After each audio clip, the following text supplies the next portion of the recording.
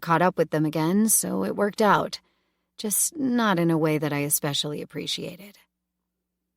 Annabelle nodded slowly, but kept her opinion about that incident to herself. We have offered them a new home with us, she finally divulged. We would like to extend the same offer to you as well, although I presume you're not as tempted as they are, seeing as you have friends and an entire community waiting for you out there.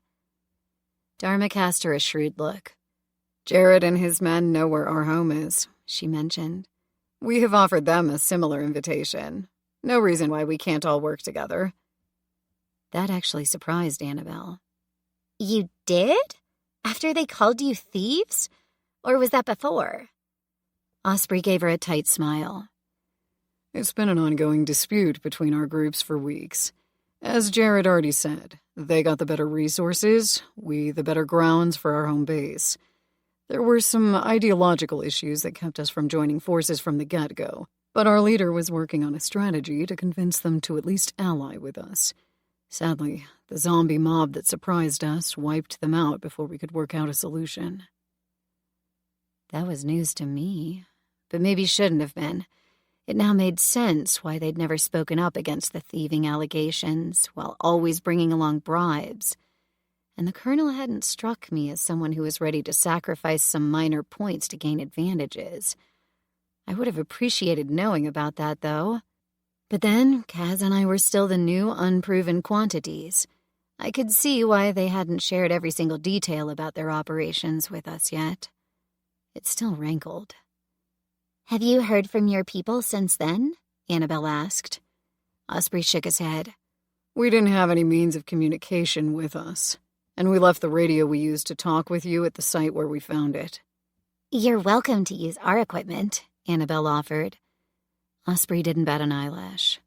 Thank you. We appreciate that. Another surprise. Had he been lying to me when he'd said he had no way of reaching the Enclave? Or was he trying to bullshit Annabelle now? Let me know when you're ready. I'll show you to our radio station. A lopsided grin slid onto her face. But I understand that first you want to get a better sense of our operation here before you potentially give away the location of your base. No worries. Jared and his people have been equally tight-lipped about that. We get it. From what we've heard, things have gotten complicated out there. Please understand, you are under no obligation to us on any level. We're happy to help, now or at any time later. Her gaze then singled me out in particular. We don't have a fully equipped hospital here, but our medical station isn't bad as such things go. We have an X-ray machine we can use to check your lungs if you'd like. We also have a small science department that has been working furiously on updating health information about the outbreak and the progression of the disease. Again, no obligation, but maybe they can set you up with some meds to help you heal. I maybe shouldn't have been surprised about that. It made a lot of sense that a nuclear power station had a well-equipped medical facility. And of course, nurses and doctors wouldn't ignore the zombie plague, particularly as that was still going on. I could only imagine how happy Kara Mason would be hearing about that.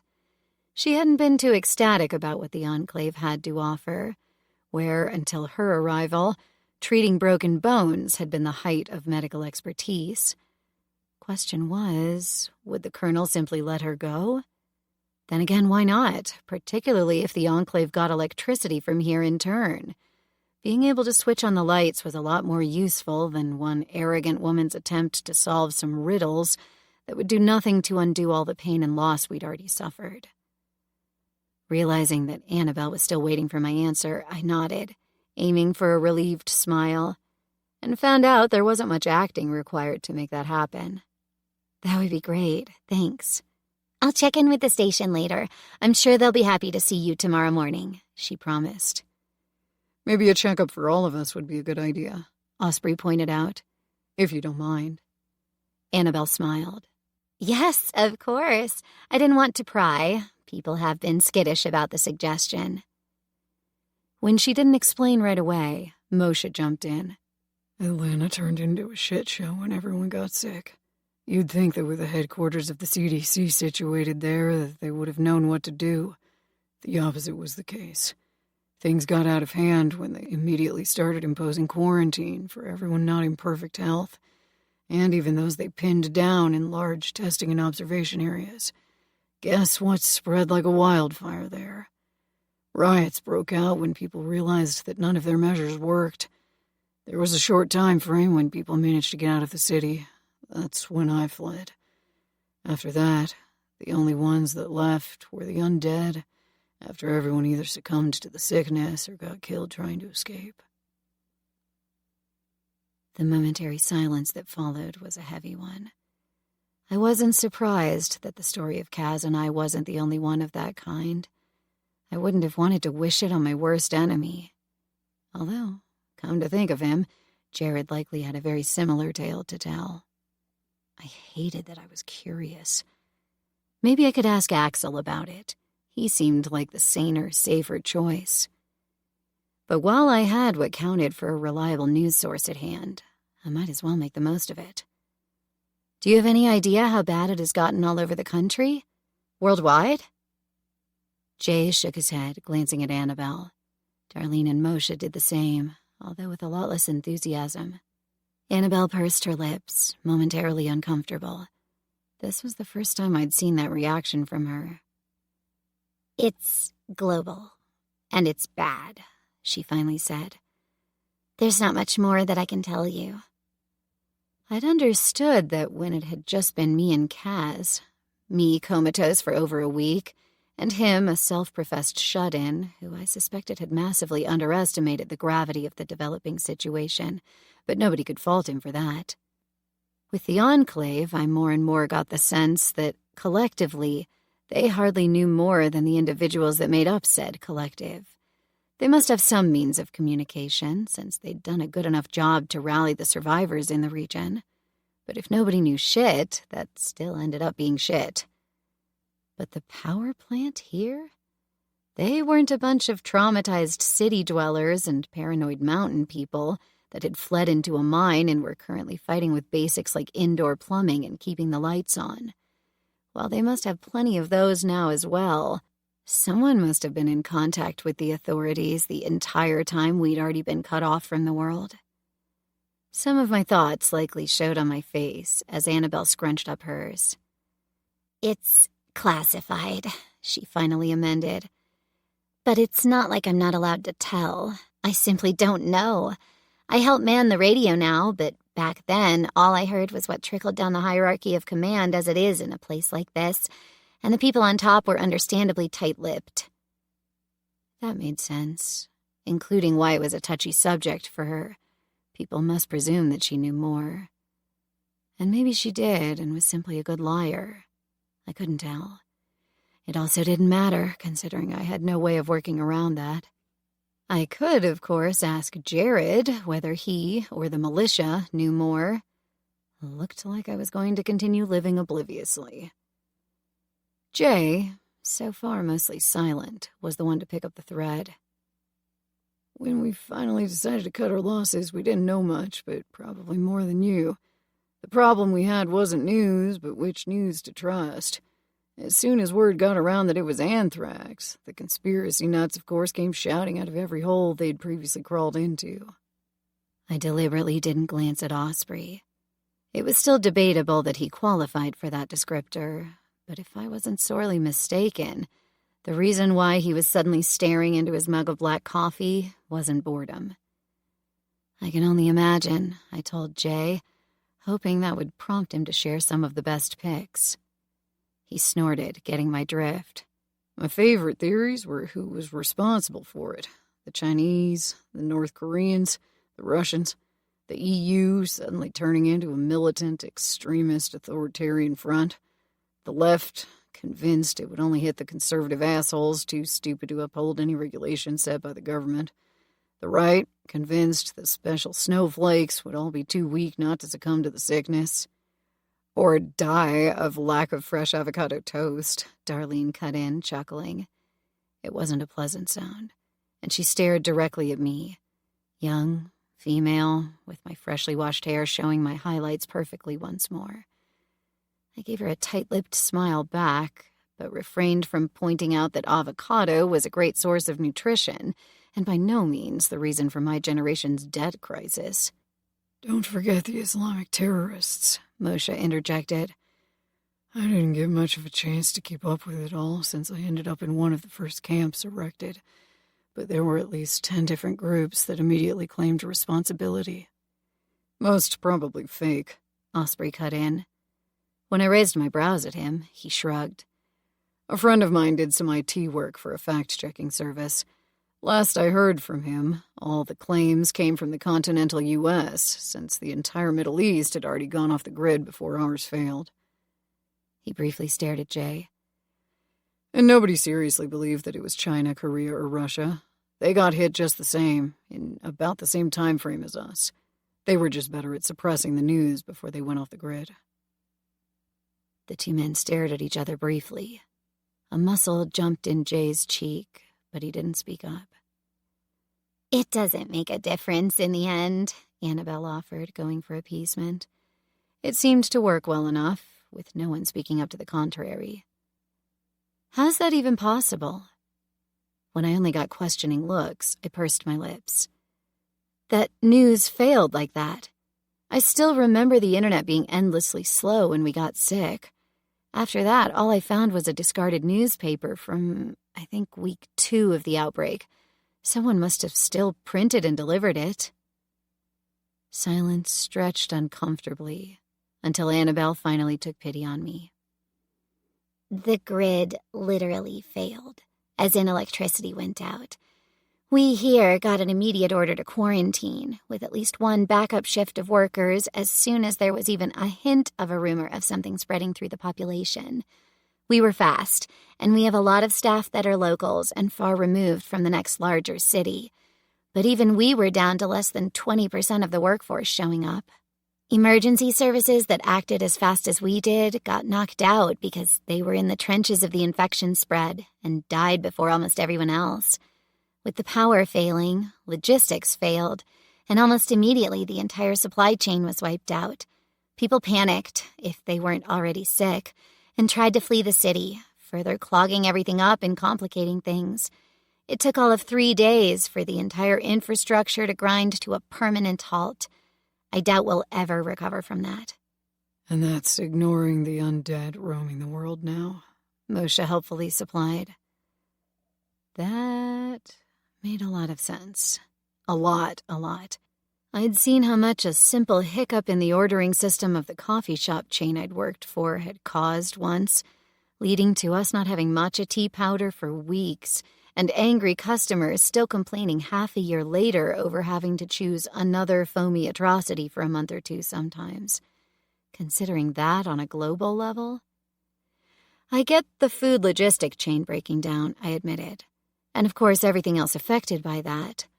But I'd have guessed that we'd all end up sitting at home complaining about it online. The internet doesn't get clogged up just like that, right? Kas cleared his throat, ending in almost a chortle. "Actually, it does, and pretty fast as well. But it was exactly what Annabelle just said. The electric grid is insanely unstable once fluctuations get introduced into the system. Sure, if everything else is working, it might be down to a single server tech restarting a computer and everything snaps back to normal. But here, it was probably a technician that was too sick to get in his car to drive to the next transformer station to switch a burnt-out fuse or something." Or he couldn't get there because the roads were blocked up, Dharma supplied. "Or because the zombies were already chomping on the 3 techs that tried before him," Osprey said. That almost made me happy I'd missed most of those first 2 weeks. I'd never expected to consider that waking up minutes ahead of the zombie mob would feel like a godsend ever, but it kind of did, except for, well, the consequences. "We've started making the most of that instant backup as much as we can," Annabelle explained. "Mostly, we check all delivery trucks that we can find and look for logistics hubs that could still be full of wares in transit. It's one of our long-term strategies as well, after we've cleaned up the immediate area around the lake and erected defenses. Right now, we have 4 teams with tow trucks working from pretty much sunup to sundown. They drag the cars off the roads, so we have room to move, siphon off the gas, take any remaining luggage, and slowly work their way to the next truck. If possible, they drive it back here. If not, they return later with another team to unload it. It's what most of our people are concerned with right now.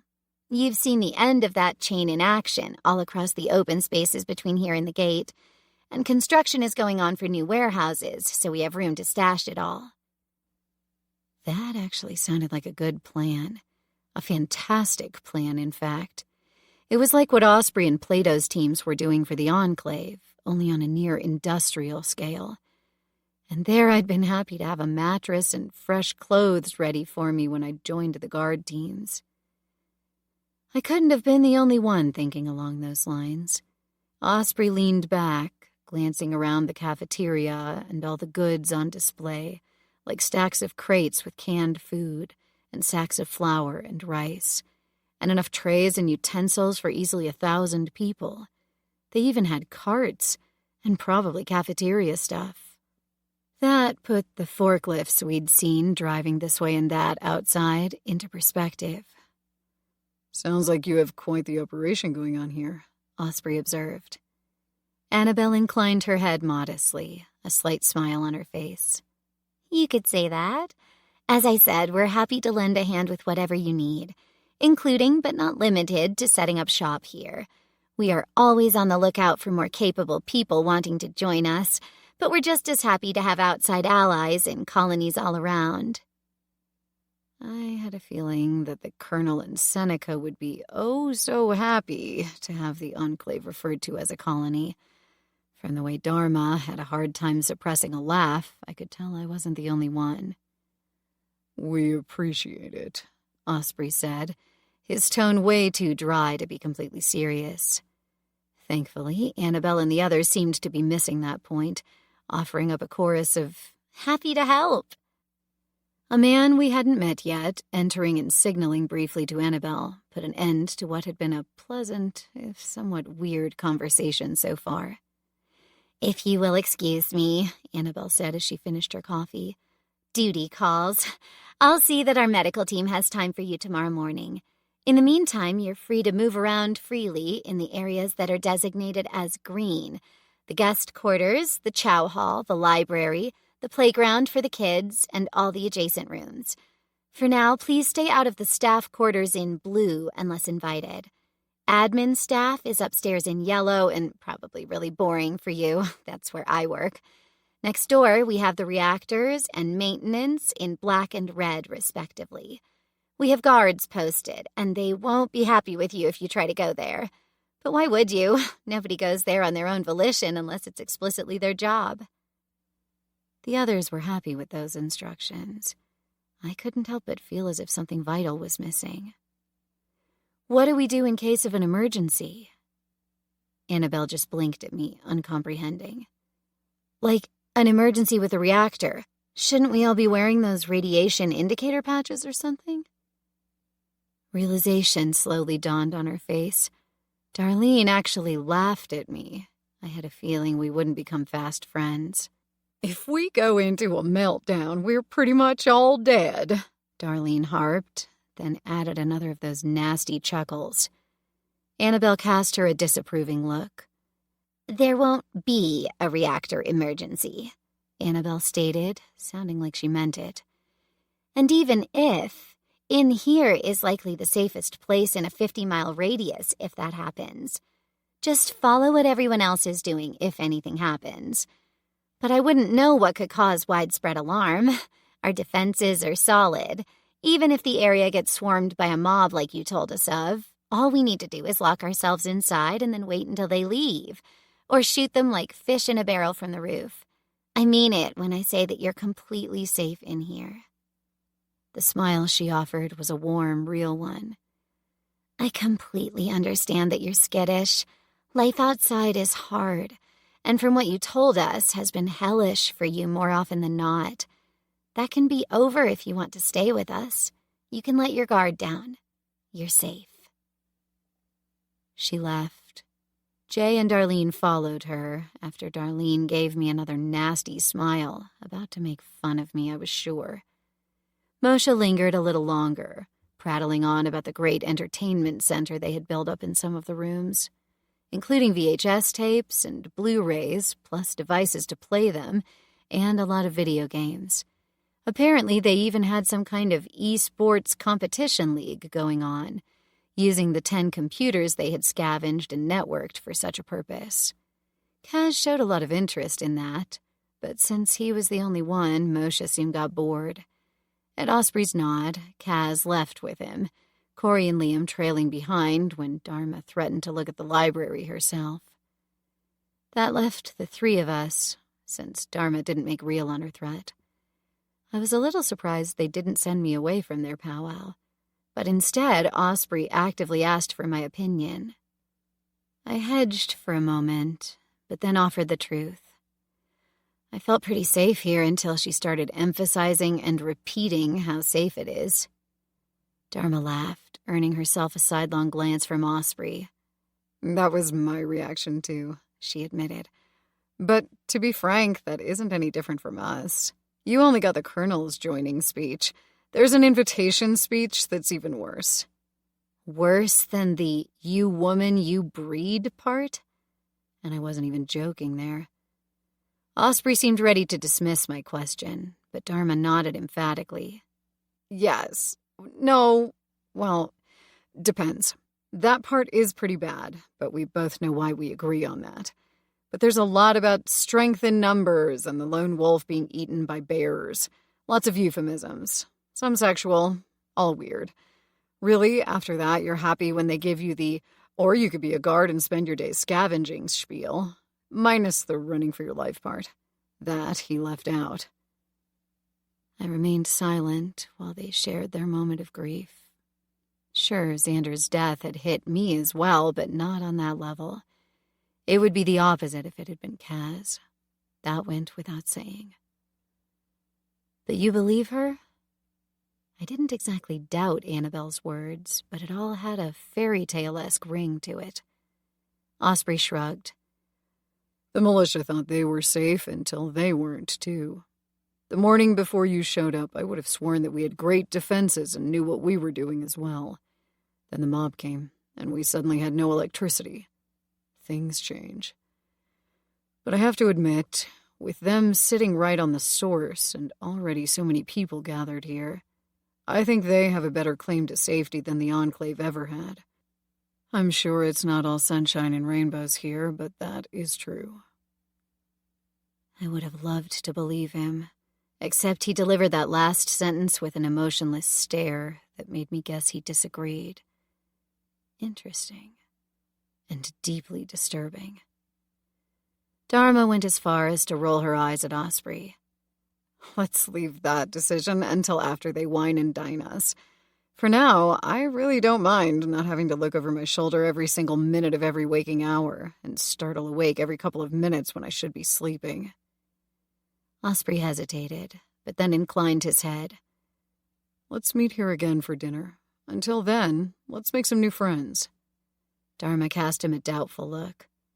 You're heading right back to our quarters to catch some sleep, right? Sure I will. It sounded like a tantalizing idea, only I was way too worked up to even attempt it. Sure, spending some quiet time with Osprey sounded like a plan, but after days and days on end, 3 of that, I was only too happy to mingle with someone else, including people I'd never met before. Having some actual free leisure time sounded amazing, as long as I avoided a certain asshole. Mind if I go look for the library with you? That sounds like a cozy space. And a space free of idiots. Dharma grinned. They might also have some comfy chairs to doze in, just saying. We left the room together laughing, while Osprey trotted off to catch up on some well-deserved rest. Damn, it felt good to be silly and laugh again. Chapter 13. Life at the Oconee nuclear power plant was, of course, no vacation, but then nobody tried to sell it to us as that. Annabelle's sales pitch had been solid, but she had already mentioned how busy people were. We got to see how busy exactly for ourselves in the first 2 days of our stay. While nobody begrudged us our downtime and state of utter potential boredom, it was obvious that all the residents here had jobs and very little chance of slacking off. I got why. After running for their lives, going scared and hungry for days or even weeks on the road, it felt good to worry mostly about missing the start of your shift or having to do overtime if a convoy of trucks arrived just as it was time for dinner. Nobody asked us to help, but once I had gotten a couple of hours of dozing in the library, I got curious about what was going on outside of the green-colored recreational area that we were allowed to be in. I wasn't the only one. Kas was done lusting over their computer setups, and he was only too happy to tag along. I had a feeling that I wasn't fooling him when I told him I just wanted to stretch my legs. Of course we were trying to get a read on the location and its inhabitants. We got along great with Osprey and his group, but our allegiance to the Enclave was questionable at best, and they were about to lose the best game in town status, if my first impression about the power plant was right. Since I didn't want to get in anyone's way or overstep our welcome, I turned to the first armed guard I saw striding purposefully through the complex, which turned out to be Rick from the front gate. He'd just come off his shift, and while he must have been yearning to grab a bite and relax, he was only too happy to play tour guide. I didn't mind, particularly when I noticed he seemed way more interested in chatting up Kas than me, who, in oblivious puppy mode once more, didn't mind having someone to ramble on about one of the last-released video games they'd both been playing before the shit hit the fan. It didn't necessarily read like sexual attraction to me, more like two gamer bros being bros. It was then it hit me that it would likely remain one of the last-released games ever, even if game developers might have a better chance of still being alive than nurses or firefighters, I figured. Who'd have a need for that and fund it with our priorities suddenly all jumbled up? Same as who would still write books or produce movies. Or would it be exactly those endeavors that people would turn to in their free time, now that working a 9-to-5 to pay off your mortgage was no longer anyone's reason to get up in the morning? I knew it was still way too early to tell, but the very fact that this place could maybe be home to a fledgling storyteller or a bunch of weirdos with a camera made me feel more positive than I'd dared let myself be in weeks. Rick, in full tour guide mode, gave us a somewhat more realistic rundown of the place than Annabelle had. He let us walk outside, but only after giving us a quick overview of their safety procedures, including siren signals and letting us know where we should run to in case of an attack. Only then did he set off on the march to the closest warehouse, a building that looked like it had been part of the plant for quite some time, likely repurposed. He was quite proud to show us the rows and rows of things they had already stashed in there, with us staying to one end while active work was going on at the other. Some of the things were trivial, and likely only stashed here since they had been in the first trucks that they had found and looted, like 3 giant boxes full of fluffy throw pillows. Other shit gave me a really creepy feeling, like half an aisle full of children's toys and stuffed animals. Most things were actually useful, though. Plenty of tools, furniture, dishes, and cooking gear, tents, clothing. Back outside, Rick also pointed out the church next to the power plant that they had included in their perimeter. He ended the tour by walking north to the lake shore with us, a place that, a couple 100 yards outside of the site, looked like the perfect vacation spot. Right now, we don't really have the capacity for it, but I'm sure that over the summer, we'll manage to get a small fleet of jet skis and boats dragged over here to create our own independent marina, he enthused. Over there's a country club, and a little east another. Once we have the rest of the area secured, we'll look into setting up outposts there. I squinted across the water to where he was pointing, at the other side of the road that ran across to the opposite side of the lake. It was all small-fingered peninsulas here, not unlike Lake Norman. "Is this where you have your outside communities set up?" I asked. Annabelle mentioned some. Rick looked at me with momentary confusion edged into his expression before his eyes lit up. "Oh, right! That! No, most are north of here. We're still working on the southern circuit, down to Seneca and Fairview. But Salem and Tomasi are settled by our people now. We've also started expanding along the shore of the next lake to the north, Lake Jocassee. We needed to make sure that the dam was secure, you see? If that dam breaks, we're in some deep shit here. Not going to happen, though. Grant and his guys are currently setting up shop there to give us a forward base and make sure we can do all kinds of required maintenance. Always good to have a civil engineer at hand. I nodded, my throat suddenly too tight to give more than a token murmured response. Civil engineers and architects, like Ashley had been. Ash, my friend, always so happy, always joking, and now dead, just like Brandy and Shell. Or, for all I knew, one of the undead scouring the landscape for fresh meat. I sure as fuck hoped I'd never encounter a grown-ass female zombie in a My Little Pony shirt. Then I remembered that Ash had died wearing a flimsy, terribly drab hospital gown, just like the one I'd been wearing before finding scrubs to put on instead. I didn't know why, but the sudden realization that this would probably make her indistinguishable from so many of the other zombies we'd already seen, particularly those coming from the cities, was an oddly comforting idea. It also made me laugh hysterically. For the second, it took my brain to snap back to the here and now so it could shut me up. Rick and Kas both stared at me, not just a little weirded out. Sorry, just something I remembered. Has nothing whatsoever to do with dams or flooded nuclear power plants. As if on command, Rick's stomach growled, making Kas laugh.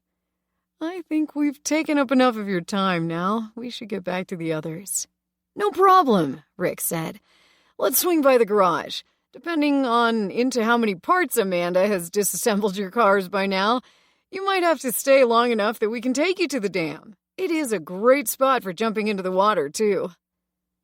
A promise of leisure activities, even though I wondered if I was included in that offer, and even if, whether I would want to come.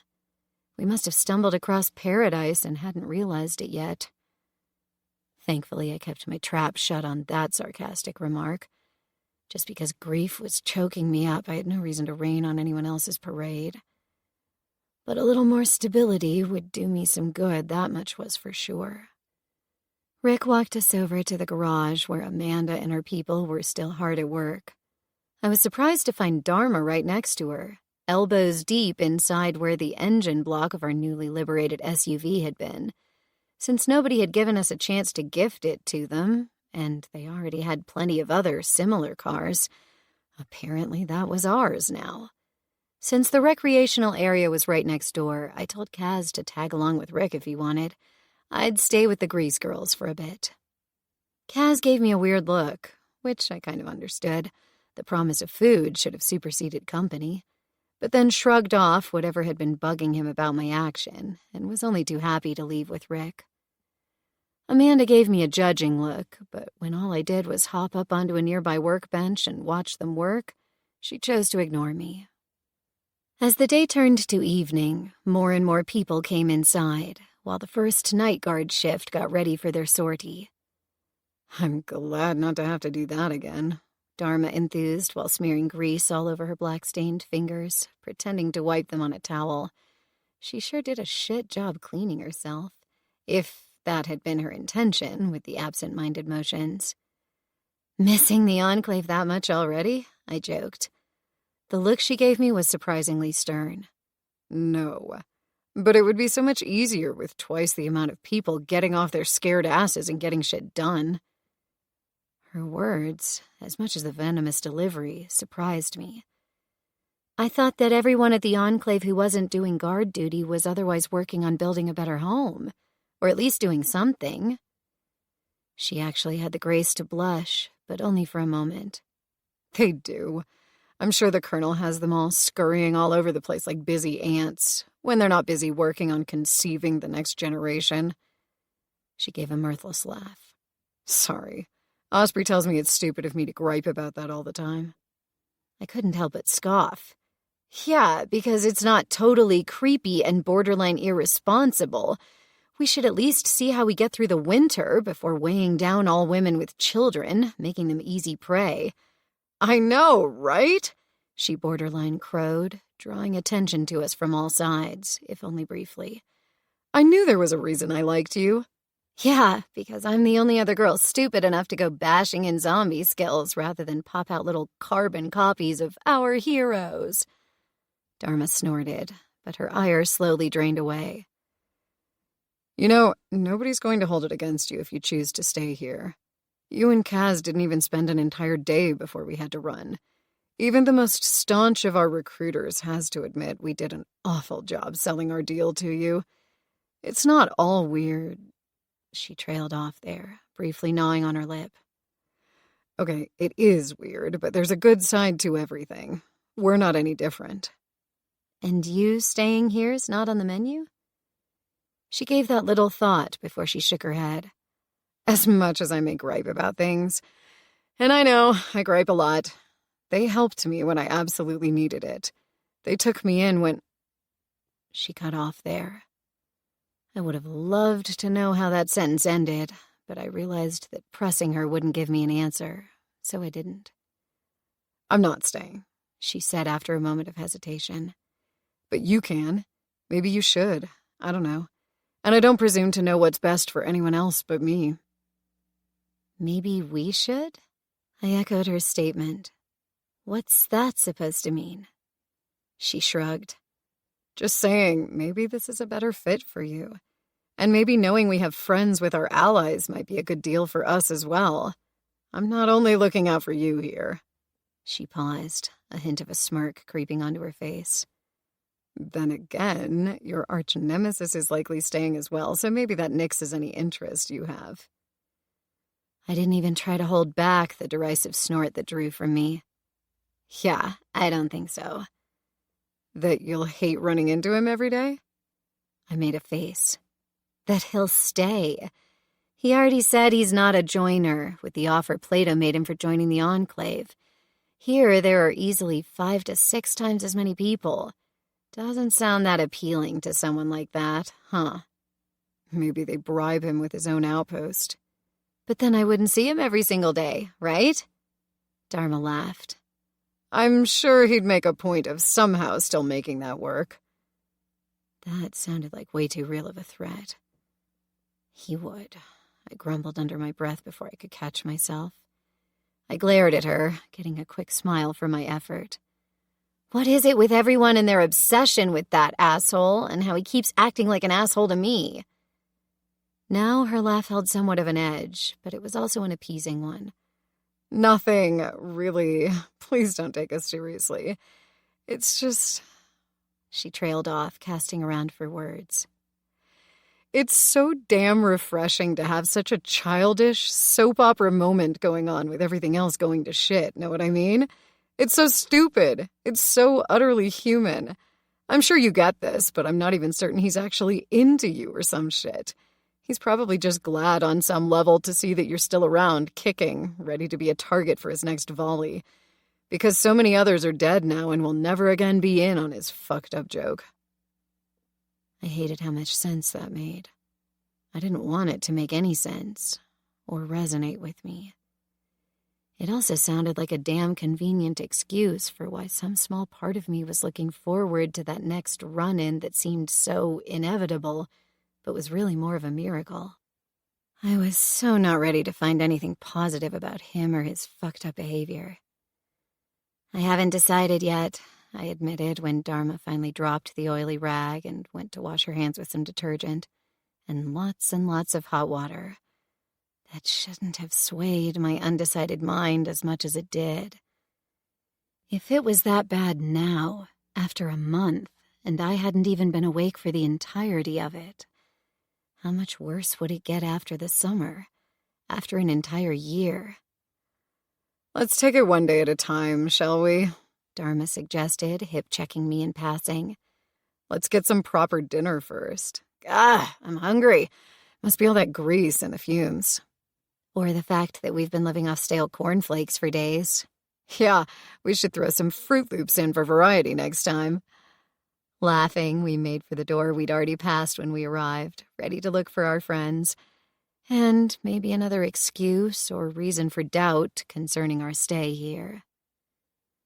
The physical I got the next morning didn't exactly help me mentally turn my back on Oconee.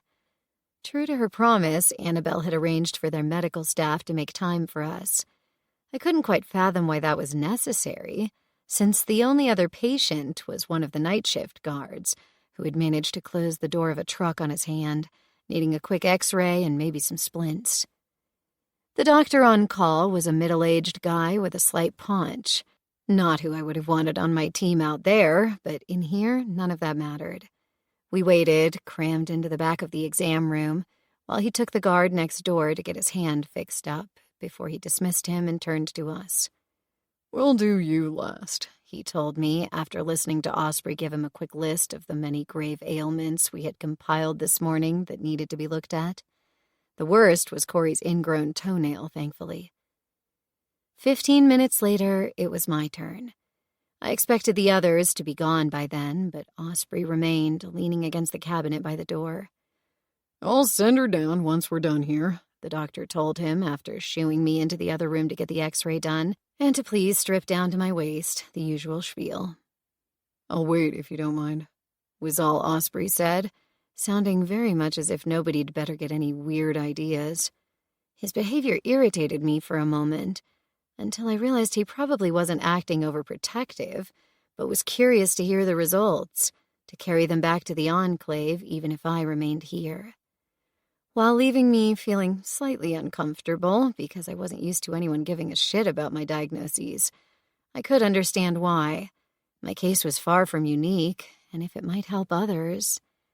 And, I had to admit, I likely wouldn't have trusted an accountant to properly relay medical details either. The doctor set me up in front of the x-ray machine, then went outside and closed the door to fire it up. Closed door or not, I could still hear their exchange going on. "Are you her partner?" A pause. "I'm her team leader." I couldn't help but smirk. I could just imagine the way Osprey must have grimaced saying that. The doctor was back a moment later, stethoscope out, listening to my lungs for a good minute. Breathing deeply left me a little lightheaded. Then I was allowed to don my bra while he got the ultrasound ready. I could have done without having lube all over my lower abdomen, but as he kept moving the wand around, his expression remained placid. Always a good sign. Frowns would have made me anxious. What did make me a little anxious was when he moved on to the lowest sections. But after a moment only, he attested my bladder was completely inconspicuous and handed me some towels to clean myself up. 5 minutes later, the three of us were in the front room again, him studying the freshly developed x-ray in front of the light-up table on the wall. "There is some massive scarring still visible, but that's no surprise." When he, for maybe the first time during my visit, glanced at my face, he paused. "I could have told you as much simply from listening to you breathe. No stethoscope needed. How long since you started improving?" Roughly 2 weeks. He gave a slow nod, partly lost in thought. "Well, the good news is your body is showing a remarkable ability to recuperate, but that was likely to be expected. You're how old exactly?" 22. He needlessly consulted his chart before turning to me once more. "Any pre-existing conditions?" I hesitated for just a second, hopefully catching myself before he or Osprey could notice. To cover up my near slip, I swallowed convulsively, pretending that was the reason for my delayed answer. "None I can think of. Nothing concerning my lungs or cardiovascular system." The doctor nodded again. "Well, you're young and healthy, and I can see no reason why you shouldn't make a full recovery eventually. Maybe keep strenuous exercise to a minimum." He gave Osprey one of those inane conspiratorial looks. "Getting her heart rate up should be no problem, but she should not overstrain her lungs." Osprey's deadpan stare made me want to laugh. "Yeah, I'll let her know that next time she gets chased by zombies, she should just drop to the ground and play dead. It's not like we have much of a choice most days. But you should probably just tell her yourself, seeing as she's sitting here right next to me." I bit the inside of my cheek to keep from laughing. The doctor clearly didn't appreciate having his misogynist crap flung right back in his face, but there was little he could do about that now. At least he did turn to me when he was done scribbling something on his chart. "You will soon be as healthy as a horse again, Miss Norton. Now all that's left is to do a quick check on your blood." "What's that for?" Osprey asked, interrupting. "You didn't ask the rest of us permission to draw our blood." Strictly speaking, the doctor hadn't asked me either. Irritation clear in his expression, the doctor leaned back in his chair. "She was severely sick. There might still be residual infection left in her body that can easily be detected via a blood test. You mentioned that none of the other members of your team had caught anything since the outbreak. That makes you utterly uninteresting to research. She is another matter." Osprey looked ready to debate that some more, but in the end glanced my way, one shoulder slightly raised. Clearly, he was leaving the decision to me. Did I enjoy being stuck with needles yet again? Hell no. But I'd had little reason to debate Kara drawing blood at the Enclave. And as much of an idiot as the doctor here was, he at least had the equipment required to do said analysis. Wordlessly, I held out my arm to him, gritting my teeth as he tightened the tourniquet around it and got to work. At least he knew what he was doing, hitting my vein perfectly, no more than a drop escaping between him drawing the needle and pressing a gauze pad to the tiny wound. "No need to check back with me," he told me after corking the vial and scrawling something on the side. "If I find anything out of the ordinary, I will let you know, but I don't expect many of your markers to be elevated." And that was that, thankfully. Osprey was still grumbling under his breath by the time we rejoined the others, where they were gathered in a bunch in the chow hall, already enjoying breakfast. Dharma burst out laughing the moment she caught the look on his face. "What did we miss? Wait, let me guess. You asked him about his take on the microwaves conspiracy, and he shot you down cold." Osprey sat down with a heavy sigh and ignored her in favor of pulling a plate laden with ham and eggs toward himself. When it became obvious that nothing would come from him, I answered instead. He continued to be a prick. Osprey didn't like that. No mention of microwaves, or any other waves, or, in fact, conspiracies. It was a pretty dull consultation in the end, just some, "I'll talk to the man in the room because the female is clearly too frail and simple to be talked to directly" shit going on. Dharma snorted as she pushed a steaming mug of coffee my way. They even had liquid creamer here. Oh, paradise. Normally I would have enjoyed it black, but with creature comforts becoming the ultimate luxury now. I hate it when they do that. I couldn't help but laugh. That really happens to you? You don't strike me as the kind of woman who'd put up with that. And I don't, as they quickly find out. She winked at me before taking a sip of her own, seriously lightened coffee. Still, if that's the worst that happens to me here, I'll count that as a blessing. But maybe I'll ask you to come with me, should the doc need to do another check. Dharma's grin was almost predatory. Bring it on. I knew something must have been going on at my back, because a moment later her attention snapped elsewhere, her expression turning blank. My momentary suspicion turned out to be true when Jared's voice came from way too close right behind me. Had some issues with the doctors here, asthma girl? Did they finally confirm that you're a health hazard to us all? I knew that the smart thing would have been to ignore him. Before, now, always. The problem was, with my brain for once not on high alert, it was even harder to resist temptation. Thankfully, something other than immediate hostility came to mind. Twisting around in my seat until I could glance up at him, I did my best to give the asshole the most neutral look I could manage, possibly still annoyed, judging from how his grin broadened, but less so than I was burning to show. Why do you keep calling me that? What? A walking, talking health hazard? Because you are. I shook my head. I never told you I had asthma. We both know that I woke up in the triage tent, where you shot at me and missed. Conversations around the table had ceased as Jared walked up to us. Now I had everyone's attention. Jared didn't seem to mind. As usual, he seemed to thrive on having an audience.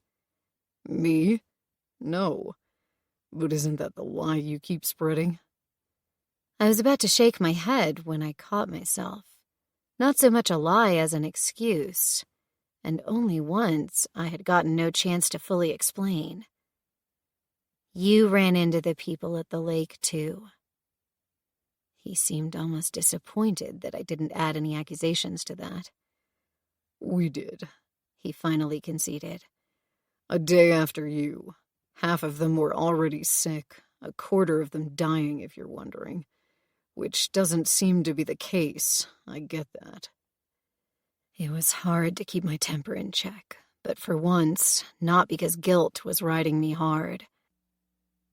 We barely spent 5 minutes there. They didn't even let us off the pier. Even if I'd been infected with Ebola and barfed half of my organs out, they wouldn't have gotten infected. I did spend days on end with these fine people, though, and none of them show any signs of infection. Please, keep calling me a liar while so very obviously spreading lies yourself. I hadn't expected that to land. It sure didn't, my words glancing off him with little to no effect. Guess we'll find out soon enough. I watched him saunter off to where his group had swarmed another empty table, now that most people off to the morning shifts were already gone.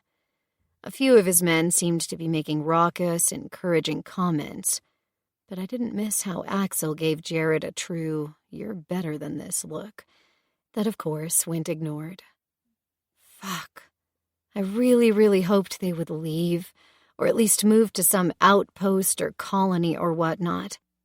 I had no patience for him and his bullshit day in, day out, and that much was obvious. He wouldn't simply stop when he got bored. That likely was my fault. I'd risen to his bait way too many times.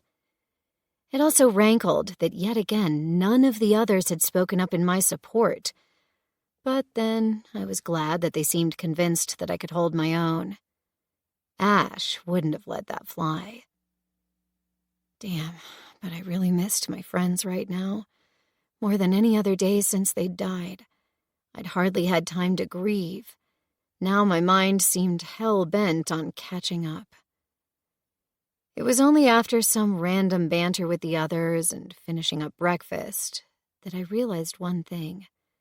That creep was not just staring at me and antagonizing me every chance he got. No, he must have actively asked about me to get that intel from the lake people. Us showing up couldn't have been significant enough that anyone would have volunteered that news, in light of the community having way more serious troubles. Maybe I should rethink staying here if that meant being anywhere close to Jared. Then again, I was sure that the powers that be at the Enclave would still roll out the red carpet for him and his goons if he ended up going there instead. It was absolutely ridiculous that I had to even consider any of this, let alone let it guide my actions. The entire site was as busy as yesterday, leaving us standing around borderline uselessly. I wouldn't have minded spending another day lazing around on my ass, but I didn't protest when Dharma suggested we might as well make ourselves useful, or find someone ready to shirk their duty to show us around. Since Annabelle had been our guide for the most part, it only made sense to track her down, also because virtually anyone we asked about her knew who we were referring to. A harassed-looking girl in her late teens ended up pointing us to the admin section of the power plant, right adjacent to the doctor's office. Annabelle was already waiting at the door for us, both inviting, but also making sure to block our path and keep us from wandering around where they obviously didn't want us getting lost. The suite of offices, as far as I could tell from the glimpse I got, looked like it hadn't been repurposed, just upgraded. Annabelle hesitated for a moment, But when Osprey explained he'd like to radio the Enclave now to let them know we were safe and might have a solution for their energy problems, her reservation melted away. She led us into the central corridor, then immediately shooed us into the first room to the right. It took my eyes a moment to adjust to the less-than-stellar lighting. The room wasn't large, maybe 10 by 15 feet, but every wall surface was taken up by monitors, lots and lots of monitors. Some were dark, some displayed static data from spreadsheets or computer code that told me nothing. But what immediately drew the eye was the corner, or rather the entire opposite side of the room from the door, where video feeds were up on the screens. 4 split screens showed different angles of the power plant, mostly of the gate and docks, and the farther away areas like the spent fuel containers in the very back of the area that were off limits to everyone for obvious reasons. People were scurrying all over the place like ants, and just as I watched, the gate was retracted to let in 3 more trucks. Much more interesting were the 12 monitors on the other side of the corner, set up in 3 rows of 4. Every display was for a single feed. Rather than static views of the area, those were active, moving feeds, most showing forests and lakes, with some roads cutting through or weaving around them. Is that live drone footage? Kas asked, immediately interested.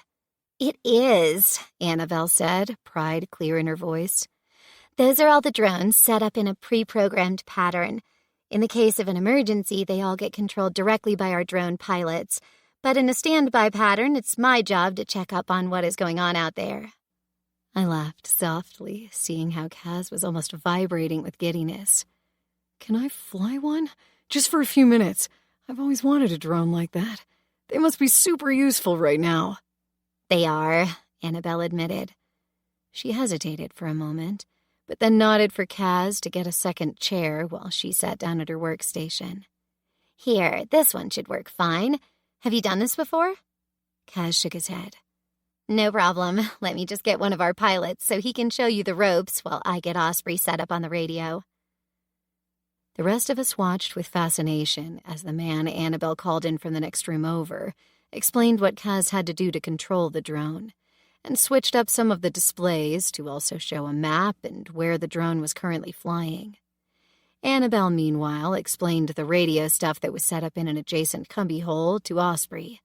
He went with her, leaving the rest of us to cheer Kas on as he sent the drone into a first, slow bank, lazily going over the lake north of where we had reached the water yesterday for the first time. On the feed, another convoy of trucks slowly came down one of the cleared streets, with a small fleet of cars following, the cargo load before noon. "How far out does your surveillance reach?" I asked, no longer wondering why Rick the gate guard had pretty much been waiting for us. The tech took his sweet time answering. We have some high-end drones that can go up to 20 miles from here. Most of these aren't that powerful, so usually 5 miles. We use them mostly where it's impossible to set up stationary cameras. Downside is they have to return to base every hour so that they can recharge. "That's mad battery life," Kas enthused. To me, that sounded rather underwhelming. "So you can't keep track of the zombie mob that pretty much chased us here?" The tech looked at me as if I was stupid, but he left it at a shrug. We still have easily an hour of advance warning this way, he explained. Sounds better than what most other places have left. Plus, we can charge them in no time and send them back up again with the next rotation. There was nothing I could say to refute that, not that I wanted to. An hour of aerial surveillance warning sounded damn fine to me. We should probably get some of those for the Enclave, too, I muttered to Dharma. She didn't respond, but I could see the wheels churning in her head. A 20-mile radius was a lot of ground to cover, particularly with a drone that was borderline impervious to the undead, since they could hardly pluck it out of the sky.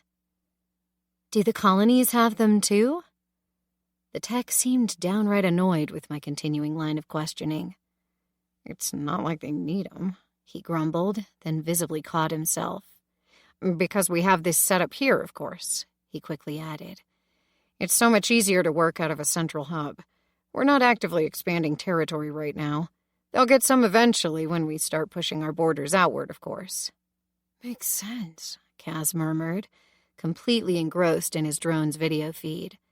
It was currently going southwest, more or less following the central line of the lake.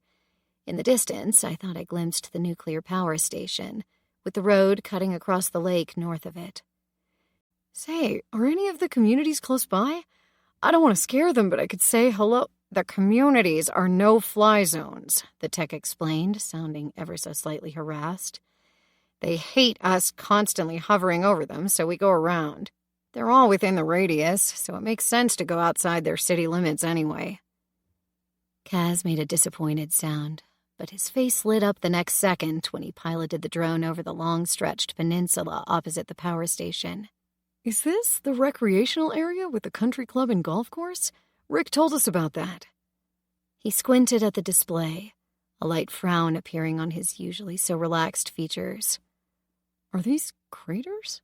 Did you have issued firebombing here as well? We barely got out of the worst when it happened in Charlotte." The tech licked his lips, glancing nervously toward the cubbyhole where Annabelle and Osprey were still busy with the radio. Yes, they bombed a few of the residential areas," he admitted. "They had 2 camps there. We had people in the area when the Undead suddenly came streaming out of the camps. We probably would have gotten overrun if that hadn't been stopped." "Damn," Kas muttered. "I'm glad you caught that. With so many people here, that would have sucked." "Sure would have." Kas turned the drone around so that rather than scorched ground, the camera was focusing on our side of the lake instead. Just as it turned away, I thought I caught a plume of smoke. But that must have been in my imagination only, or some residual fog from the morning. Osprey and Annabelle returned. The tech gestured at the northern part of the lake where the drone had been flying before. "Bring it back here. I'll add it to the holding pattern once more. Great job." Kas chuckled as he followed the instructions. "This was awesome. You don't need any new pilots right now." I didn't know whether he was joking or if it was a serious question. The tech offered a grunt that could have meant anything as he took over the controls from Kas. Annabelle answered for him. "We always need skilled people, particularly with things like that. No offense to basic manual labor, but anyone can unload a truck and stack shelves. But those who can drive the trucks and the forklifts, they are in high demand. Great hand-eye coordination for things like the drones is a bonus. I can ask our staffing department if you're interested." Kas looked ready to ask to sign the contract until his gaze fell to where Osprey and the others were standing off to the side. The look of guilt on his expression was priceless, if entirely unwarranted, I was sure. "Maybe later," was all he mumbled. "Thanks for letting me try this. That was awesome." And he was right back to his previous excitement and enthusiasm.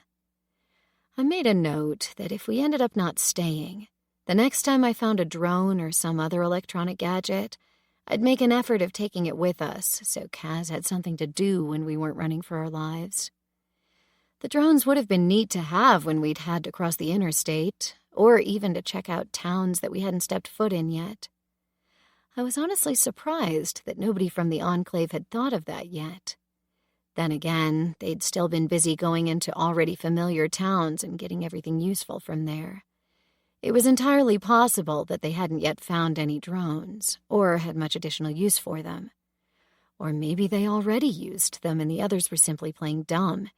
What did I know from my less than 18 hours that I'd spent in or near the Enclave? Dharma thankfully spoke up, putting an end to my musing. "How did calling home go?" Osprey gave one of his non-committal shrugs. "They're happy to hear that we're alive. We lost a handful of guards, but the perimeter held. Seneca said they picked up some stragglers from the militia that are right now helping with setting up another outpost that they're thinking about manning. Jared will probably want to know that not all of them are dead." He paused. "But most of them died." I did not like how he glanced at me as he said that. I seriously hoped that nobody got it in their head that I should be the one to share the news. I could already imagine how well that would go over. Dharma pursed her lips. Anything about when they expect us back? Osprey shook his head. The Colonel gives us interim negotiation power, but for the details, he'll want to talk personally to whoever's in charge here. The area is still pretty overrun, so it's best if we take our time. He said he would update us if anything changed in the near future. He cleared his throat. They found a solution for the electricity outage for now. I told them where we left our cash. They'll get it when they can. Another pause followed as he visibly drew himself up to offer a grin. Seneca told us to enjoy sitting on our lazy asses. That'll change as soon as we're back. Oh, that sounds promising, Liam joked, turning to Kas. Exactly how hard is it to fly that drone? His attention skipped to the tech who was about to leave. And you'll need someone to service the drones too eventually. I'm pretty handy with that stuff. Annabelle beamed at him. The more the merrier is what we always say. She watched the tech leave before she turned back to us. Amanda called up a few minutes ago. She's done with your cars, so theoretically you can leave anytime you'd like. But we're happy to have you stay with us for another week or so, or however long it takes for the roads to clear up again. If you're bored, we have 1,000,001 tasks that need doing or supporting. But it's okay if you spend the time reading and playing video games. All of you must have gone a month with the bare minimum of luxuries.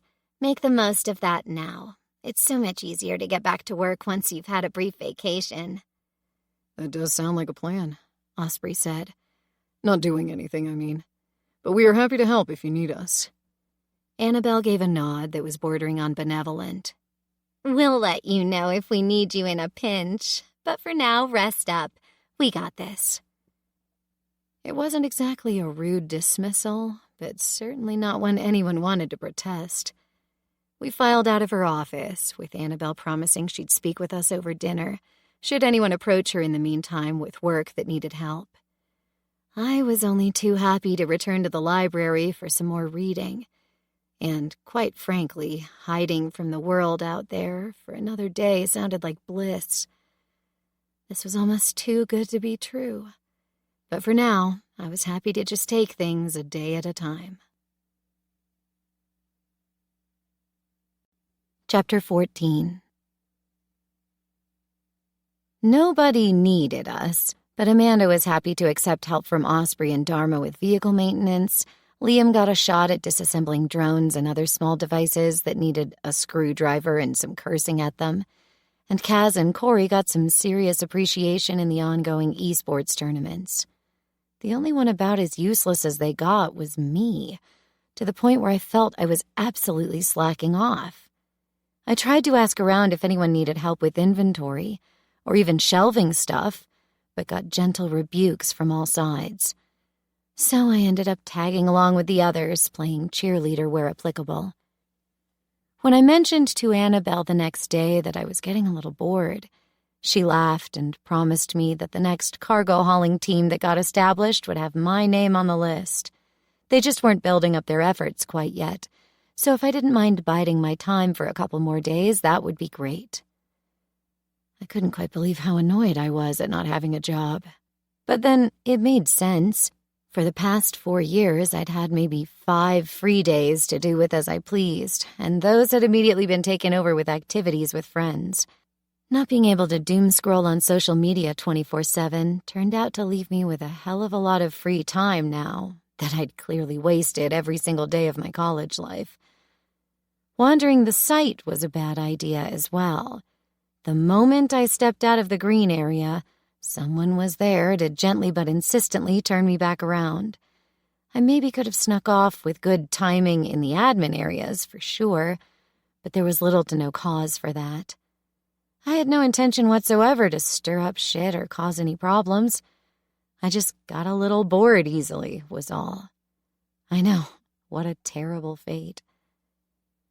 It was on our 3rd day at Oconee, after watching Kas kick ass for 2 solid hours and wipe out his competition with unparalleled precision, that I saw the misogynist doctor chatting with Osprey near the chow hall, both of them glancing repeatedly at a chart. He then handed Osprey what looked like a printout before taking his leave. glancing up at me with a look of surprise on his face as I approached. He was gone before I could ask what this had been about. When I turned to Osprey, all he had for me was a grunt as he put away the folded-up paper in his back pocket. Maybe this hadn't been about me. Maybe I was just being paranoid. Osprey didn't bring it up over dinner, instead telling all of us he'd had a brief call with the Enclave this afternoon once more. They were apparently still holed up, waiting for the fuel for the generators to run out. That had apparently been their emergency solution, to burn up whatever Plato and his men had managed to siphon off the broken-down cars near the Enclave. If we could make a deal with the Oconee people, that would be great, including sending out whoever could fix the power lines or transformers that were down between here and there, to ensure that they at least had enough power to keep the air conditioning systems and lights going. I figured that, by now, the number of houses that were still drawing power had dwindled to less than 1% of what the power plant was used to supplying. I doubted they'd have noticed if the Enclave somehow ended up dragging 100 washing machines into their lower levels and kept them running around the clock. And since the Oconee people also didn't know what had happened to the power plant at Lake Norman, they were our best bet.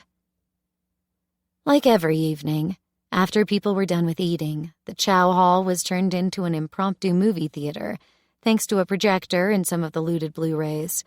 Yesterday it had been a martial arts movie.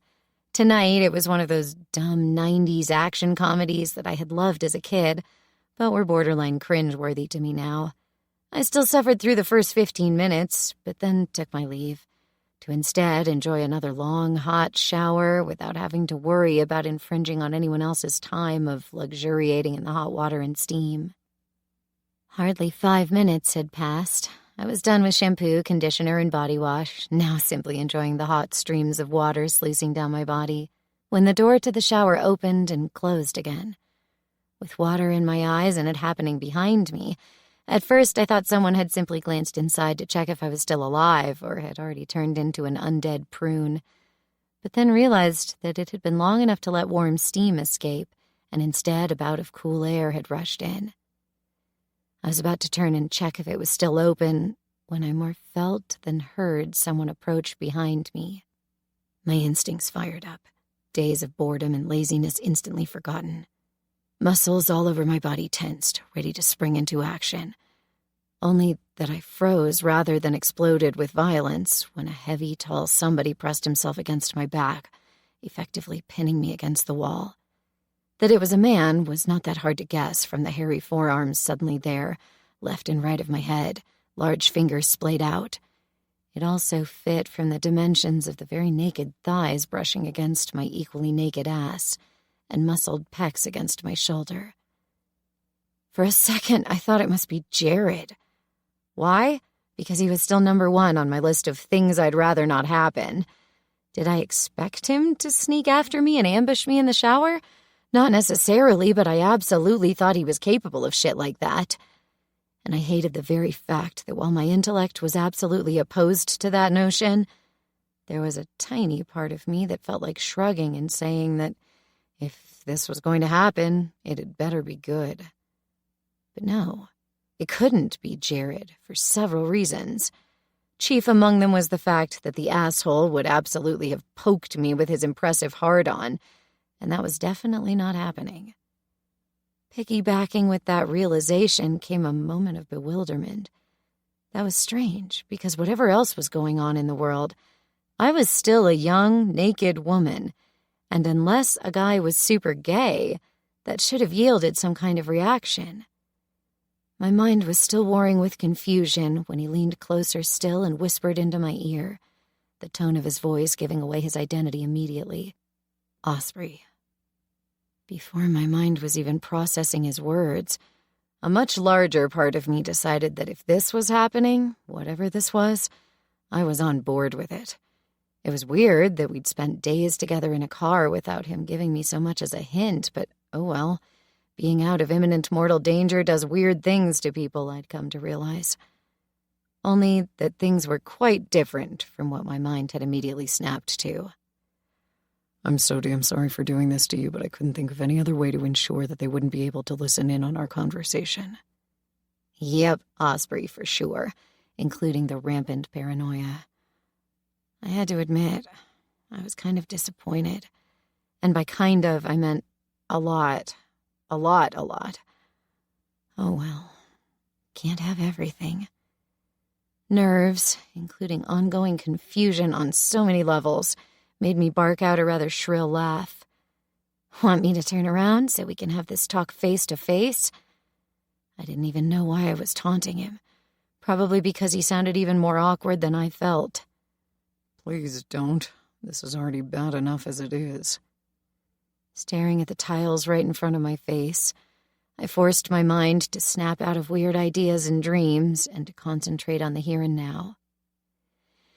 Is this about what that doctor showed you earlier? I felt him shake his head. No, but the way he kept fixating on our supposed relationship gave me the idea of how to pull this off. And what is this? Shit, I hated how hopeful I sounded. Switching the shower to ice cold might have done me some good right then. I'll keep it brief. Something is going on here. Something really weird. Part of me wanted to laugh hysterically again. Weird as in him cornering me in the shower because he was certain that we were being observed 24/7. As much as I wanted to laugh about the idea, it also sobered me up. You think they have cameras in here? He paused. Annabelle said it used to be a decontamination shower. It would only make sense that they have surveillance in here, in the case of an emergency. True, but... And beyond that? Another pause followed. Dharma and I are sure that there are at least 2 cameras and several mics in the main room next door. I've counted over 30 cameras all over the rec areas and common rooms. You saw that Annabelle has an array of camera feeds from outside. I think it's even worse in here. That's why you've cornered me in the shower, where the steam makes visual clues hard to judge and the sound of the rushing water will make listening in impossible. Bingo. This was absolutely insane. And yet, my gut told me he had a point. Shit. So what did you want to talk about? And what did the doc tell you? Osprey sounded actually exasperated as he responded to my second question first. Everything's fine with your blood test. Some infection markers are still elevated, but all that says is that you've had a massive infection some time ago, which must come as a complete and utter surprise to you. Bacterial, mostly, from the something. Leukocytes, I whispered. Immune system components. White blood cells. Yeah, that. Unremarkable, except that you have stellar recovery. Which is also no surprise since you're still alive after running for your life for a week, while most completely healthy people didn't make it. Nothing else? Nope. He paused, his splayed hands shifting on the tiles next to my face. I could only imagine what we must look like from the outside. Decidedly not like we were talking. Should I, move or something? Please don't. He grumbled into my hair, shifting again. I could tell that he was really trying not to touch me in any indecent way. And that worked remarkably well. Not that I was offended or missing something. Not really. But a small part of my ego didn't take that too well. Then again, hurrah for what was obviously a lot of willpower on his part, good intentions or not. So what's wrong? I don't know. He sounded both frustrated and pissed off. Something. Details. Dharma thinks I'm overreacting, but the more I dig, the less she can refute my ideas. They keep us away from all vital areas. They make damn sure that we're always chaperoned. They let us see the flashy stuff that's supposed to lure us into a false sense of complacency. He trailed off there, probably because he realized how ranty that sounded. To what end? Except to act as a great recruitment tool. Obviously, they are trying to sell us something. How great their operation here is. How safe. He chuckled softly, his entire torso vibrating against my back. That tipped you off for good, eh? I couldn't help but tense. Call me jaded, but that was a bit overkill. I thought about the implications of his words. But that's the only thing that has set me off so far. That and maybe that asshole of a doctor. True, but I think he's mostly compensating. I'm not sure, but I got the sense that he's not an MD, probably a vet. You might be making him nervous because you don't bite, but talk back. That made a weird amount of sense. Also that he felt more comfortable talking to the owner rather than the patient himself. Not that I was Osprey's pet in any shape or form, but social awkwardness could easily come off as prejudice. You didn't mean that with weird, right? He nodded slowly. I felt him press his temple against mine, the warmth of the contact weirdly intimate. I figured he was doing what he could to make our position seem more intimate than it was, but that cut through my defenses more than it had a right to. I felt my throat close up with emotion, and not of the kind usually elicited by people getting naked together. The devil's in the details. Like, where are the children? They have enough women working here that there should be 4 times more kids. All the closed doors that make no sense. It's like whenever we request going somewhere, they first make sure to clean up ahead of letting us pass through. And then there's the fact that they absolutely cannot keep their facts straight. What regions and towns around the lake they've already cleaned up, fortified, and where their colonies are. Ask any 3 of them and you get 5 different answers. And that's factoring in the fact that, of course, things can change and shift. But just think, you've been with us at the Enclave for less than a single day, and even so, you could tell us how far east and west our territory extends and where the militia scouts were waiting for us. Most of the people have been here for weeks, if not an entire month, and they can never keep their stories straight about whether the government used bombs or it was a naturally occurring wildfire. Something is going on, and I absolutely don't like it. My first impulse, as he started prattling off that list, was to scoff or maybe balk. Of course, they kept the children in their outside lakefront communities, except that it made little sense, with the immediate area of the power plant being the safest part of the entire region.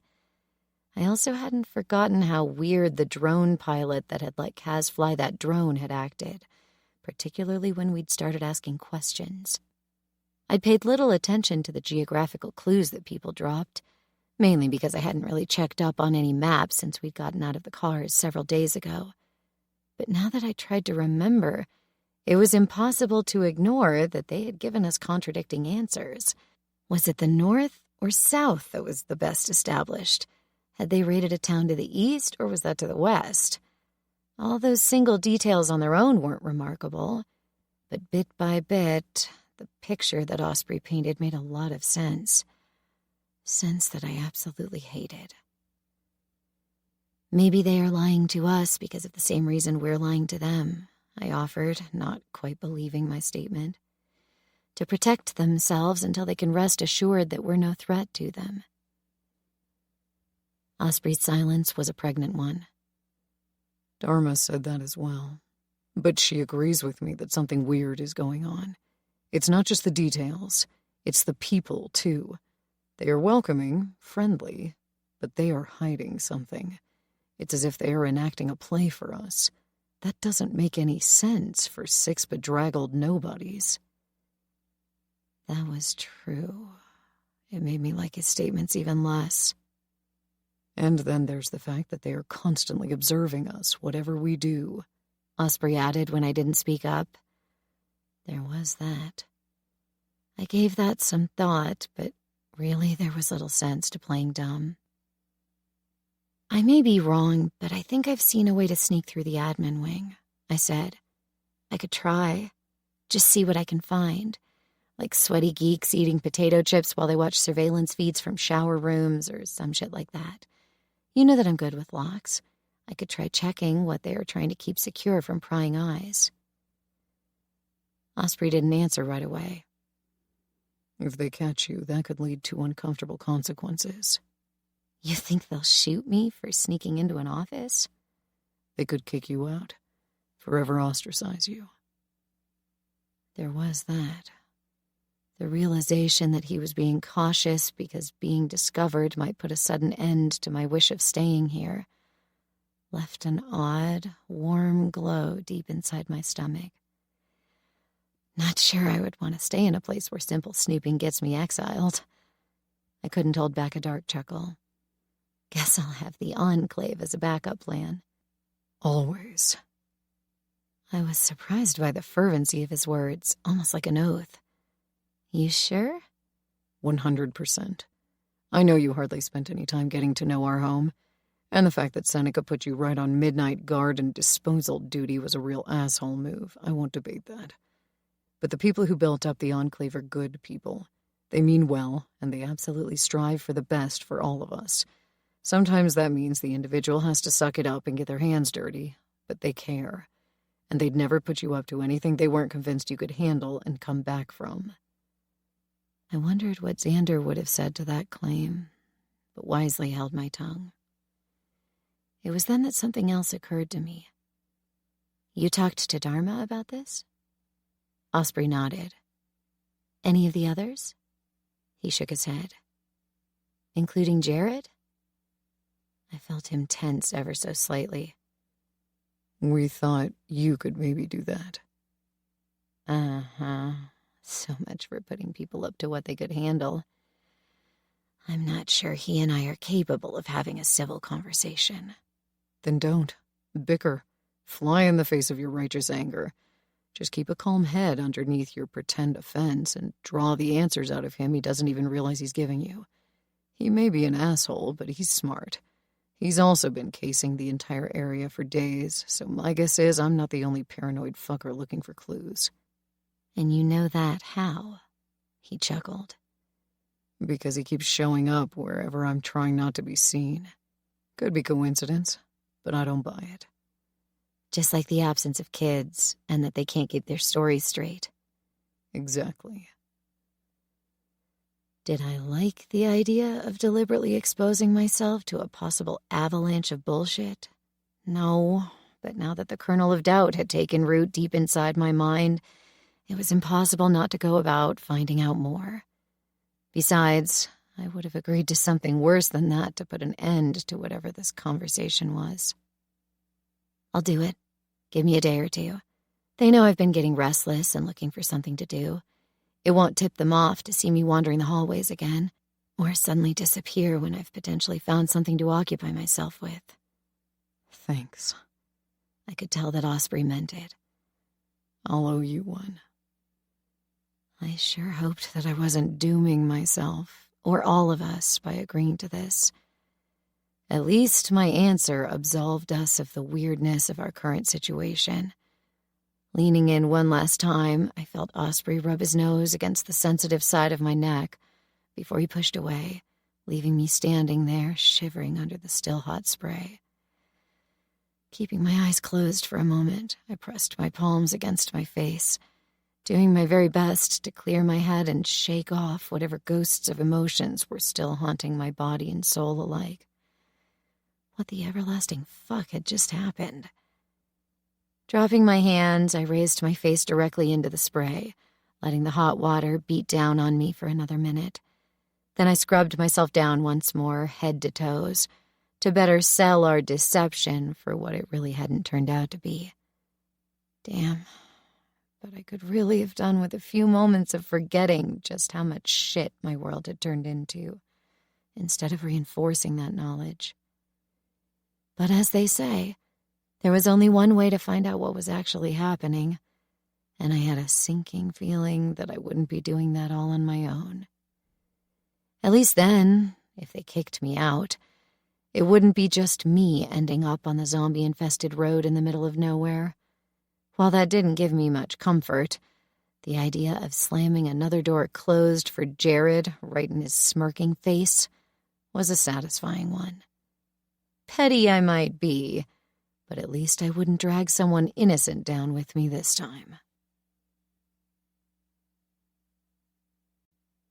Chapter 15.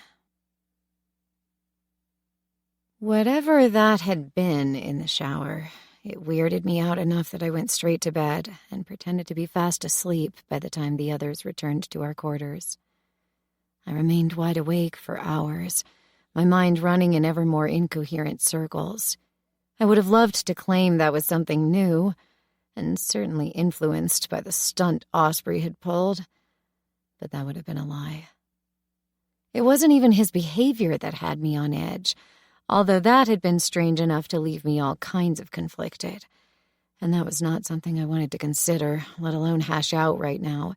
That was nightmare fuel for another sleepless night. What had changed was that I didn't feel safe anymore. That was a hilarious realization at first, because if I had been one thing in the past month, it was not safe. Not in the triage station, not in the co-working space. Certainly not with Jared's people. Not sleeping in the houseboats on the lake while waiting for Tony to pull some shit. And not even really at the Enclave, where as soon as I'd gotten there, I'd had to go back out and kill zombies. If anything, the Oconee nuclear power plant had been safe, even if I'd been joking about not feeling it when they'd stressed that status one too many times. But that had been a joke. But now my pulse was refusing to drop below 100 beats a minute, and my entire body remained jittery with adrenaline, even hours into me refusing to move a muscle. That I was wired and tired without a chance of physically working shit out didn't help at all. There was a simple solution for it all, though.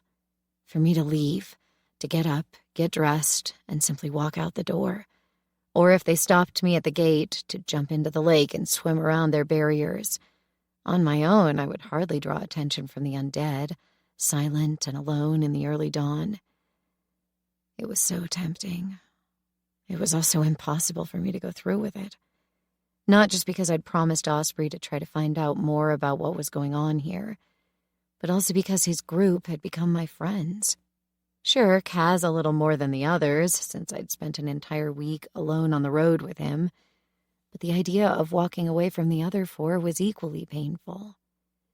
So what was the lesser evil that I could embrace to avoid the greater one? One thing was sure. Jared sure stood above all that, and now I had a reason to actively interact with him. Fuck my life. As soon as I heard people pass by our quarters, I got up, got dressed, and tiptoed out and over into the chow hall. The morning buffet options hadn't been prepared yet, but there was a coffee maker in the back that someone had already turned on, so bitter black deliciousness was ready for me. I grabbed a mug and sat down on a random bench in the back, thinking. It took him less than 10 minutes to materialize, seemingly out of nowhere. If I'd wanted to be alone, I was sure he would have come sauntering in 5 minutes ago. Keeping my hands wrapped around my mug, I stared at him, watching his progress from the door to the coffee maker. He noticed me less than 5 steps in, a smirk curving up his lips. He took his sweet time filling his own mug, then turned around, our gazes crossing. He remained there, leaning against the cupboard, watching me watching him. It unnerved me, but I'd be damned if I was the first one to back down. We kept staring at each other while he quietly finished his coffee before he grabbed a refill, finally turning his back to me. I exhaled slowly, feeling my shoulders slump with relief. Just my luck that the next moment he came sauntering over to me, stopping close enough that I either had to lean back, crane my neck, or stare at where his dark t-shirt ended at his neck, the perfect position for my hands to wrap around and squeeze. You got something to say to me, or did you just get bored with pretending you don't want to jump my bones? I chose to go with the crane my neck option. It seemed like the least defensive. Also, it meant that I could still blindly throw the now lukewarm contents of my mug at him if the need for such an action arose. I really hoped it did, and too bad that it wasn't scalding hot anymore. I meant the part about going celibate if you're the only option still around, I said. And why even bring that up? There's no one else around to watch you make an ass of yourself. Completely wasted effort. My taunt glanced off him with no effect. He drank some more of his coffee, somehow managing the trick of not breaking eye contact. Considering we'll soon be living under the same roof, it's never too late to start getting under your skin, he offered. Why bother? There's nothing you can say or do right now that will change my mind. I don't even get why you keep fixating on me like that." His residual smirk got a little brighter. "But you do notice, and it irks you." I tried to keep my temper in check. Of course, that didn't work for long. I could barely manage not to throw my hands up in the air, flinging coffee included. Of course it does.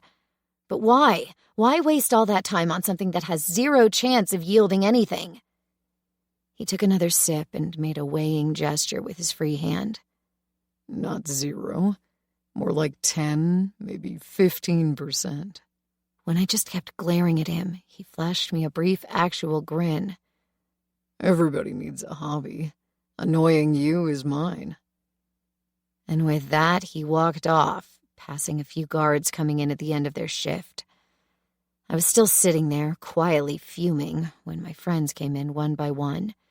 Kas was nice enough to bring me a plate heaped with scrambled eggs and a fresh mug with steaming hot coffee. Bless him. Osprey was acting completely normal, not exactly ignoring me, but also not singling me out as he kept joking with Corey and Liam. Dharma gave me a single glance that could have been considering, but also said nothing. I hated how everyone was either a much better actor than me, or I was absolutely losing my touch. Halfway through our breakfast, Jared returned with his flunkies, setting up shop at one of the nearby tables. Of course, exactly in the one spot where he could do his usual staring. He even went as far as to salute me with his third cup of coffee that day. 15%, my ass. "I'm not sure if this is a situation where you can fight fire with fire." I looked up at Kaz's casual comment. "Huh?" He jerked his chin in Jared's direction. "I don't know if you've noticed, but you had almost the identical look on your face as he usually has when he's goading you on. I don't think that works on him in a way that you want it to work." I raised my brows at him, still questioning.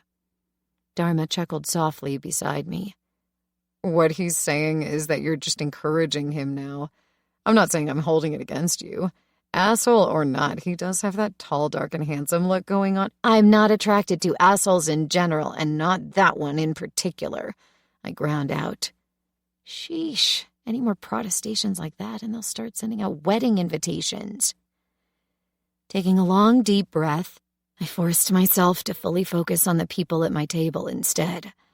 Osprey gave me kind of a warning look, but quickly hid it when Dharma's attention briefly flickered his way. Glancing back at me, she grinned broadly. "All I'm saying is that just maybe get it out of your system. Right now is probably the best time for it. We're stuck here until the roads clear up around the Enclave. They seem to want to stay here. You're so massively bored that I'm surprised you haven't volunteered to go looking for more cargo trucks yet." "Actually, I asked them to put me on the waiting list," I muttered under my breath. Dharma laughed. "See, this is why I knew you were a good addition to our team." She waited for me to say more. When I didn't, she shrugged and turned back to her dry cereal. "Be my guest. But if you need anyone's permission, there you have it. Do something incredibly stupid if you want to. It's not like we'll get a chance like this again anytime soon." Corey and Liam briefly exchanged glances. I didn't even want to guess at what was behind that. Since both kept quiet, I decided it was none of my business. Kas had been nodding alongside Dharma's words a few times, but did his best to give me an angelic, gentle smile now. Osprey was still ignoring me. At least after this, nobody would make a big thing out of me going missing later in the day. Not that I'd wanted to set up my sleuthing mission like this, but if anyone happened to notice, now at least my companions could inadvertently give me an alibi. If only it was one I didn't want to balk at, but I guess you can't always get what you want. I spent the rest of the morning in my usual spot in the library, then did a token visit to the garage and checked in with the guard schedule liaison, who already shook her head when she saw me waltzing up to her. I then made a big show of asking around for Annabelle, giving everyone a reason for why it wouldn't be suspicious if they ended up seeing me around the stairs that led up to the admin sector. Then I grabbed another bite to eat and watched Kas kick ass in some shooter game or other. I even let them sweet-talk me into trying myself for a round or two. I didn't have to pretend to suck at the game, but took their good-natured laughter with as much grace as I could muster. It was all the same to me, but I hated being a stereotypical girl in this. Thoroughly beaten and humiliated, it only made sense for me to take my leave and retreat to the library to lick my wounds. Only instead of turning left, I went straight and then right, heading for the secondary staircase leading to the admin sector. It was just before noon, the perfect time for snooping. Everyone was getting hungry and counting down the minutes until they could leave their posts, with attention running at an all-time low. Some random girl running a last-minute errand was easily ignored. Everyone just happy it wasn't them who was about to miss being first in the lunch queue. Even wound up by that awful mix of sleep deprivation and being weirded out, I'd chosen my clothes carefully this morning. Going with all black would have made me stand out, even though it would have made it easier to disappear into the badly lit nooks and crannies of the hallways. But wearing jeans and a dark, long-sleeved shirt worked well enough. Everyone who had business outside was wearing outdoor gear and sturdy workwear, with only the office staff an exception. Most of the guests were still in whatever they had been wearing when they got here, which also set them apart from the office workers. I couldn't quite fit in, but it worked well enough for the first 3 people I passed, who all ignored me. Then I was past the corridor where Annabelle's spy master suite was located, and the game was on. Around 5 minutes into glancing into offices and walking purposefully past staff members on their way to the chow hall, I started asking myself why the fuck I was doing this. 5 more minutes and I had to duck into what looked like a maintenance closet when an older guy coming my way fixated me with a little too much interest in his gaze. Holding my breath, I heard the group he was a part of walk past the closed door I was leaning against, my heart thundering in my throat. Why was I doing this again? For real? Quite possibly jeopardizing my chance to stay here? And for what? One honest, nice, but sometimes a little overbearing conspiracy freak? But as I tried chewing out Osprey in my mind, that train of thought already derailed when I realized the binders shelved all around me were marked with monthly ascending numbers, some kind of logs. I might as well snoop while I was in here. And snoop I did. Not for long in that small room, since those were logs about the reactor output and whatnot. Nothing remotely useful to me since I couldn't understand shit. But a couple rooms down the corridor, I hit another similar room, only this one recently cleared out with only a couple of shelves filled. I quickly realized that I'd stumbled onto the current inventory of the new, expanded operations here. Easily recognizable because the lists detailed numbers of mattresses and tons of rice stored in what parts of the warehouses, next to lists marked pretty much as, what the hell should we do with this stuff? It made sense that they'd keep everything the trucks had loaded that they drove here, even if some of the cargo wasn't useful right now.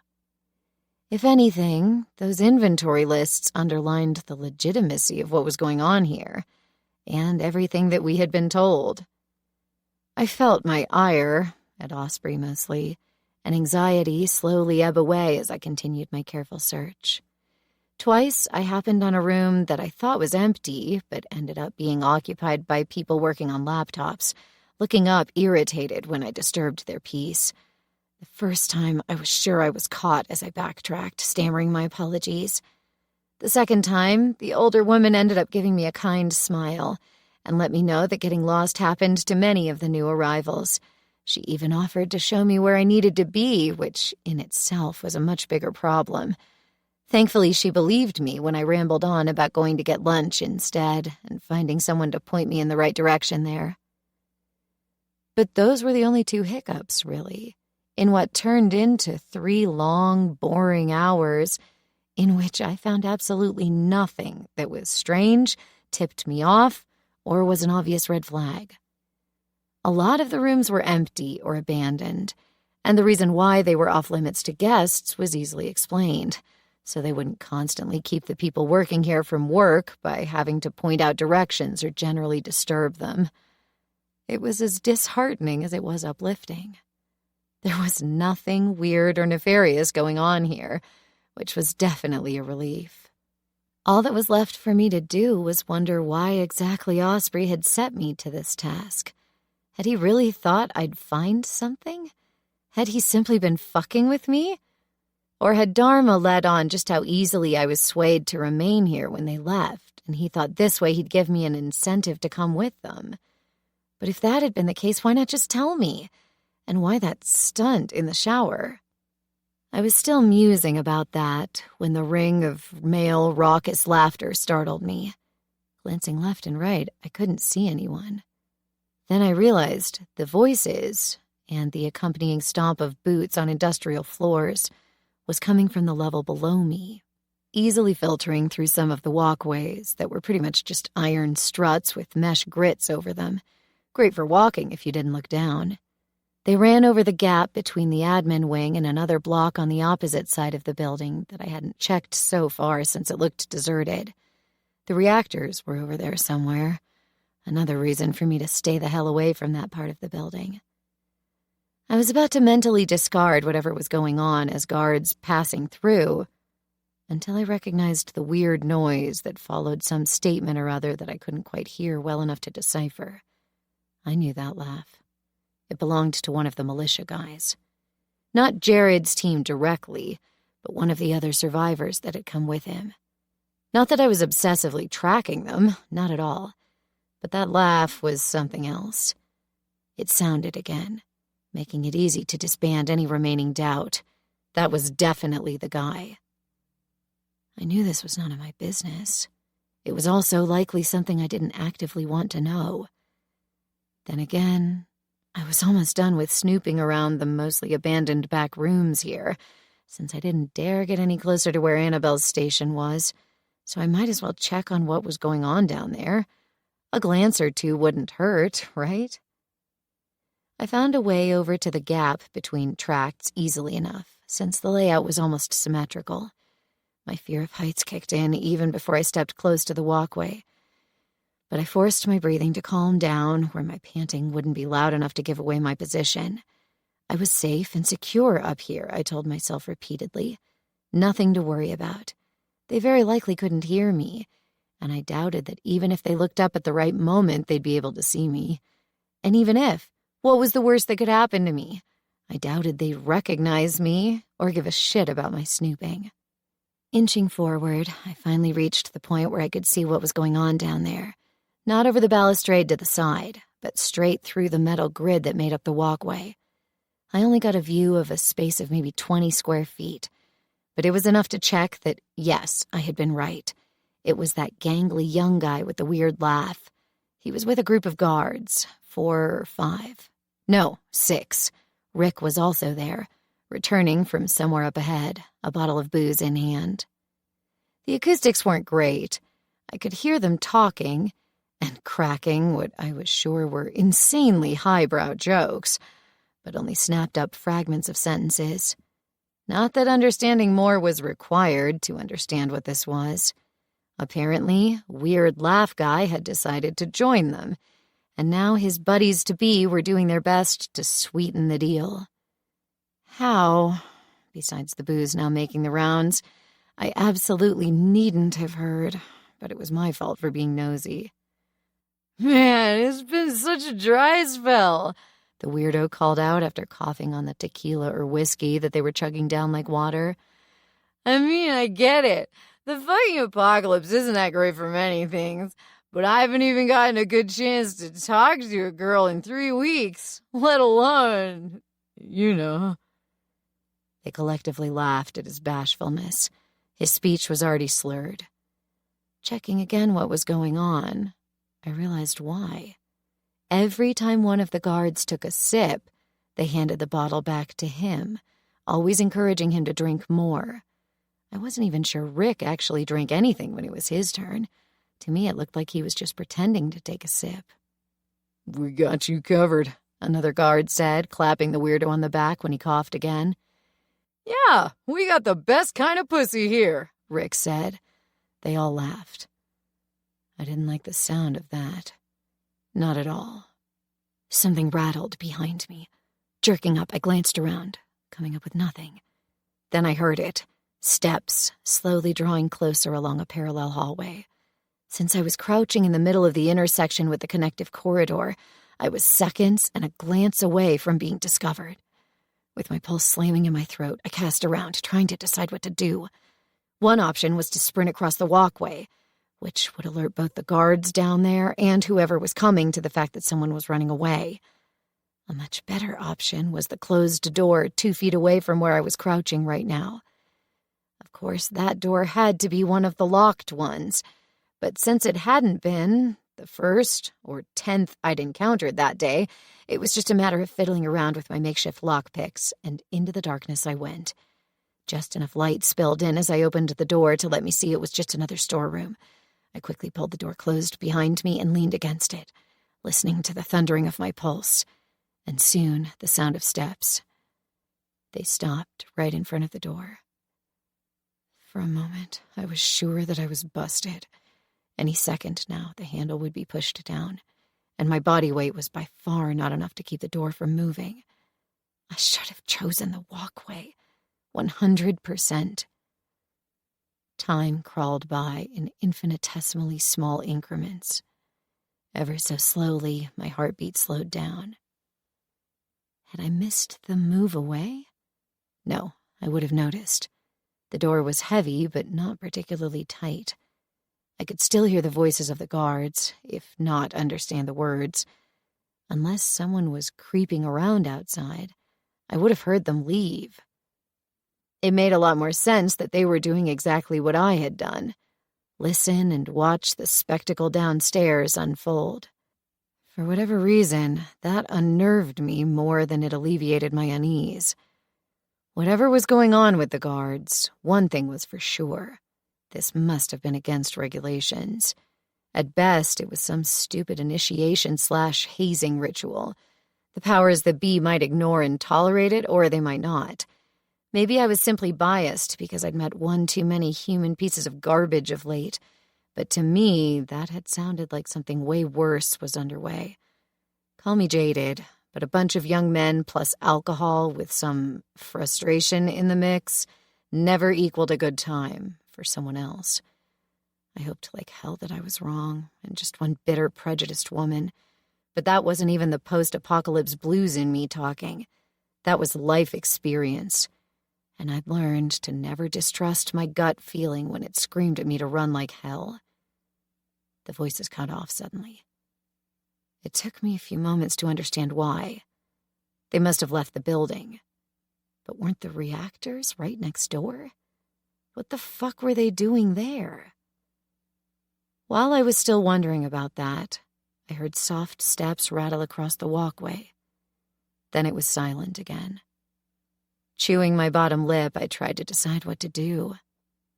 Since standing in the dark had seldom yielded results, I patted the wall next to the door until my fingers hit the light switch. The lights came on with some flickers and electric droning until they stabilized.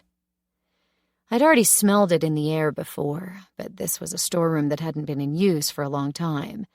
There were a couple of boxes and something that looked like manuals in one corner, but the labels and loose paper I could see were all yellowed with age. Dust covered every surface, to the point where I worried my footsteps might be visible on the ground. As I looked around, a plan of the facility on the wall caught my attention. It was some kind of technical drawing, detailing water mains if I wasn't completely mistaken. It didn't have a red, "You are here" dot, but the position relative to the walkway made it easy to find. The reactors were not right beside the wall at the back of the storeroom. There wasn't even a wall there in the drawing, at least not one thick enough to count as any kind of containment field, and I was pretty certain the reactor halls would have those. At the very end of the building were walls like that, but not right here, where I had repeatedly been told the red and black sections of the power plant began. Squinting at the diagram, I tried to guess at how large that mystery space was. Easily a third of the building. At least in this drawing, there was nothing except walkway galleries all around the space on the upper floor, and a lot of open space at the ground level. Some kind of storage area, maybe? Why the fuck would they keep that off limits? And more importantly, why lie about it? I checked the immediate vicinity of my room once more on the map. Sure enough, the corridor that led away from the walkway ended in a door that connected to the gallery above the huge open space.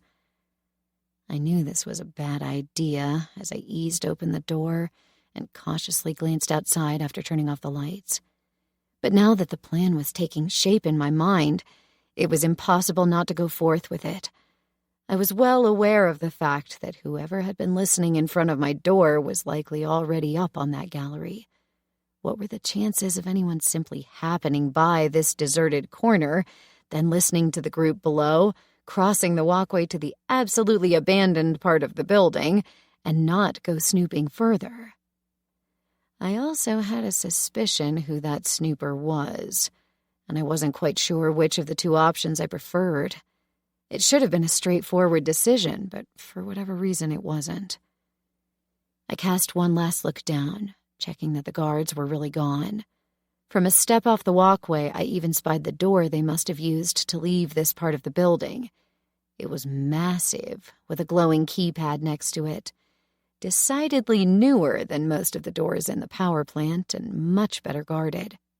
No bent paperclip would get through that. If I couldn't go through, over was my best option. Sneaking across the walkway was a horrible idea. Even with gritted teeth and a one-handed death grip on the railing, it took me endless seconds, putting one foot in front of the other. It wasn't even heights in general that were problematic. It was that I could see down through the grid tiles onto the ground a good 20 feet or more below me. That everything felt sturdy and stable didn't make a difference, and the fact that I would likely soon have to traverse it in reverse didn't help one bit. I allowed myself a small sigh as I reached relatively safe ground once more on the other side. Intellectually, I knew it wasn't that different, but without being able to look directly down, it felt like I was back on terra firma. I glanced back the way I had come briefly, finding the hallway as abandoned as it had been before. Ahead and to my right, I saw the door leading to the next section. It looked closed, but when I got there, I saw that someone had put a rubber wedge in to keep it open. A new kind of fear flickered through me. Was I in danger of getting locked in there for good? Or at least until someone came and let me out? I hadn't considered this. Pretty certain that I could get in and out of any room with a little bit of work. Checking the door, I saw it was a sturdy one, with a normal lock, not a keypad, but still beyond what my tools could crack. This was a terrible idea. Slowly pulling it open, I glanced through the gap. When I saw nothing, except for a piece of barely illuminated hallway, I pulled it open far enough to let myself through and carefully replaced the wedge at ground level. I'd just have to reach it again first, before whoever had left that wedge could take it away. The hallway I ended up in was a short one, little more than an anteroom. Besides some safety features, a fire extinguisher, an emergency axe, and a case with 2 gas masks, there was nothing in here. A door was directly opposite the one I'd come in through, likely leading out onto the gallery. There was no trap door or stairs leading downward, just as the map I'd studied had shown. Exhaling slowly, I steeled myself and reached for the second door. It opened up onto a similar construct as the walkway, only that this one ran the rest of the length of the building, and there were no solid parts anywhere in sight except for 2 small islands that protruded into the room where some cargo containers were stacked up. The entire walkway was cast into what looked like a perpetual gloom, the only illumination in the room coming from below. As far as I could see, the walkway was completely empty. Somehow, that was even worse than if I'd seen someone stand somewhere ahead of me.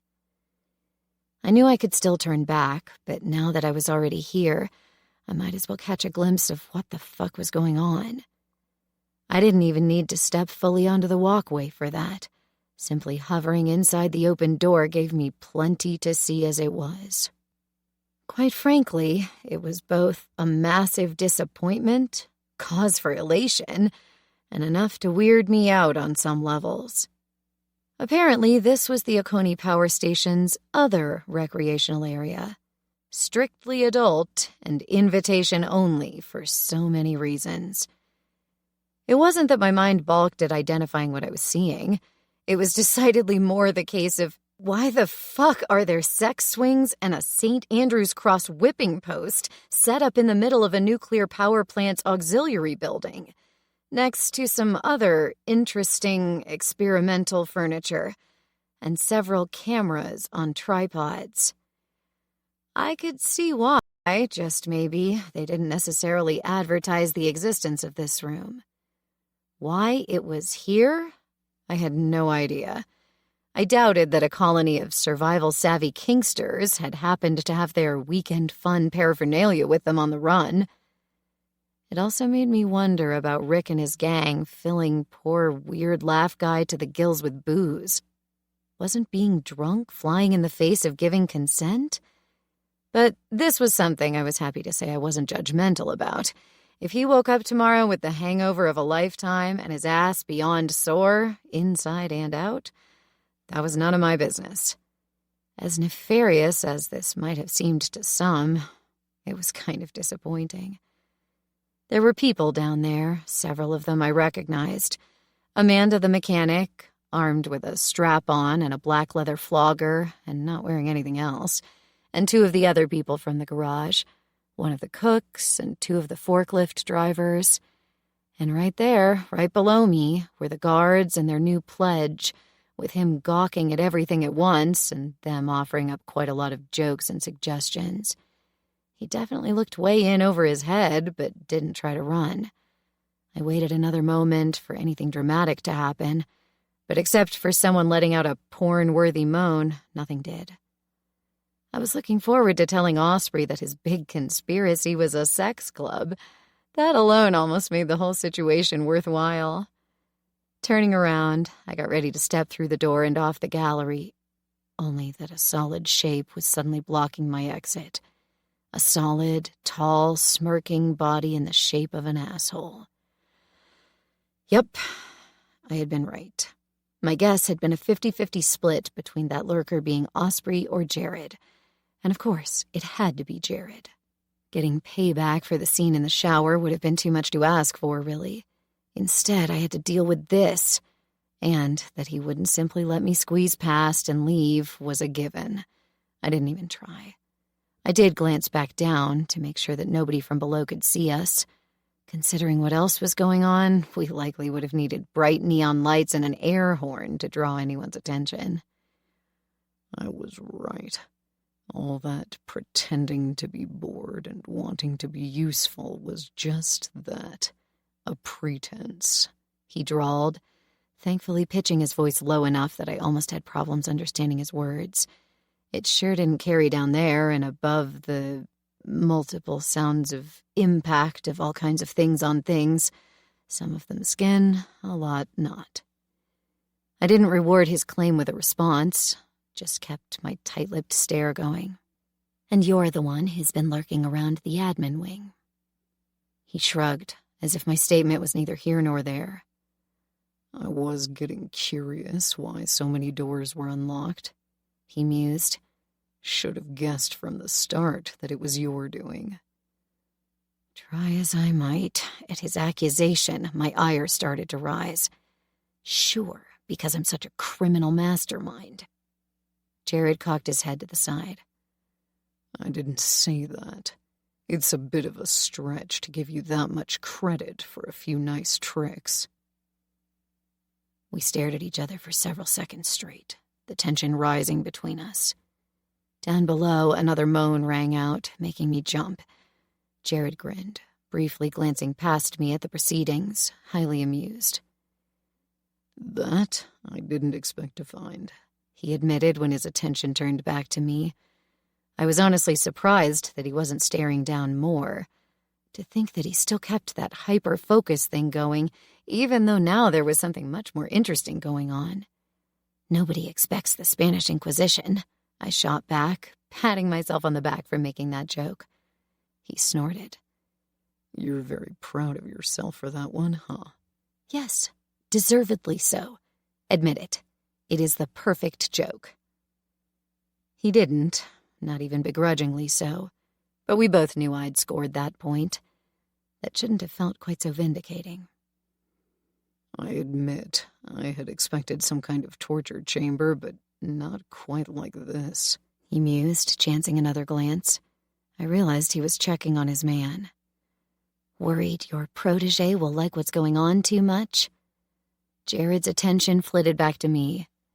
He's not my protege, and I don't give a flying fuck who or how anyone fucks.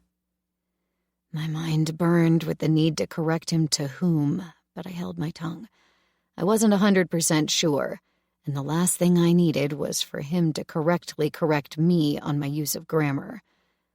Just how utterly ridiculous the situation was didn't lessen my irritation. So why are you snooping? I asked. If you've been following me, you know I've been up here long enough that I sure as hell wasn't following your guy. Oh, I know, was all he said. I kept staring at him. He stared right back. At this rate, it would be dinner time when we finished our conversation. This once, I decided it was the better part of valor to let him get a glimpse into my cards. There's something weird going on around here. I figured I might as well take a look around to see if I could find anything. Clearly I've found something, but in the grand scheme of things, it's a pretty lame, dark secret. Jared gave me a considering look before he answered. That's because it's not. Their deep, dark secret, I mean. I blinked, irritated. He kept staring, his eyes boring into mine, as if he could read my very thoughts this way. It kind of worked, even though I'd had no intention of babbling on about our theories, particularly since they seemed utterly and hilariously debunked now. I finally offered up what had brought me up here. There are too many inconsistencies in what they told us. For one, where are the kids? Older people. Not quite as in their prime as these examples down there, getting their kink on. A look close to disappointment crossed his face. I can tell you exactly where the kids, the fatties, and the geezers ended up.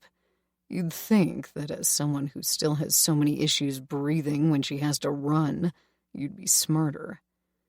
I glared at him, hating that he kind of had a point. Oh, I know. Which reminds me, did you know that there are kid zombies? Entire packs of them, roving on the outskirts of the mobs. They are fast, they are vicious, and I'm pretty sure that one of their bites is just as lethal as the adults. I left out for a second only. A look of horror made it through the display of derision on his face. Ha! Another point for me. When he didn't immediately throw some stupid shit back in my face, I surged on, trying to make my point in a way that didn't set me up for ridicule.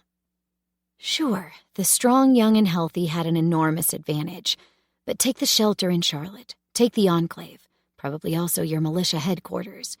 If people avoided infection and were really smart about it, they managed to get to some kind of shelter where the strong could help defend the weak. No need to be able to run a marathon if you could still drive off in your car. Annabelle explained to us how they'd already hunkered down here when Charlotte went into quarantine, and there were only a handful of incidents with the first zombies turning, well ahead of when you got interested in shooting fish in a barrel. Where are the smart people who came here first? Where are the 60-year-old, 300-pound paper pushers who've been working here at the plant for 30 years? It makes sense that there are only a few of them alive, but not none. Jared kept staring at me for several seconds straight. It was then that I realized he must be agreeing with me, only refusing to admit it. There are their fabled colonies and outposts, he finally pointed out. I blinked, half surprised, half irritated. And you really believe that bullshit? His eyes narrowed. They offered me and my guys a chance of running one ourselves. I sure as fuck hope not all of that was blowing hot steam up our asses. Huh? What, huh? I shrugged, hard-pressed not to gloat at him. So they didn't want you here as much as they said they did. Or at least I presume you got the same spiel we did. You were just good enough to be sent out there to hold the line, with little backup from the community." His lips twisted into a thin line. Who says I'd want to be locked in with thousands of possibly disease-ridden people?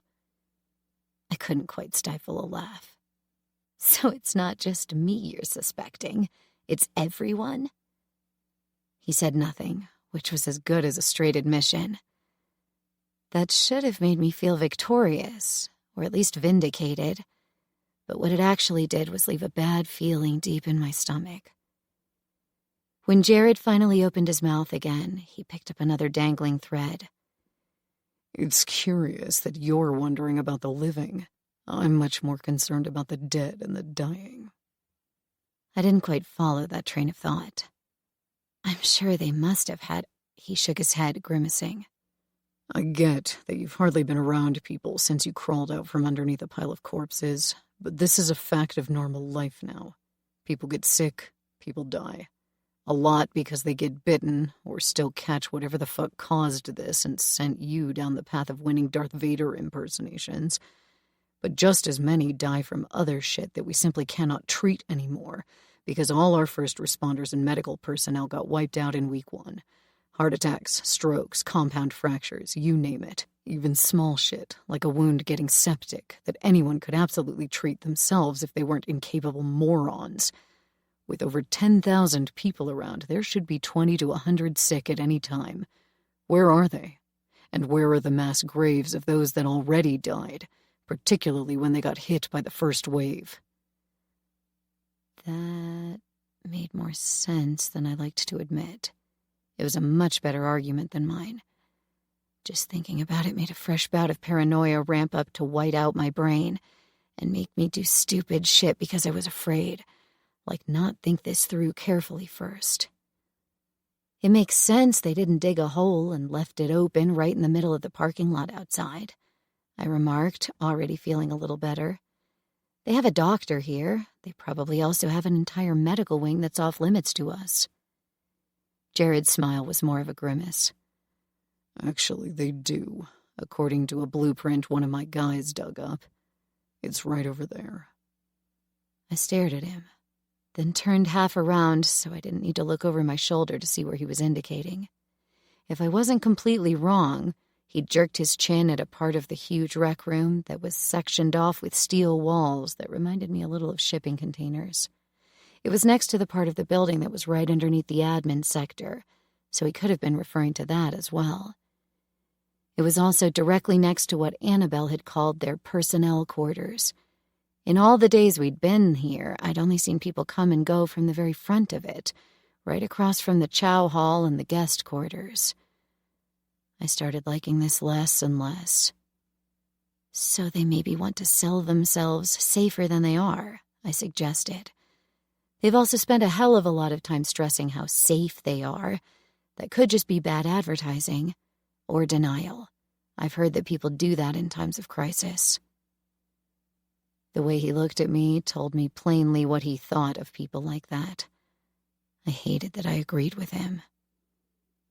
But none of this is what really set us off, I said, when trying my very best to ignore the sounds coming from below got too bothersome. Finally, I'd found the one thing that was, in a sense, worse than talking with the asshole. Hooray! Us, he echoed in a triumphant way, as if I'd somehow given away something vital. I snorted. Yes, us. I'm not going off the rocker on my own. I was simply the person with the right skill sets. What, perky and annoying? I had to cut down hard on the impulse to roll my eyes at him, which I was sure would have played right into his hands. Not flashing a quick grin was equally hard. I can pick locks, and I'm resourceful, I offered, just a little smug. Jared gave me a gotcha look that I ignored. Plus, apparently I'm forgettable and blend in well. At least I am to everyone but you, it seems, with your unhealthy obsession with me. I'm not obsessed. He barked out a laugh that was too loud and made us both quickly check below that nobody had noticed. Nobody had. Trust me, you'd know if I actually became obsessed with you. Then what's with all the staring? He smirked and leaned closer, way too close. Why? Am I making you uncomfortable? I offered up my best fake grin and ignored him. Do you want to know what we think is the possible breaking point or not? He considered for a moment. Strung me along was more like it, not that I cared, before he finally inclined his head. Please, do enlighten me. They can't keep their territory straight. A frown appeared on his face. Explain. It's obvious, isn't it? You talk to any one of them, and they come back with completely different regions that they've supposedly fortified or raided. Sure, some overlap or outdated data makes sense, but not on a grander scale, he said, finishing the sentence for me. While he considered, I kept piling on my reasoning. We're both the newbies in our factions, and even so, we both know exactly where the border between the Enclave and the militia areas runs. That you thieves keep ignoring, he pointed out. This time I did roll my eyes at him. Your people are dead, and still you keep harping on about this? He shrugged. You keep being offended, so why should I stop? I hated that he had a point there, even if it was a stupid one. Whatever. We know, so they should know, too. They also keep giving conflicting intel about their fabled communities along the lake. When Kas was piloting one of the drones, he accidentally steered it over a section that they'd previously told us was a country club and golf course or whatnot, that they wanted to claim as a recreational area for their people. It looked like a bombed-out wasteland. The drone operator got super squirrely about it. There's no explanation for any of that. Except that they are hiding something bigger than their amateur dungeon, he mused. Then his focus snapped back to me. They have drones? I nodded. An entire fleet of them. They keep flying them in holding patterns over the lake and the roads leading to the power plant, supposedly to assure that they don't get overrun. Which would be a smart move, and makes you sound like a conspiracy nut. True. I hated to admit that. But in connection with that, it makes even less sense that they can't keep their territory straight. You'd think it would help them. That town over there where drones 3 and 4 usually patrol has been zombie-free for 2 entire weeks. Town B over there keeps having incursions, as the feed from Drone 8 is showing us right now. Maybe we should send a team to wall off the road leading there or some shit. While I'd been explaining, droning on about drones, really, something had caught Jared's attention down there. At first, I refused to look, figuring he was just fucking with me, pretending like all of a sudden he'd gotten bored with me. But then I realized that the hellscape of sex-related sounds had ceased. No, not ceased, per se, but it had changed. Gone was what was easiest explained as the results of impact play, and whoever had spent the last 10 minutes getting close to but not quite reaching their climax had either finally accomplished the deed or given up completely. What remained was the telltale slapping of flesh on flesh, debatably the least interesting part, and what I needed to know the least about. Really, just because I was going through the dry spell of the century didn't mean I had to watch others not suffer from the same. So I didn't feel the need to turn around and ascertain whether that was still going on, even, or maybe exactly because, it held Jared's attention. So, yes, drones, I prompted, hoping that he'd finally stop being a perv. When that didn't help, I crossed my arms over my chest, not giving a shit about how defensive that made me look. Whatever. Get your freak on by watching them. I don't care. Now you know what I know, which ends up being a whole lot of speculation that might point at more or simply prove that they don't want to tell us squat and haven't kept their instruction texts straight.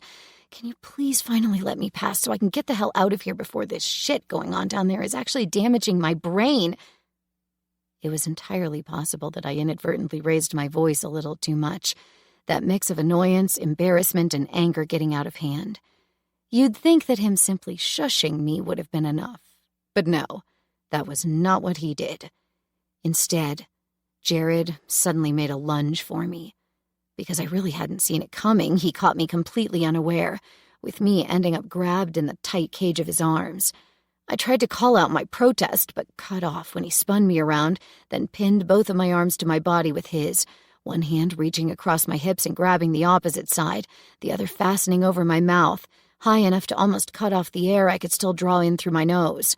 He pulled me back from where the iron bar of the walkway handrail had been pushing into my stomach, pretty much making sure that we were both out of sight from below, with him leaning his back against a strut right at the beginning of the walkway. My protest cut off when I realized what was going on down below, anger turning to fear, and then a very different kind of agitation. And it definitively didn't help that he kept holding me like that, our bodies pressed tightly against one another. Gone were most of the people I'd known. What remained were the guards and their pledge. One part of the section that had been walled off from the gigantic hall had been removed, opening up into a room, maybe 20 by 20 feet in size, the ceiling slightly lower than average room height. What I'd thought of as similar to shipping container walls was really an iron gate that had been moved to the side. There were 2 women in that room, naked women. At least, I realized it was 2 women once my mind stopped balking at the very nature of what I was seeing and started making sense of it. Before, with the kinky orgy stuff, I'd just not expected to see it here of all places, so my momentary confusion made sense. Now it had a lot more to do with my brain cataloging things, making sense of them, and then deciding to nope the fuck out of there. One of them was locked into some kind of medieval stocks thing, with her head in the middle and her arms left and right of it, her body bent so that her spine was parallel to the floor. Her ankles were tied with ropes to some ground inlet, keeping her legs spread and in place. I couldn't see her face beyond her long, greasy, dark hair, but it looked like she had some kind of gag in her mouth. As if that wasn't revolting enough to look at. The other was worse. It was her that my mind first had issues with identifying as, well, human. Of all 4 limbs, there were only stumps left, amputated close to the shoulder and hip joints. Her torso hung suspended horizontally by 2 belts, one running under what was left of her arms, the other across her hips. She wore some kind of muzzle over the lower half of her face as well. Both of them were covered in dirt and bruises, and I was sure something else as well that my mind, of course, grasped but fought tooth and nail not to. For just a moment, I was glad that Jared had his hand clasped firmly over my mouth, because the scream that was building in the very bottom of my lungs would have alerted not just the guards down there, but pretty much everyone else in the entire power station. I couldn't tear my eyes away from what was going on down there. I simply couldn't. But my mind was trying so very hard to escape.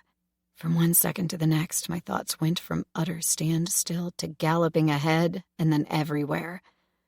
Why was Jared here? That down there was his guy. I knew he was not above using someone as bait. Had he known this was going on, or at least suspected? And even worse, was he in on this? Was I going to be next? One thing was for sure. I'd rather throw myself off the walkway than end up like that. But what if I didn't kill myself that way? Was that how It was hard to consider her as a woman. The torso and head in the belts. Was that how she had ended up like this? Broken her arms and legs that then had turned gangrenous, so they'd cut them off to preserve what life was still left?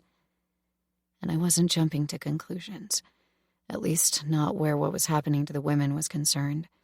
Half of the guards were already grabbing their crotches or opening zippers.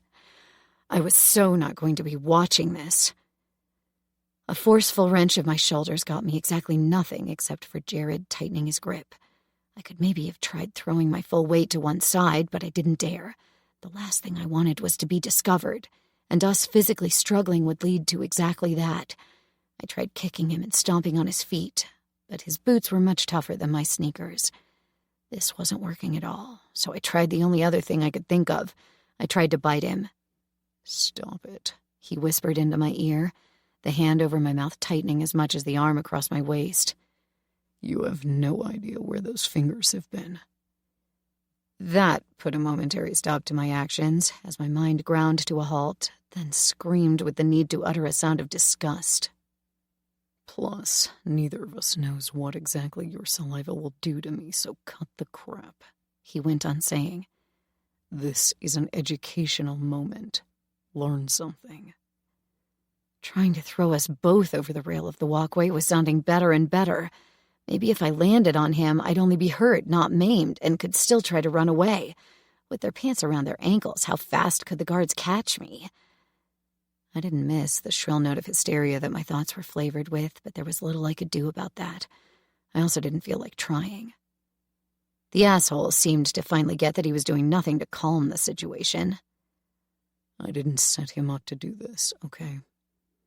I would have loved to harp that great minds apparently thought alike, because I so didn't believe he wouldn't have pulled that bait thing a second time. I got wind that he wanted to hire on as a guard. Behind his back, the guards were joking about it. So I figured, might as well catch two flies with one trap and see what they're hiding. I'm about as happy as you are with this revelation. He paused, considering. Okay, maybe it's a little worse for you. I'd imagine that you're the kind of woman who would love flinging around statements like, over my dead body, and then still protest when someone desecrates it. He cut off when the guards started yelling, urging the newbie on to finish what was left of the bottle. He'd easily drunk half of it, which was an impressive amount of booze in such a short time. I refused to give him props for it, as I watched him gulp down the last sip while watching two of the guards getting it on. My gorge rose, stomach acid burning up my esophagus. Only a lot of convulsive swallowing kept it down. Jared must have noticed, or maybe the pitiful mule that his fingers stifled was a dead giveaway that I was not handling the situation well. As soon as I felt his grip on me go slack, I engaged what muscles I could, doing my very best to wrench myself free. It almost worked. Almost. In the end, what I got for my effort was him tightening the hand over my mouth and using his thumb and forefinger to pinch my nose closed while his other arm turned into a vice. Damn, but that asshole knew what he was doing. Stop fighting, he hissed into my ear. With all the strength I could muster, I tried to headbutt him, aiming for his chin. I missed, and all I got for my efforts was that he shifted his grip so that now my head was cradled against his shoulder, his cheek pressed against mine. But he did pull his fingers off my nose so I could breathe again, the sound of my rapid panting loud as thunder in my ears. My lungs strained, pain radiating from deep inside my torso. For several seconds, I just stood there, drawing sweet, sweet oxygen into my lungs. Then I tried one last time to wrest myself free. Again, to no avail. Yet in our scuffle, Jared must have gotten a brief look at my expression. Wait a minute, he muttered, looking for me down below and back up again. A hint of his lopsided grin resurfaced, absolutely terrifying in the context. You really think I'm in league with these assholes? Oh, come on. If I'd wanted to get into your pants that badly, I would have had a million easier chances than this. He got the baleful stare that he deserved. That, of course, amused him further. Until he realized something else. Shit.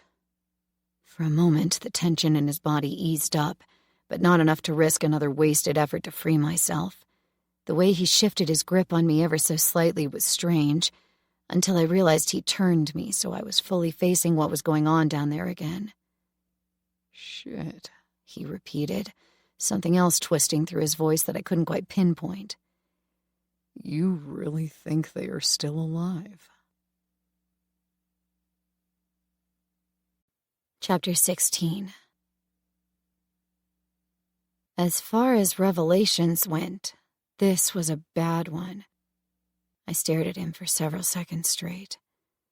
Then my eyes moved pretty much on their own volition, doing exactly what I'd tried so hard to avoid. They flicked over to the women. The dirty, mutilated, muzzled women. No. But once seen, it couldn't be unseen. Not dirt and bruises. Skin discolorations from blood pooling in places that lack of circulation couldn't properly take care of anymore. Now that I was actually making myself look at them, I realized the one in the stocks was missing her right hand, only an inch or so of stump reaching out from her wooden prison. The muzzles. Oh my fucking God, the muzzles! Also the fact that the guards were careful to all use condoms and lube them up well, but that observation only came as an afterthought, and wasn't the reason why my mind flipped over into another second of silently screaming that felt like a small eternity. No, the women weren't alive anymore, but they were still moving, and that made it all a very different dimension of horrible. I ended up mostly slumping against Jared rather than standing rigid in his grasp. He'd anticipated that change in my posture when most of the fight went out of me, my mind momentarily too caught up in being horrified on a different level. For just a second, the look he gave me was almost compassionate, like two traumatized people sharing a moment neither of them would ever forget. Then his smirk returned, and this once I was glad. Anything normal was something I could cling to. I needed that from the bottom of my soul, even if that meant another sneered insult from him. Do I really have to tell you that I'm morally opposed to this and utterly grossed out on so many levels? Now stop trying to bite me, or I will call down to see if they have a spare muzzle for you. For that, he got an elbow into the ribs. I was surprised I hit. I was more surprised that he uttered a low grunt of pain but didn't retaliate, but he didn't remove either of his hands. Fine. Raucous laughter coming from below made us both freeze and peer over the railing of the walkway. Nobody below seemed to have noticed our struggle and whatever had followed afterward. Rick was just then thumping their prospect on the back, offering encouragement. Dude, you have to try it at least once. We all did it. Trust me when I tell you, once you get over the mental stuff and just let yourself enjoy it, it's the best fuck of your life. Two of the guards laughed, one even offering 2 thumbs up. Just then, the guards, being busy, stepped away from... I really had trouble with finding the right words for it. Their duty stations? It was hard not to laugh hysterically at my poor joke. Rick reached around the newbie's back and turned him so that he was facing the women. Which one do you want? This one? He pointed at the one in the stocks. He's more stationary, so if you like some good hip action, she's a great choice. The other you can pretty much bounce around by the straps. More of a full-body workout. Both are absolutely worth the experience, and you can always come back if you want more, any time of the day. This was so beyond fucked up that it was fascinating, in a very morbid sense, to watch the stone-drunk guy try to make a decision. The guards were clearly having a good time, one even nudging his friend's shoulder as they waited for his answer. I guess I'll take the first one, he finally muttered. He got another slap on the back from Rick that sent him a step forward toward the stocks. The newbie tried to veer off course toward the box with the lube and condoms, but Rick nudged him right back into his previous trajectory. You're not going to need that the first time. This one's special. You get a free turn, all expenses paid. He grinned while several of the guards laughed again. Oh, okay, if you say so, the newbie stuttered. He was obviously too drunk to make any kind of decision anymore. I hadn't expected there to be something about the situation that could make it worse, but that sure did. That was going to be one horrible awakening tomorrow. Or maybe not. Maybe he'd come right back here like the other zombie fuckers who clearly had enjoyed the deed, their hard-ons and disgustingly sticky condoms that they'd just discarded, the proof I'd never wanted to have. The next unpleasant surprise was that Rick didn't steer the newbie to the backside of the woman, but instead guided him to a halt inches away from her head. I really didn't like this. Not just because that meant due to the angles I could see his face now, but also because of so many implications. Drunk he might have been, but there was still some sense left in the guy as he reared back. Man, I'm not doing that. She's going to bite my fucking dick off. Jared actually chuckled next to me. Of course he did. Since he didn't look at me, I went ahead and rolled my eyes. Seriously. Rick laughed while striking a melodramatic pose, one hand pressed over his heart. You wound me. We're going to be best buds. Would your best bud do something that fucked up to you? Of course not. We prep them before we get to enjoy ourselves. Break their jaws, pull out all their teeth. No teeth, no biting. They still try, but wouldn't you know it, that's actually the best thing about it. It is? The prospect wasn't the only one skeptical about that. Rick squeezed his shoulder once more. Of course! They have no teeth, so they can't bite. And with a dislodged jaw, they also can't try to snap. But they still got their lips and their tongue, and we only use them as long as their cheeks stay intact. So what you get is a damn lot of suction from a bitch that really wants to have your dick and doesn't need to stop to breathe. Yep, I was going to be sick again. By the time I managed to swallow the burst of stomach acid that hit my tongue, the newbie had dropped his pants, revealing his partially flaccid dick. One of the guards, meanwhile, stepped up to the stocks from the other side so he could undo the buckle that held the muzzle in place. I tensed as it fell away, expecting a blood-curdling scream. Nothing came, although the zombie tried to strain forward a little. Yeah, we cut their vocal cords, too, Rick offered conversationally. Some like 'em loud, but most of the guys get distracted by it. I'll let you try a fresh, uncut one while we prep a new one. This one still has a few good rounds in her. Now give it a try. The newbie remained rooted in the spot, staring down at the zombie's face. Whatever he saw, he didn't seem to enjoy the prospect all that much, but his dick wasn't flagging. Part of me wondered if they'd spiked the booze with Viagra or something. That took a little to take effect. Rick seemed to be getting bored with the lack of progress.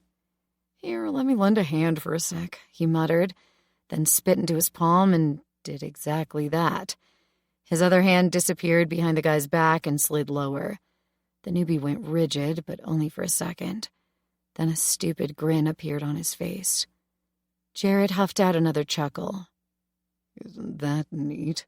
Getting raped before you rape a zombie. I have to give them that. Takes a lot to come up with that kind of a hazing ritual. I would have agreed if I didn't have the sneaking suspicion that this was something different. Something even worse. Shit, but I hoped like hell that I was wrong.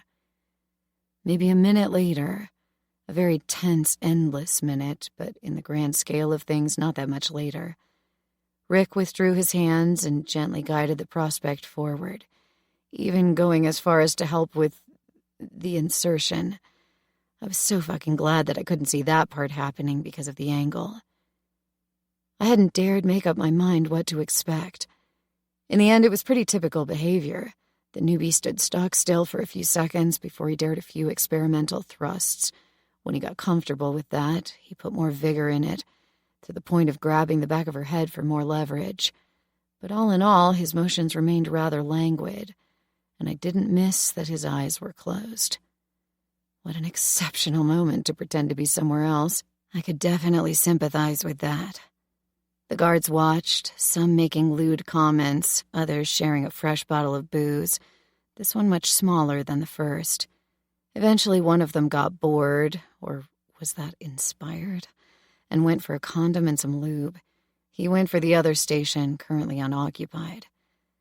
That was one fucked up, horrifying, but also utterly boring display. Until something changed. The first thing I noticed was that Rick declined another sip from the bottle. That seemed to be some kind of signal, because the owner quickly stoppered his prized possession and made it disappear. Rick checked his watch, then nodded at one of the other guards, who promptly turned around and walked off toward the door through which they'd all come in. While they kept watching the newbie, I noticed that several of the guards checked their firearms, making sure that they were ready. Jared had noticed it too. Looks like things are about to get interesting. I considered using my elbow again as a way of retort, but decided against it. I had a feeling he wouldn't let me get in another lick like that. And the last thing I wanted to do now was to alert the suddenly alert guards to our presence. Something was happening with the newbie. He sure seemed to be getting into the swing of things now. The motions of his hips got jerky, and I could see his fingers digging into the skull, tangled in the matted hair. His low panting became audible as it increased in volume and speed. Then, a low moan, followed by a groan. I hadn't realized that I'd tensed, but I noticed the same happening with Jared. He uttered a low, "Fuck me," under his breath, and sure enough, the newbie threw his head back, screamed, and tore off the zombie's skull that ended up attached to his crotch, presumably by suction. Not the point I was considering right then, just something my weird mind noticed. He ended up just standing there, a dazed look on his face. His expression became ever so slowly vacant, tension leaving his body. His shoulders slumped, and he almost stumbled when his legs relaxed, but somehow caught himself. The motion dislodged the head, which was kind of a small mercy. I really didn't want to check, but of course I had to. Yep, he was still intact, physically. Several of the guards drew their sidearms, steadily pointing at the newbie. A small part of me prayed that this was still part of the hazing, although I knew that it was not. The prospect remained standing there, unresponsive, not even when Rick took a step forward and waved one hand in an exaggerated arc. "Do it," he ordered. I braced myself for the assault of multiple gunshots against my unprotected eardrums. The shots never came. Instead, two of the guards grabbed long poles from where they had been leaning next to the lube station. Unimportant so far, so I hadn't even tried to figure out what that was all about. At the ends, loops were fixed that they expertly lobbed over the newbie's head. He didn't react, not even when they pulled the nooses taut. A door opened on rusty hinges somewhere beyond the spectacle, making me jump for a second. A moment later, the misogynist doctor emerged, glancing down at a chart as he walked in. "Are you done yet?" He glanced up, briefly looking at the prospect without a hint of surprise or horror on his face.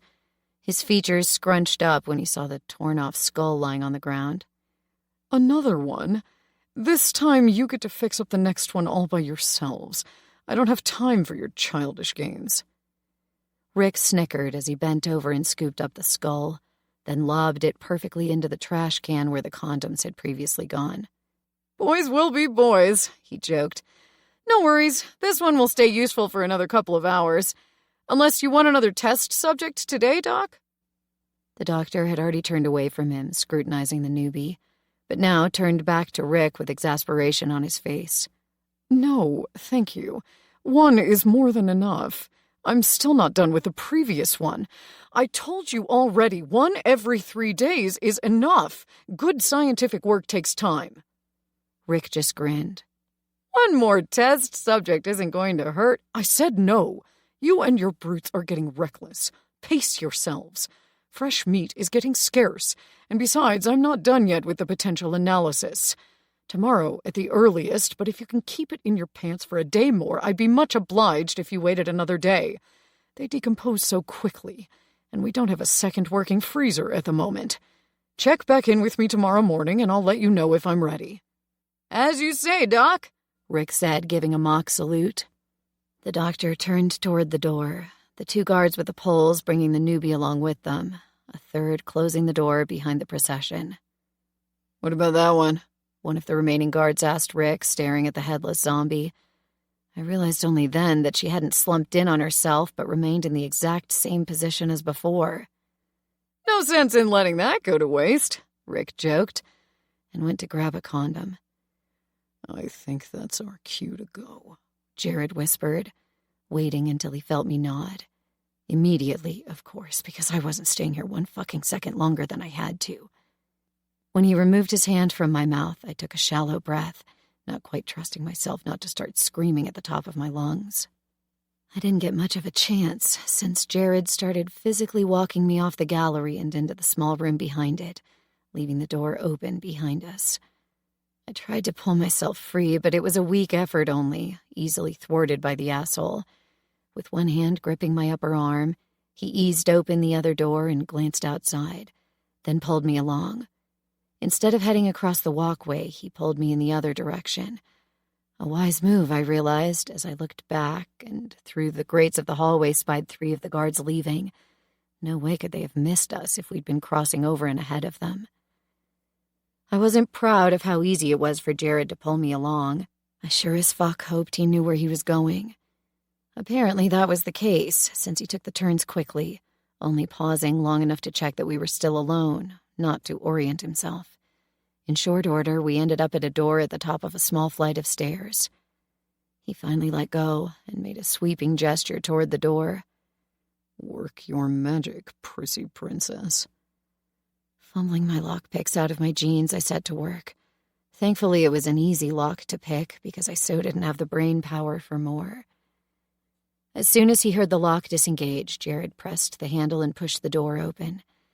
Sunlight seared my retinas, bright white and wonderful. Squinting and blinking away tears, I didn't need his encouraging push on my shoulder to step through the door and outside, already feeling like a tremendous weight was lifted from my shoulders. Only for twice as much to come slamming down on my chest as I staggered to a halt, the roof of the building slowly coming into focus. What the everlasting fuck? While intellectually I felt like I was out of immediate danger, my pulse slammed into overdrive, my breath coming in quickly increasing small pants. Sure enough, I was hyperventilating, and no leaning over and propping my palms up on my knees did anything to prevent it. Meanwhile, Jared leaned against the now-closed door and got out a pack of cigarettes, shook one out, and lit up. I was on him in a second, reaching for the cigarette. "Fucking give me that!" He didn't protest and let me have it, not even requiring much force. He watched me with a bemused look as I took a deep inhale, keeping the smoke deep in my lungs. The nicotine, and something else that my scrambled mind didn't even try to analyze, hit me, and I sagged back against the wall next to the door, staring straight ahead until the burning in my lungs got too bad and forced me to exhale, smoke slowly coming out of my mouth. Jared, meanwhile, lit himself another smoke, still watching me. Of course he did. Why would he stop now? It wasn't like we'd watched something insane and horrible unfold. "I have to admit," he muttered around his cancer stick, "that was the second most fucked up thing I've ever seen in my life." I quickly took another pull, staring ahead until I had to let go of that as well. Fucking 4 years of sobriety down the drain. The regret I felt zooming around my mind like a ping-pong ball was superficial at best, little more than learned behavior. Fuck. I'd really needed this. It took my mind a few more moments to rewind and skip over what Jared had just said again. Then I turned my head, staring at him. What was the first? He grinned around the cigarette that he'd pushed into the corner of his mouth. "Long story. Interesting experience in a previous life. Keep hanging around and I might just share it with you one of these days." I looked away again, taking another drag. This one a little less prone to cauterize my lungs from the inside out. A little less desperate. My mind was so fucking blank that it almost made me laugh. I knew it was only a momentary state. Reality would come crashing down in 3, 2, 1. "Aren't you even going to say something?" Jared jeered, if more gently than before. "Something witty, like a very inappropriate but oddly fitting joke? Or maybe some social justice statement? Zombies deserve bodily autonomy too. I'm really surprised your generation didn't rise to the occasion when the shit hit the fan." I slowly turned my head until he was centered in my field of vision again. My generation? You're not that much older than I am, even with these fucking things drying up your skin and putting wrinkles all over your face. Not that many, not yet. He had the barest hint of crow's feet at the corners of his eyes, that, now that I was close enough to see better in the blinding afternoon sun, looked more like laugh lines than anything else. Well, he was laughing his ass off at me all the time. Served him right. "Life experience-wise, there are worlds between you and me," he taunted, but then paused, his head snapping back from where he'd been about to look out over the roof and to the lake glistening in the distance, to fully focus on me again. Or maybe not, he mused, his tone suddenly full of interest. Crap. I took another drag from the cigarette, then glared at it, sniffing suspiciously. What the fuck is in these things? I sniffed again. Is that weed? My own special recipe, he offered. Might as well make 'em good since I roll them all by myself. I glanced from his face to the cigarette. That meant that he'd licked the paper before rolling it shut, and my lips had touched the filter, at least 5 times now. That was way closer to his mouth than I'd wanted my mouth to ever get. Make that 6. I tried to make myself drop the cigarette and grind it out, but my hand was shaking ever so slightly and refused to open its grip. Oh well, this was hardly making today any worse than it already was. What exactly happened in there? I asked. Not because I wanted an answer, but because my mind needed the words spoken out loud to get over them inside my head. Jared snorted. Do you want a step-by-step detailed recount or the Reader's Digest version? When I glared at him, he smiled. It was almost sweet. Almost. You're not stupid. You know the answer just as I do.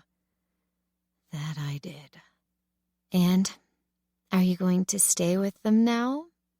I said it with the most sickly sweet smile that I could manage. It probably still was a wan one. I got a long, pointed look from him. I'm used to tolerating a lot of bullshit, but that really surpassed my wildest expectations.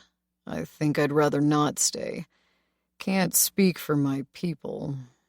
He paused, clearly stressing that, because I'd flung that term in his face before.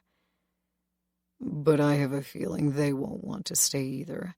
Maybe make a slow exit tonight, when nobody's expecting us to sneak out and run. Yeah, being gone come morning sounded like a fabulous idea. I couldn't hold in a frustrated, and still quite shaky, sigh as I took another drag. Why exactly is it that the world is full of absolute garbage humans now? I mean, come on! I know that we lost many good Samaritans and first responders in the initial wave, of both the infection and again with the massive dead turning. But this is getting ridiculous. Jared gave me a borderline bland look. I'd come to know him well enough to see the trap he was setting for me. Yeah, us taking in you and your much more agreeable sidekick when you were about to get torn to shreds in Charlotte proved what a burden on society we are. I hated that he had a point. Sure, but... Of course, his lips had to rest into that smirk again, taunting me. Oh, you mean your best friends at the Enclave? Tell me why you are so attached and loyal to them. You were in there for how many hours exactly? 10? 15? They forced you to go through some weird deathmatch trial and kicked you right out on duty. And whose fault was it that there was a zombie incursion that night, huh? We stared at each other for several seconds straight. Of course, he just shrugged off my criticism. And after that, you did some more stealing and sneaking around, lost one of your people who should never have been out there to begin with, and ended up here. Correct me if I'm wrong, but it wasn't even your idea to go snooping around the storerooms and offices. It was your esteemed leader's idea. It was him who got your fatso killed too, right? Why the fuck do you keep hanging out with these people? He snickered. Only reason I'd understand is that you have the hots for Asian makeup, Barbie. From what I've picked up in the garage, she's a talented mechanic, too. You two should band together and find a better deal. If you have to, take your sidekick with you. He can carry your overnight bags while you two kick ass together. I listened to his diatribe, split between utter amusement and offense. It was kind of funny how he could be so right and also completely wrong at the same time. Are you done with your oh-so-succinct analysis? I asked when he finally fell silent. Only just getting started. Thanks, but you can keep your BS opinion to yourself. Silence fell. only the sound of warm wind rushing around us and the block of cement around the door to break on the taller part of the back of the building behind us. The part that I never, ever wanted to see again in my life, inside or outside. I hated that a part of me agreed with him. Maybe not necessarily about the rest of my friends being less than useful, but Osprey had made some mistakes. But so had we as a group. It was unfair to put that firmly at his feet. And it wasn't like there were any better alternatives in sight. Coney sure as fuck wasn't. Seriously, is it like this everywhere?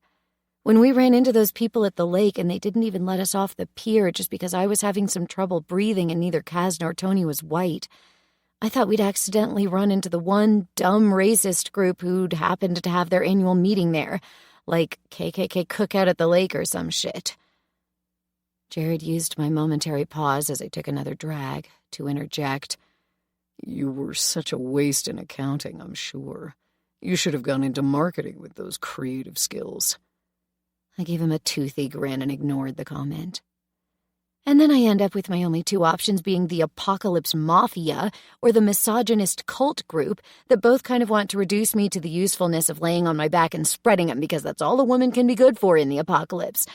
But no, there is also the zombie rape syndicate who just so happens to sit on the only reliable source of power in 3 states. Give me a fucking break. He listened to my diatribe, a faintly amused expression replacing the previous smirk. Apocalypse Mafia, huh? How long did it take you to coin that? Again, marketing genius.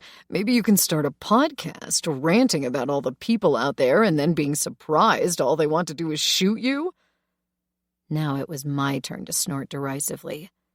Yeah, because the militia was full of upstanding, decent citizens. Do you already forget that I watched you execute Tony? And Kara Mason didn't have a single good word to say about them either when we rescued her.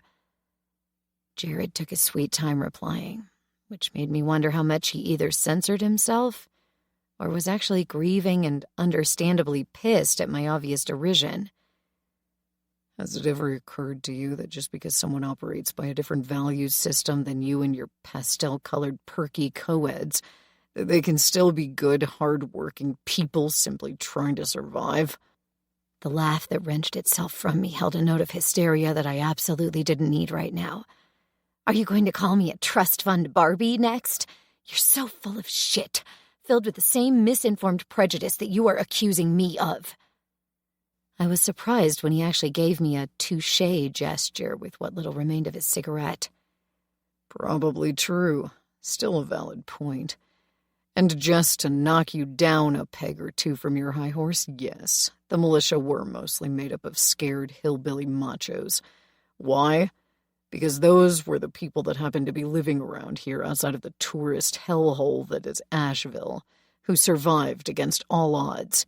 They tried helping the people fleeing from the cities, and all they got for that was inviting the plague into their very midst. Don't you keep saying it's anthrax? I sarcastically corrected him. Jared glared at me, but skipped right over my stupid interjection. Sure, they were a little rough around the edges. And because your cult, as you so perfectly put it, hoovered up all the families, they ended up taking in a lot of scared, armed men, most of which had just lost their wives, kids, and parents. Things can get a little rough when you're trying to bullshit your way through grief with a little too much machismo, but that has never killed anyone yet, except maybe your finer sensibilities. But just so you know, we had a bunch of women with us who were just as, if not more, loud-mouthed and macho about how they would be kicking anyone's ass who dared to steal from them. Bennett didn't tolerate rape at all. That's why, when we found your precious Tony had beat up 2 of our girls, he gave me the go-ahead to execute that piece of shit on sight. I actually did him a favor by putting a crown in his cap, because if we dragged him back to our camp, those women, they would have cut him limb from limb in increasingly smaller pieces. This way, at least, he didn't suffer as much as he should have. You're right, I probably shouldn't have shot him. That was too good for him. While not surprising, now that I had a chance to think things through and finally get some information rather than having to rely on snap judgment prejudice, I had to admit that there was nothing I could have said in Tony's defense. Deep down, I was kind of glad that Jared had handled things like he had. Not on an intellectual level, but I sure slept more soundly at night with one less predator potentially coming after me. But that martial law justice just underlined how ingrained the problem had become. So this is our reality from here on out? No redemption, no second chance. You fuck up, so some warlord sends his executioner out to hunt you down? Great society we're living in. I didn't even know why I was going for that haughty stance. My heart wasn't in it, and even my mind had trouble finding the right arguments for it to make some actual sense. Jared just shook his head at my antics, as if he was disappointed and had expected more from me, and that shouldn't have grated as much as it did. Rather than reply, he ground out his cigarette and lit up a fresh one, pointedly not offering me any. I savored the last hit of sweet, sweet nicotine burning in my lungs and slowly let the smoke curl out of my nostrils, deeply regretting that it was gone now. "Then tell me this," I said when the silence became too oppressive, or rather, me needing a distraction from the memory reel my mind wanted to foist at me. "How exactly do you justify turning a healthy guy who wants to help you defend your people and create a better future for them into a fucking zombie? Because that's exactly what these assholes did." I let out a shaky breath. Fuck. I still can't believe that happened. Which part? When I just looked at him, Jared elaborated. The part where they clearly planned this and have obviously perfected their method in the past weeks? The part where their scientist was already waiting for the new specimen? Or the fact that it took all of 7 minutes for his brain to rot into a perfect vegetable? 1 and 2 I'd seen coming. 3 took me aback, spurring on a fresh bout of panic racing up my spine, drawing a visceral shiver out of me that was impossible to suppress. "You timed it?" Jared gave a one-shouldered shrug. "Since you stopped trying to bite me, I got a glance or two of my watch. 6 minutes, 50 seconds, give or take." Swallowing got a little hard, with fear squeezing at my throat. "Is that normal? Sorry for sounding so dumb, but I have spent an entire week with just Kas and me sneaking through the wilderness, doing our very best not to run into anyone or anything. Nobody really gave me the play-by-play at the Enclave. They just mentioned I shouldn't get bitten, and when Xander got wounded, it took half the night until he was bad off enough that Osprey put an end to his suffering. Not minutes. And damn, a second cigarette would have been such a treat, but it was beneath me to beg for it, and he would make me beg, that much was for sure. Fucking nicotine." Jared considered for a moment. "This is all speculation, okay? But I think it's not the bite part, which we got a very succinct explanation of no actual biting being involved, but some skin abrasions are probably enough to let that pathogen jump over. It's more a thing of who gets bitten." All I could do was stare at him, and not just because he'd used science lingo for a second. "That's something Kara Mason told you when she was being a welcome and highly regarded guest at the militia HQ?" He shook his head. "My own theory, but I am borrowing from some bright people speak that I've snatched up along the road." He then pushed off the door and turned around to face me. I tensed when he leaned closer, one of his palms coming down on the concrete right next to my face, his body close enough that I could feel the heat radiating off it. His eyes were boring into mine, and I absolutely hated how he was intruding into my personal space, but no way was I going to back down and squeeze past him into much welcome freedom. "Keep wondering why I keep mentioning what fucked up shit is swarming in your bodily fluids, asthma girl? There's a chance that I'm right." I hated the immediate implications of his words. I also hated that, mostly out of spite, but not only, part of me wanted to grab his head and kiss him and then gloat at him 6 minutes and 56 seconds later. "So what you're saying is that I'm what exactly? A dormant zombie plague incubator?" He pursed his lips, a dangerous thing right in front of my face and impossible to ignore, but then shook his head. No. My actual theory ties right in with your, oh no, why are all the people so mean to me, whining. I think most of them are already infected. It's messing with their brains, makes them hostile, more aggressive, prone to tribalism, easy to control when someone just barks loud enough to establish that he's in charge. And when they come in contact with the activated bacteria, or whatever shit's going on in the zombie saliva, that's when they turn. Fast. Almost immediately, like hitting a switch. Once it happens, you have maybe a minute of warning. And then you're dead because your previously best buddy is chewing through your jugular. You're not an incubator waiting to infect hapless, healthy people. You're a primed viral bomb about ready to spring. And as much as you want to deny it, deep down you know that you've been wondering about the very same thing. That was too close to the truth. Although I had wasted little time on actually wondering, I'd spent a lot of time suppressing any and all theories that ran along those tracks. And why not? There was little I could do to either prove or disprove that theory, and it wasn't like it would be my problem anymore if it ended up happening. It killed me to consider that it would be my friends who'd have to pay the price for it, but there wasn't anything I could do about that either. It was too hard to consider all that, and so much easier to make fun of it. And still you want to tap that, huh? I taunted, going as far as to lick my lips. Disgust slammed through me, but Jared broke first, pushing off the wall and putting some much-needed space between us. He hadn't exactly recoiled, but his near-hysterical laughter now was a good indicator of how much that shit we'd witnessed had gotten to him. I was surprised that I found myself hiccuping with sick humor as well. Fuck, this shit is too real, he said when he'd finally started to calm down. Don't take this the wrong way. Yes, I'd still fuck you in a second. But not now, not today, probably not even this week. I need some quality downtime with some not-so-quality booze to try to kill enough brain cells first to forget enough of that so I can get a hard-on ever again.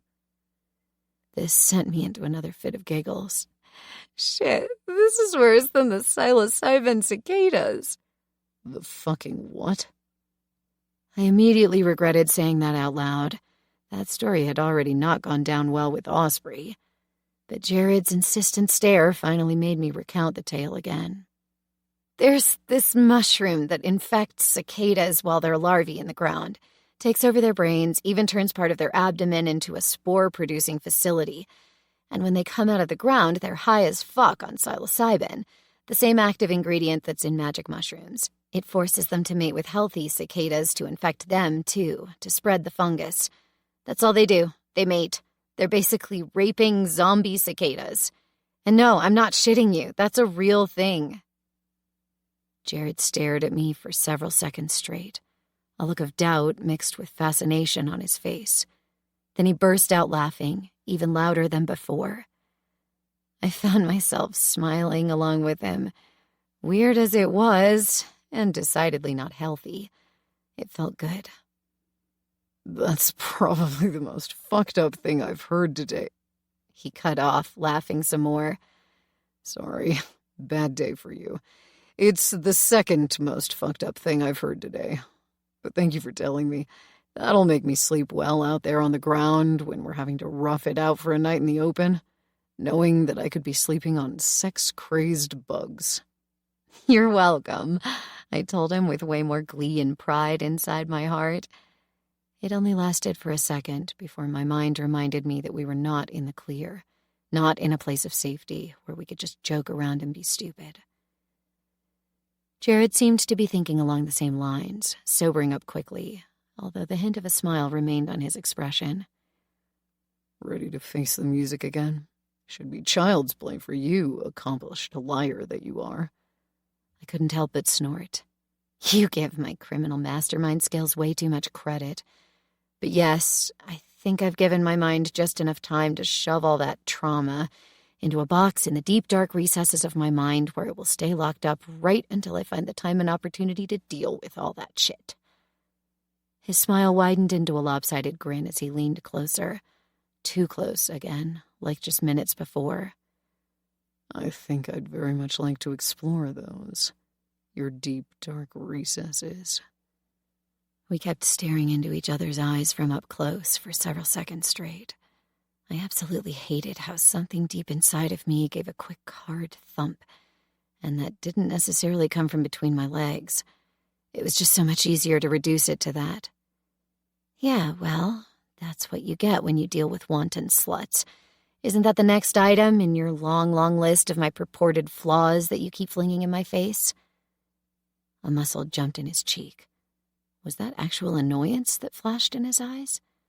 No, it was anger, although quickly hidden behind his smirk as it returned.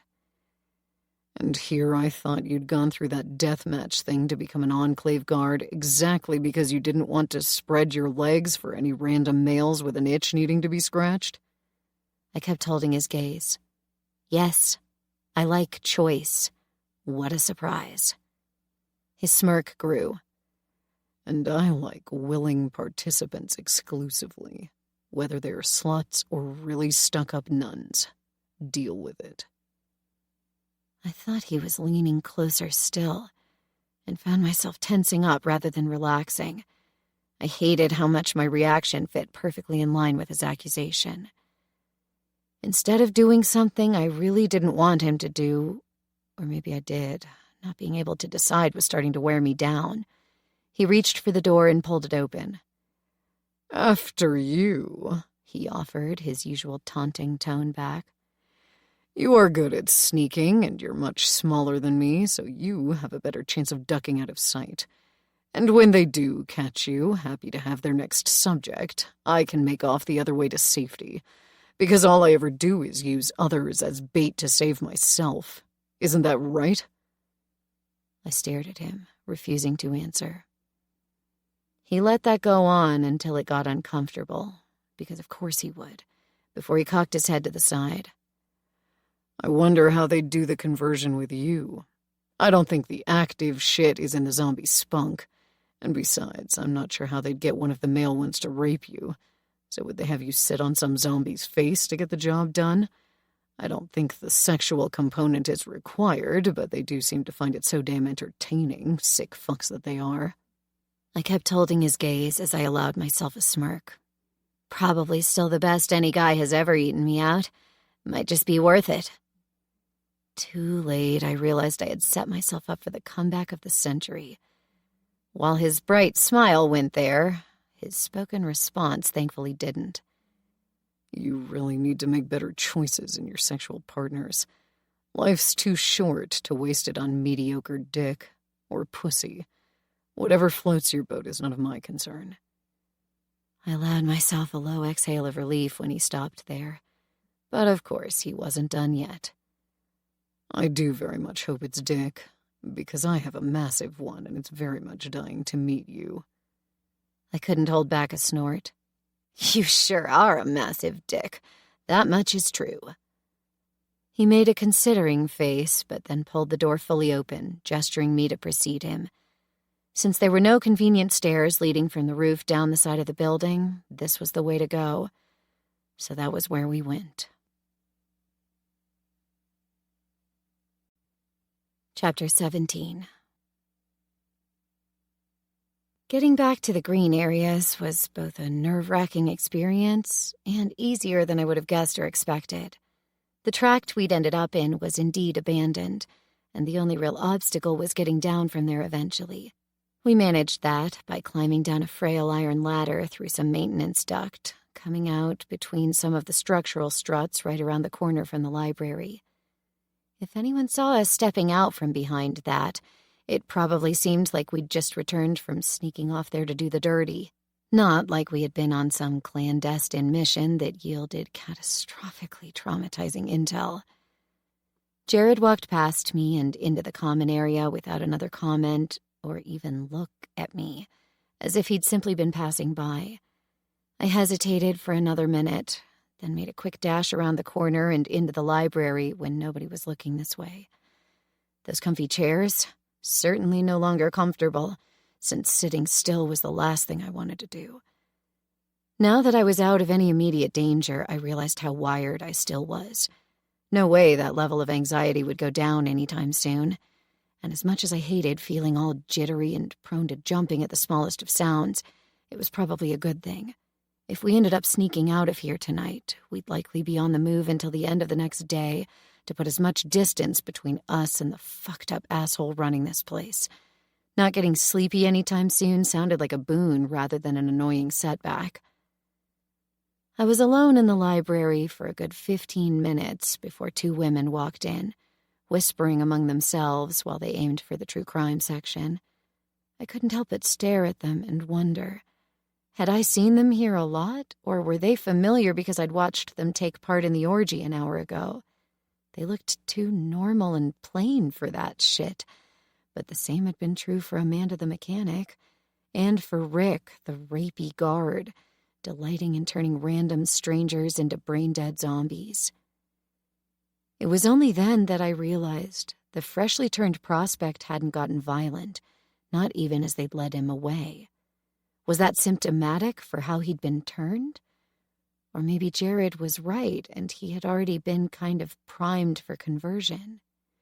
Or was that along the lines of the different aggression levels the zombies had shown, particularly those in Charlotte? I all too vividly remembered the female in the magenta yoga pants. She'd been sneaky and smart, ready to follow us to fresh food rather than try to attack us. Was the newbie like her? No longer human, but also not an apex predator? Absolutely ready and capable of kicking us off the highest rung of the food chain ladder? The nasty voice at the back of my head let me know that there was likely someone in here who could answer that question, at least in parts. I so didn't need to satisfy my curiosity if it meant I'd get to live another day. I was well aware of the fact that maybe spending a little more time in the library to give myself a better alibi would have been smart, but I simply couldn't stand it there anymore. My mind was still in shambles, incapable of clear thought, with a constant loop of things I really didn't want to intrude on my thoughts, well, intruding. I had no idea what the fuck I would tell the others.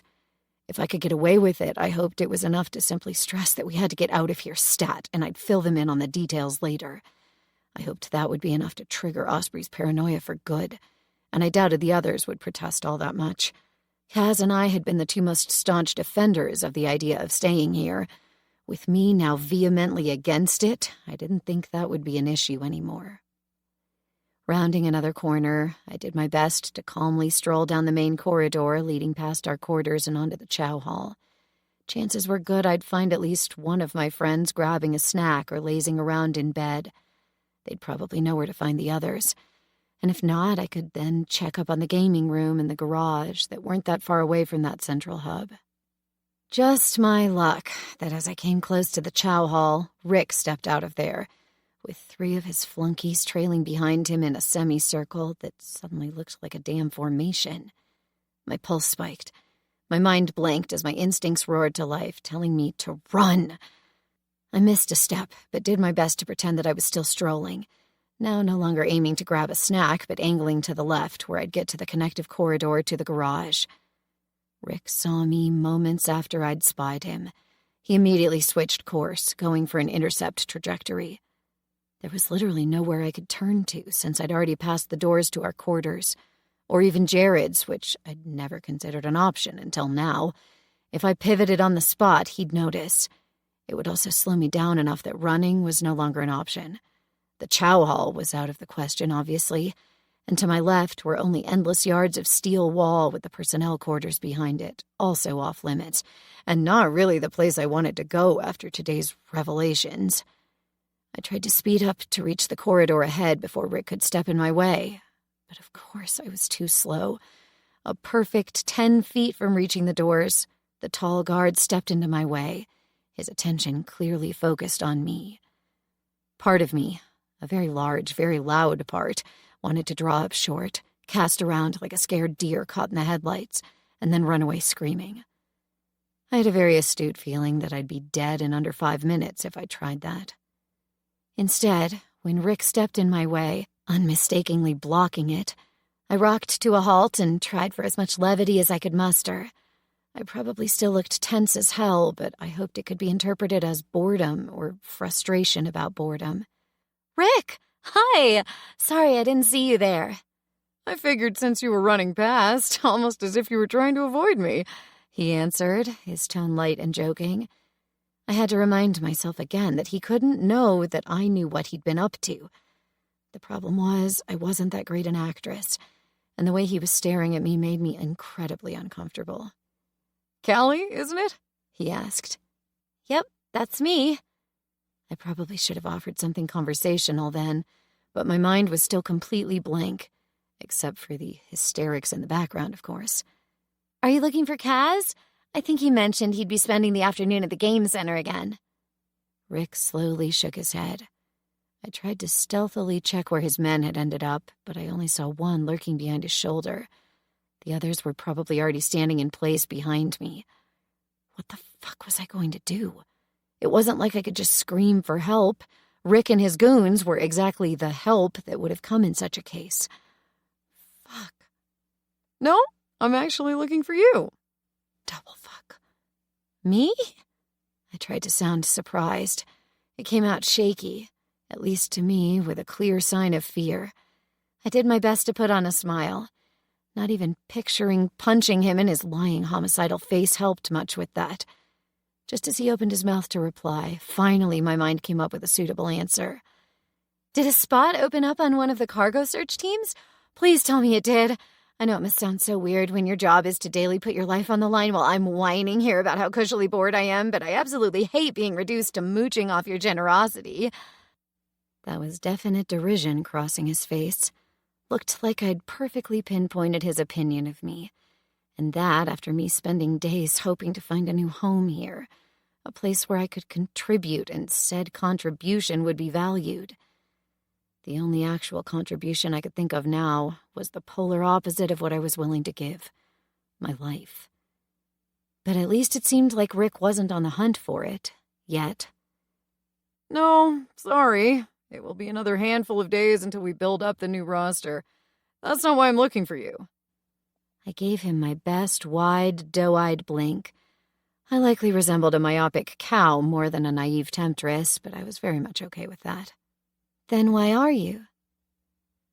I did not like that he needed a moment to find the right words. Had he just been distracted? Or was it a surefire sign that he was lying? One of your friends got hurt, he offered. I forgot his name, sorry. The blonde surfer dude? Corey? Rick made an exaggerated gesture with both index fingers extended at me. That's the guy. Nothing serious, but Osprey and Dharma are staying with him, and the others couldn't find you. His eyes narrowed. Weren't you just coming from the library? Fuck again. So much for my alibi. I must have been in the bathroom when they were checking there, I hedged, not quite sure if I should actually be worried. It kind of made sense. A lot of sense, really. It was exactly what would happen in such a case. Osprey and Dharma taking care of the situation, sending Kas and Liam to look for me. Only that Osprey knew I was likely still snooping around, and he would have made sure to cover for me somehow. But maybe that hadn't worked out so well. So it made sense that if he'd seen the guys looking this way and that, Rick would have asked them what was going on. Hence, him now trying to track me down. And here we were, with him having successfully done exactly that. My paranoia didn't quite buy it, and as we kept staring at each other, my sense of unease increased. They're in our quarters now? I asked carefully, trying for the most obvious, most inconspicuous option. Rick shook his head. Hospital wing. The doctor's still doing some tests. It's nothing serious. You don't have to worry. He's just very detail-oriented. And you know, in times like these, when suddenly a simple wound can get infected and you die of sepsis because you can't get to see a nurse or get the right antibiotics, it's better to be safe than sorry. One of the many perks of living here, you know? He did that finger guns thing again, grinning along with his sales pitch. Only that his humor didn't reach his eyes. They remained cold, calculating, and altogether way too knowing. But that could be just my imagination, searching for signs of what I knew to be true. Fuck. Just fuck. Okay. That was probably the lamest possible response. Guess I'll head there now. Please just kill me now. Well, no, not literally, of course. Gah! It's up the stairs and to the right, right? Ugh. Rick didn't show if my babbling was grating on his nerves or whether he was taking great pleasure in watching me squirm. "I'll take you," was all he said, making a sweeping gesture in front of him, in the opposite direction of where I'd initially been heading. But if what he said was true and the others were in the hospital wing, there was no reason for me to head to the garage anyway. I was still debating what to do when I forced my legs into action, with Rick falling into step right by my side, close enough to grab me but not yet intruding into my space, unlike a certain asshole who I really wouldn't have minded running into right fucking now.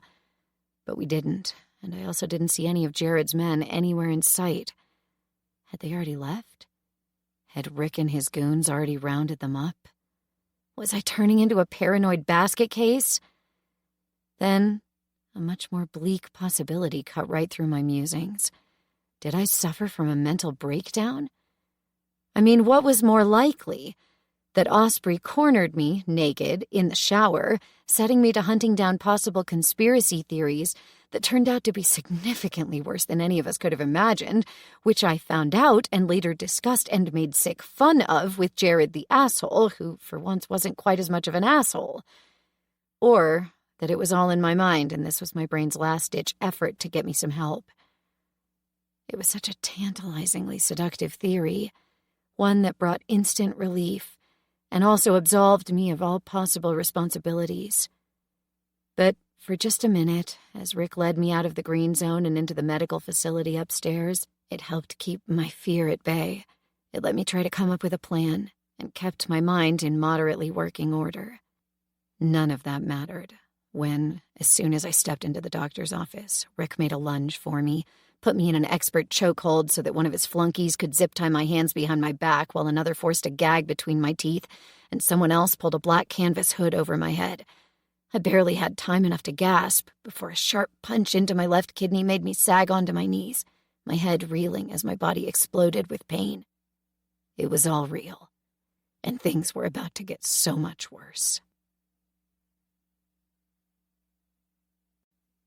Chapter 18.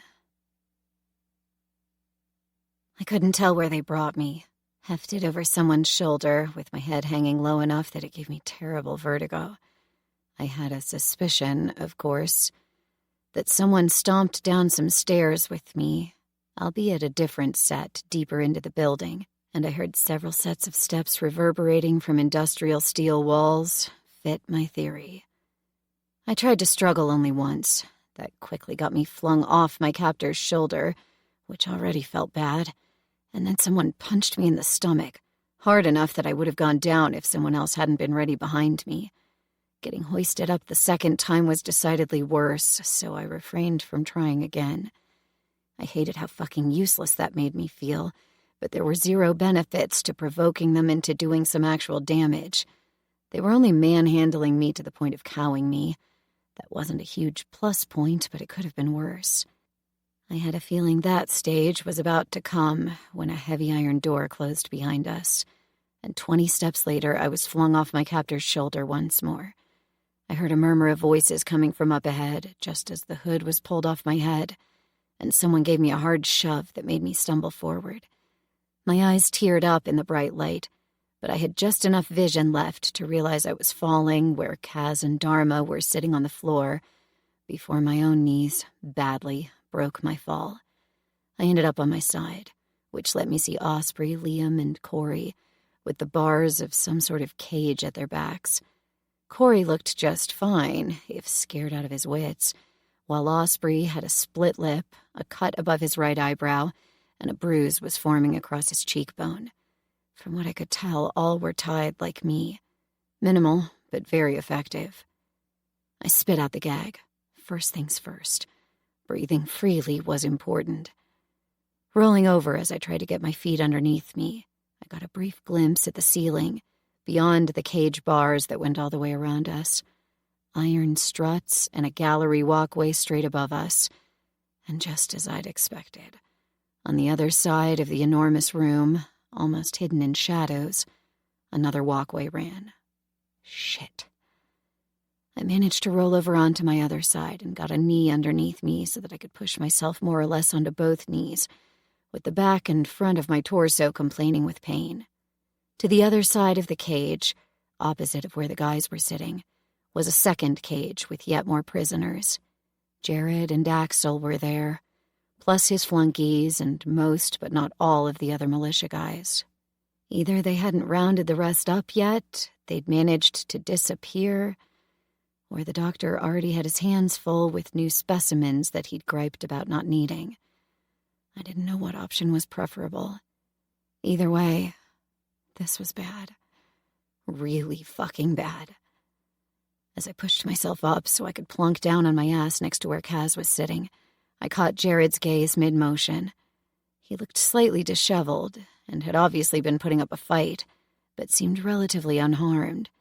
Except for Osprey's face, none of us seemed to have been mistreated worse than possibly hidden bruises.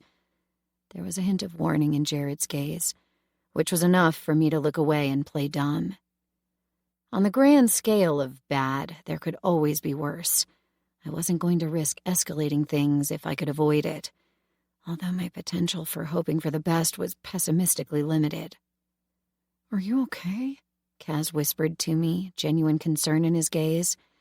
Of course it was real. If there was one person here who I trusted explicitly not to lie to me, it was him. How much that suddenly stood out to me was not a very soothing fact. I gave him a quick nod, trying hard not to grimace. Damn, but those punches hadn't been loving pats. Maybe I was jaded, and certainly biased, but men who casually punched women like that were not screwing around. There wasn't just Rick and his 3 guards, who had brought me here if I wasn't completely wrong, but several more men, with no single woman in sight. They were all passingly familiar, but none of them particularly stood out to me. Except for Rick, none of them had been part of the squad that had been responsible for killing Weird Laugh Guy. Likely because they were all drunk now, with Rick the debatable exception. I fucking prayed that was a good sign. A door opened to the side. I wasn't sure if I'd been brought through that or the one next to it. Out came the doctor and another self-important guy that screamed mercenary. Annabelle had introduced us when we'd arrived. I'd seen him around but never paid him much attention. The same wasn't true for him now, as he came strutting toward the cages, his gait rolling. The guards didn't exactly defer to him, but made sure not to stand in his way. Even Rick, who'd remained standing in front of our cage after closing the door noisily, took a step to the side, assuming a relaxed stance. Well, Merc Guy started what I hoped wasn't going to be just another lame villain speech. Looks like we've caught us some troublemakers here. He stopped in the open space between the cages, where everyone could see him perfectly. His gaze skimmed over all of us, barely lingering on anyone, but also skipping nobody. I sure as fuck didn't like the glee shining from his expression, eyes included. There was a man truly enjoying his job, and that, I was sure, wouldn't be mutual. Osprey held his tongue, which was kind of a surprise. Dharma, too, although she stared daggers at Osprey, then went back to doing the same with the mercenary. Less of a surprise was that Jared took the opportunity to speak up. Let's not bore each other needlessly and skip that whole part where we say it must all be a misunderstanding. And then you offer up proof why it isn't, and we lie because we're scared, and you give us some real reason to be even more scared, and then someone craps his pants and spills the beans, and we can all be done with this shit. What did we do, and why do you think it's such a brilliant idea to lock us up in literal cages? And even more importantly, how do we end this farce of a situation? Merc Guy fixed him with a bright grin that would have made me shudder had it been directed at me. I don't like smartasses, so shut the fuck up. Right now, you might just be collateral damage. His gaze swept across all of us again, but this time lingered much longer on Osprey. We've told you, time and time again, that certain areas of our base here are off limits to you. We offered you food and shelter, and the opportunity of a lifetime to either stay with us or cooperate with your outside factions. How do you repay us? We find you snooping exactly where we told you not to go. These are rules that we enact for a reason. Now you get to bear the consequences." He briefly smirked in Jared's direction. "No worries. I won't needlessly bore you. We'll start right off with interrogating the asshole that we found snooping where he shouldn't have. If he spills the beans, and we can ascertain that he wasn't in cahoots with anyone else, we'll resolve the issue and the rest of you are free to go. If not, well, we'll take it from there when we get there." Well, that sounded bad enough. It wasn't a worst-case scenario yet. I hated how vague his words were, but they sure worked well as far as intimidation went. I even got my hopes up that just maybe this would all be over relatively quick. Did I hate the idea that Osprey would have to fall on his sword? Yes, absolutely, but it was better than them deciding to kill all of us on principle, and I still hoped that he'd get away with little more than a sound beating, and that was that. When Rick and 2 guards came into our cage, Dharma tried to hurl insults at them, but they simply ignored her. They picked Osprey up, each under one arm, and started dragging him out. He tried to put up some passive resistance, but that only got him dragged along rather than letting him walk. I was about to let out the breath that I'd been holding when Rick turned to look at me as he closed the cage again. "Just saying, we also have cameras up on the roof." He smirked and followed the small train of guards that left the room through the second door, the one the doctor had entered through. Only 2 of them remained, taking up position by that door, assault rifles at the ready. Considering the cages, the zip ties around our wrists, and the fact that they must have disarmed us all, that was still overkill. My mind switched from completely blank to riling in under a second, but that didn't do shit for problem solving. I was insanely glad when Dharma leaned forward, confusion and fear on her face, but also a look of utter determination. "Are you okay?" I nodded quickly. "Good. Do you have any fucking idea what's going on here?" I knew I'd already given away too much when I hesitated. Her eyes narrowed. Awesome, so somehow this was my fault? "What happened with Osprey?" She grimaced. "I don't know the details. He wouldn't tell me after they dragged us both in here. But I think it's safe to assume that they caught him snooping." "This is insane," Kas interjected, taking the words right out of my mouth. "I get that if what they said is true, that they're pissed off, but dragging us off and locking us in a cage? Just insane." I heard a soft laugh coming from my other side, followed by Jared muttering, "You don't know the half of it." I wasn't the only one who glared at him. Axel let out a hiss, and the momentary glance he cast my way wasn't much friendlier than what he gave Jared. "What the fuck did you 2 idiots get up to? And don't give me some bullshit about you just getting it on. That right there wasn't the ominous remark of someone who has caught 2 idiots fucking on camera." Any other day I would have been embarrassed. Today I could barely bite back the "I wish" that wanted to tumble over my lips. Jared snorted. How he could still be amused by all of this was beyond me. "I know you won't believe me, but this once it's not my fault. Not hers either. And this has nothing whatsoever to do with anyone sticking their noses where they don't belong." He laughed. It didn't sound very humorous. "This is beyond fucked up. Trust me, they easily beat and surpassed my worst expectations." How he could prattle on like this now was beyond me. With rising urgency, I turned to Dharma, who was still frowning, clearly annoyed that she wasn't in the picture. "We need to get out of here, like right fucking now. Nothing good will come of this, and I wouldn't trust them even if they told us they'll simply let us go. They won't. There's too much at stake for them." "I'm not sure they care that much about anyone spreading the word," Jared harped from the other cage. At least he pitched his voice low enough that it didn't go all the way to the guards. When I glared at him, he flashed me a bright grin. But I fully agree with that sentiment. They are so going to kill us, and that's probably not even the end of it. A groan came out of me before I could swallow it back down. Axel and Dharma now both glared at us, ready to strangle us. Corey turned out to be the voice of reason. Sure, let's just get up and leave. Nothing's keeping us from that. You maybe, the buff guy muttered, who was sitting with his back to me around the corner from Jared and Axel. The next moment, his hands were free, but as soon as he'd shaken off the zip tie, he was wise enough to hide them behind his back once more.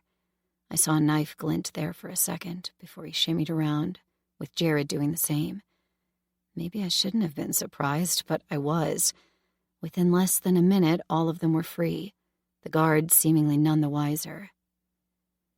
I'd almost expected this to turn into a weird pissing contest, but when Buff Guy got his knife back, a miniature switchblade, not much larger than a small pencil stub, he jerked his chin at me. The cages weren't right next to each other, but with a little twisting and checking what the guards were looking at, not us, but then there were still the cages, and the fact that they had semi-automatic rifles and an overwhelming force at their disposal, he tossed the knife to me. It took me embarrassingly long to saw through the zip tie with the knife once I got it in my hands, and then longer still to shimmy up to Kas and relieve him of his. Dharma was a lot quicker about it once Kas handed it off to her, and Corey and Liam were free a couple of seconds later. Step 1, done, Dharma whispered, staring at the guards. But that's not much of an improvement. Nah, Jared said, agreeing with her. But it's a prerequisite for step 2. And what, pray tell, is step 2? She wanted to know. Jared's answering grin wasn't something I liked, not one bit. This might get a little tricky, he explained. And it does involve some luck and good timing. And copious amounts of chemical substances not always conducive to the continuous health of the human mind and body. Dharma just stared at him for several seconds flat. You want to drug the guards? How's that supposed to work? Not the guards, and not drug per se. Ever heard of Pervitin? The little wonder drug that made it possible for the Nazis to win the first stages of their blitzkrieg? You wouldn't believe how motivating some substances are. I waited for someone to laugh, because this was absolutely ridiculous. Or curse, or call him the delusional idiot that he was. Instead, I saw calculation on Dharma's face, and several of Jared's men's as well. Axel didn't look happy, but he didn't speak up either. This was getting too much for me. What the fuck? You want us to take meth? How's that going to be the solution for anything? Once I spelled out to them what exactly he was proposing, the general acceptance dropped significantly. Jared made a face, but I could still tell that he was laughing inside. Ah, someone got a few history lessons in, besides learning how to do an inventory. Or is there more to all those interesting little trivia nuggets that you carry around with you? I kept staring at him, refusing to answer or even react. He heaved a dramatic sigh. I have 2 doses only, so that's somewhat limiting. There's still the cage, so some subterfuge and great timing will be required. And it's not just meth, and I wouldn't trust just anyone with it. It needs to be someone who knows how to fight, who has a good amount of self-control, and some tolerance to certain substances wouldn't be the worst either. I waited for him to keep staring at me. Already my nervous system was kicking up into the next stage of fight-or-flight mode, and all the signals were set to flight. But instead, his attention zeroed in on Dharma. What? She huffed after staring back for several seconds. I'm not putting that shit into my body. No way. Jared shrugged.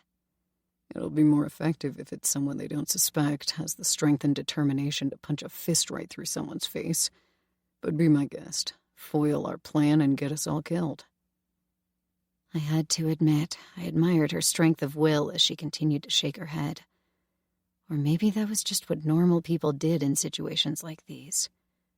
I'd do it, Corey piped up, but I'm probably the worst possible candidate. I once had a weird reaction to over-the-counter pain meds. Probably shouldn't ingest anything stronger than that. I mean, I don't even smoke weed. When he got a round of surprised looks, mine among them, he chuckled. It came with a slightly hysteric note. Come on, you guys. Stop being prejudiced assholes. Neither Liam nor Kas reacted. It was obvious that neither of them wanted to volunteer. Don't do it. Don't do it. Don't you fucking... I'll do it. My voice was surprisingly steady as I offered myself up for a sacrifice. In the back of my mind, an all-too-familiar chorus of maniacal laughter rose, impossible to ignore. Jared gave me a considering look that quickly turned shrewd. You sure? Not saying that self-sacrifice doesn't suit you, but you are the lightweight of your group. And no offense, so far I've only seen you abstain from... He trailed off. I kept staring at him. Realization dawned on his face, and of course that brought his asshole smirk right back with it. Interesting, he mused. I thought it was your pink, preachy millennial, my body is my temple tee-hee attitude that made you skip the opportunity to drown your sorrow in booze several times over when you had the chance. And you did fight to decline the cigarettes I offered you in Charlotte. Today's your big YOLO day, huh? Exceptional circumstances give you a convenient excuse for exceptional allowances. I had no fucking clue why he was still debating this. He needed someone inconspicuous. It wasn't going to get any more frail little girl than me. And the last thing I needed was someone to give me a chance to come to my senses and withdraw my offer. But I could see that we both knew that I wouldn't say those words. That I couldn't. But not even now would he pass up a chance to screw with me. Fuck, but I hated him for that. But more so because of the drugs. Are you done trying to sabotage your own fucking plan? Because correct me if I'm wrong, but all of this hinges on them underestimating me and never seeing this coming, right? Jared gave me one more bemused look before he handed the beefy guy something. He lobbed a single pill to me across the gap between the cages. Part of me wanted to resist, refuse it, throw it away. Before I could even make up my mind, it was already melting on my tongue, leaving a faint, bitter taste with a hint of ammonia and burned plastic in my mouth. Not the purest kind, but it hopefully wouldn't kill me. Now it was too late to worry about that. As I leaned back and waited, knowing full well that it would take a little for the chemicals to hit my bloodstream, since I wasn't snorting, inhaling, or shooting up with them, I waited for Jared to do the same. Instead, it was Beefy Guy who got the poison candy. Makes more sense for Blake to do the dirty deed, Jared explained with a different kind of amusement in his voice. I was starting to question whether he was taking the situation seriously. Also, how smart I was, since he'd been intelligent enough not to screw with his body and mind while I'd volunteered. Feeling the first tendrils of euphoria wrap around my heart and slither through my mind, I checked on the guards once more before continuing my exchange with Jared. I really didn't like how my four friends just sat there and waited for shit to happen. In a sense, being the shit that was about to happen felt good. Fuck the consequences. At least I got to make my own fucking luck. The plan's tantalizingly easy, Jared whispered, to me and buff guy Blake, since we'd be the ones enacting most of it. Whichever cage door they open first, you go after them, incapacitate them, free the others, and then lead the charge of getting us the fuck out of here. Easy, straightforward plan. Nothing can go wrong. He even managed to make it sound like he believed that. My answering laugh was a little too loud, a little too shrill, and a hell of a lot too full of glee. Fuck, this shit was strong. Like really strong. I sagged back against the bars of the cage at my back, simply staring straight ahead as I felt my body come alive. Really alive. Alive. For the first time in fucking forever, I truly felt like myself. The only thing that was intruding on the buzz that swept through me was my current situation. Oh, and Dharma whisper-shouting at Jared. Really? That's your fucking plan? Get them high and then get them shot so we can do what exactly? Literally step over their dead bodies? Ye of little faith, Jared taunted, but got serious after a sidelong glance at me. Whatever he saw, his expression was closed off, telling me nothing. Not that I cared. Much. No, not really, at all. We need a distraction. This is going to work well. Yes, there's a chance that either or both of them get hurt, but the very same is true for the rest of us. As soon as the first guards are down, we take their weapons. If they really go off the deep end, we just drag them along with us. It'll work. You'll see. A weird sound rose in the room, making Liam and Corey trade concerned glances. It took me a moment to register that it was coming from me. I was laughing. It was incredibly hard to stop myself. Oops. Dharma stared at me, her expression conflicted. It will work, I told her, my voice surprisingly even, almost soft. It has to, because I'm not going to end up as a quadruple amputee undead sex doll to anyone. Her mouth opened, then snapped closed again. She kept staring at me for several seconds before her attention zoomed to Jared, a nasty frown twisting up her features. She's already babbling incoherently. How the fuck does this insanity have a chance of working? Jared's lips twisted into his usual smirk. I wouldn't have minded that same smirk directed up at me while I was riding him, all night long, and then some.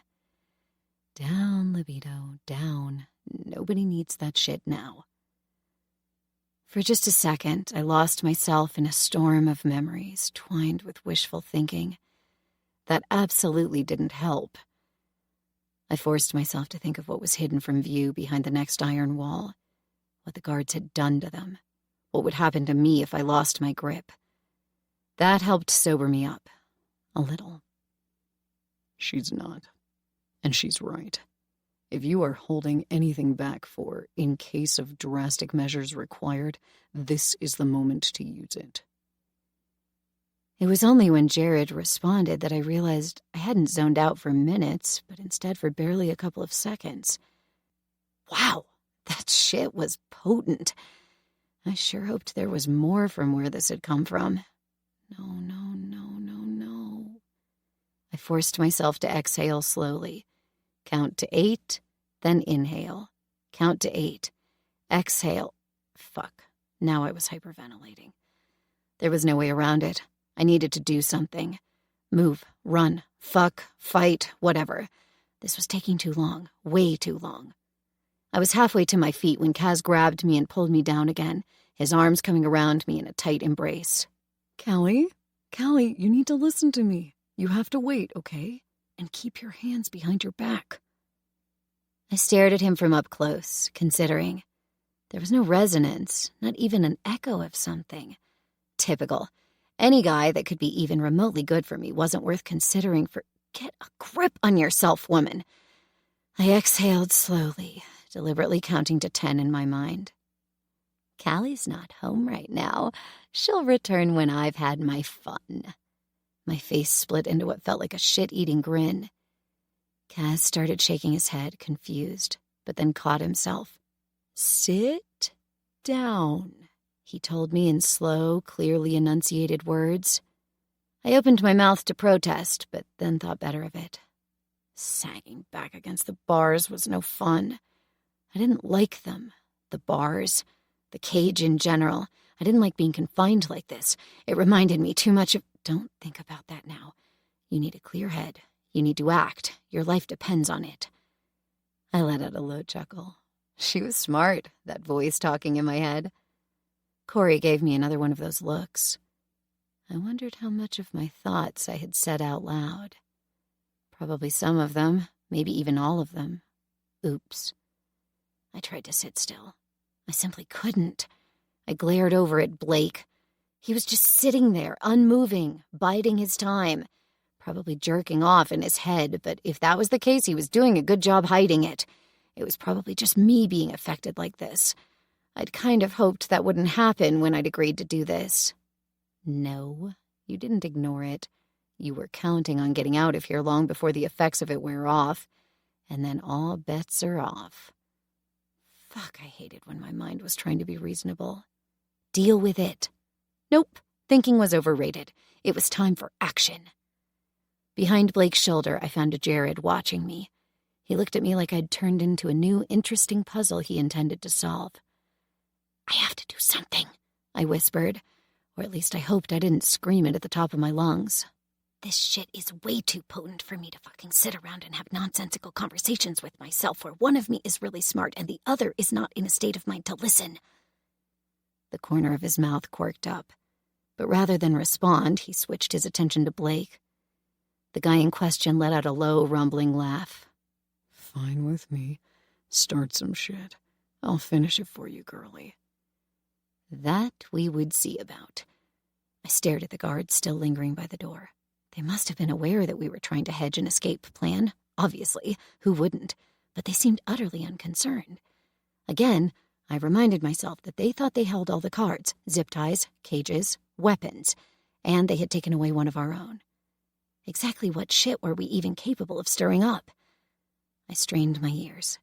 Could I hear something from that room? I thought I caught some indistinct sounds. Voices, maybe a thump or two.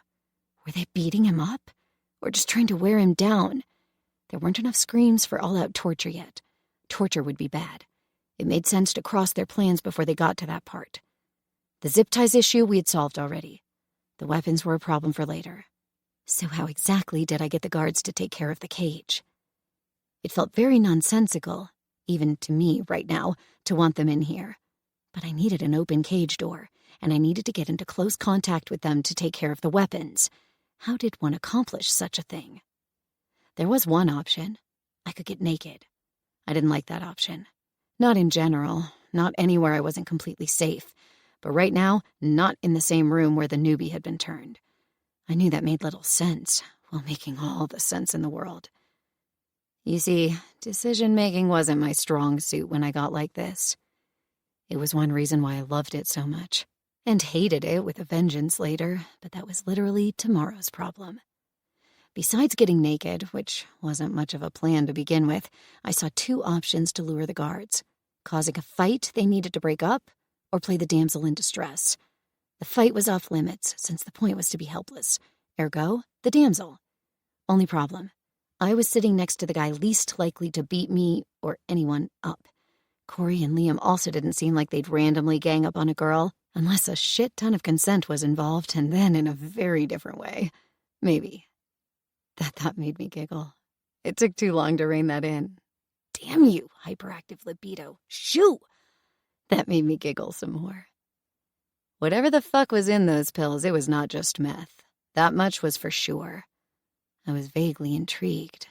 Not the point now, I reminded myself. Shit, but I really needed to get moving, or else I'd spend the next 8 to 20 hours sitting in a corner chasing my own random thoughts like a squirrel on speed, which was just another term for meth. Ah, drugs. Aren't they lovely? The real question was, scream or cry? I went with the most ear-splitting wail I could produce on the spot, which wasn't quite that loud, but for sure loud enough for the guards to jump, along with everyone else. I saw more than one pair of arms raise as they tried to clap them over their ears, but then remembered that they were supposed to be zip-tied. Oops, maybe I should have warned them. But now it was too late, since the guards were alert, if entirely focused on me, so they'd missed the way too mobile arms. Since I had all that attention now, I might as well do something with it. I had no idea what, but starting to sob uncontrollably sounded like a good idea. It was an idea, at least, and it was what weak women were supposed to do in times of stress, right? That, and wait for a hero. Or was that hold out for a hero? It took a lot of effort not to break out into belting lyrics at the top of my lungs right fucking then. Right, I reminded myself, uncontrollably sobbing waif mode, not 80s hairband imitation mode. Whether what I tried to accomplish worked or not, one of the guards briefly turned to the door, but then dropped his raised fist without knocking, and they both came sauntering over. They gave me bemused looks, trying to find the source of my distress. I realized I should probably present them one. Shit, I hadn't thought that far ahead. See what I mean by decision-making impairment? This was deep into the realm of instinct-driven action. Like, Don't you fucking dare think about you said fucking. Fuck! Calm down! A voice sounding right next to me made me halt for a moment, probably comically mid-wail. Focusing on the source, I found Kas staring at me, wide-eyed and clearly in a panic for what to do. His weird expression likely meant he was trying to plead with me to do whatever the fuck. I had no idea. Maybe really calm down. Or he was trying to sell my less-than-stellar attempt at deception. That made a lot more sense. Realizing that, I made myself sag forward and into him, hiding my face against the crook of his neck. Of course, he couldn't comfort me by putting his arm around me, but this was working well. Looking beyond his chin, I could still see the guards advance. They'd slowed down, trying to figure out what was going on. "Calm down, Callie, please calm down," Kas kept repeating, his muttering loud enough to be heard over my sobbing.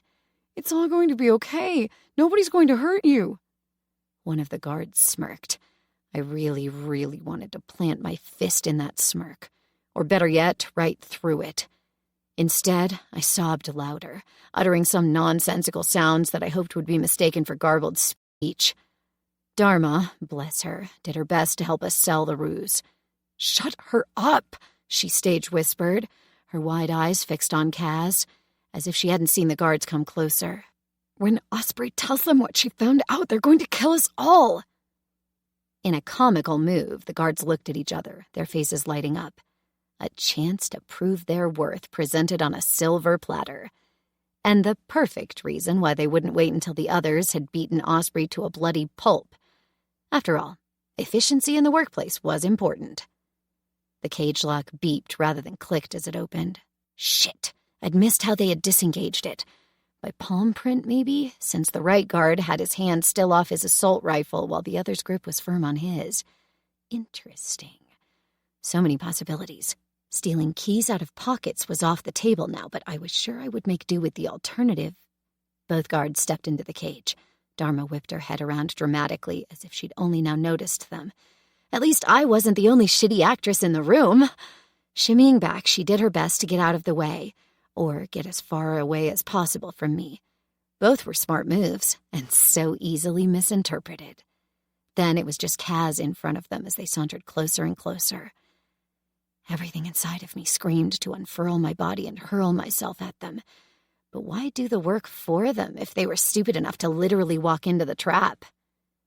"What's going on here?" the left guard asked, his focus on me. I kept my face turned down, sure that I had absolutely no control over my expression anymore. I did manage to get out another sob, partly stifling it for greater effect.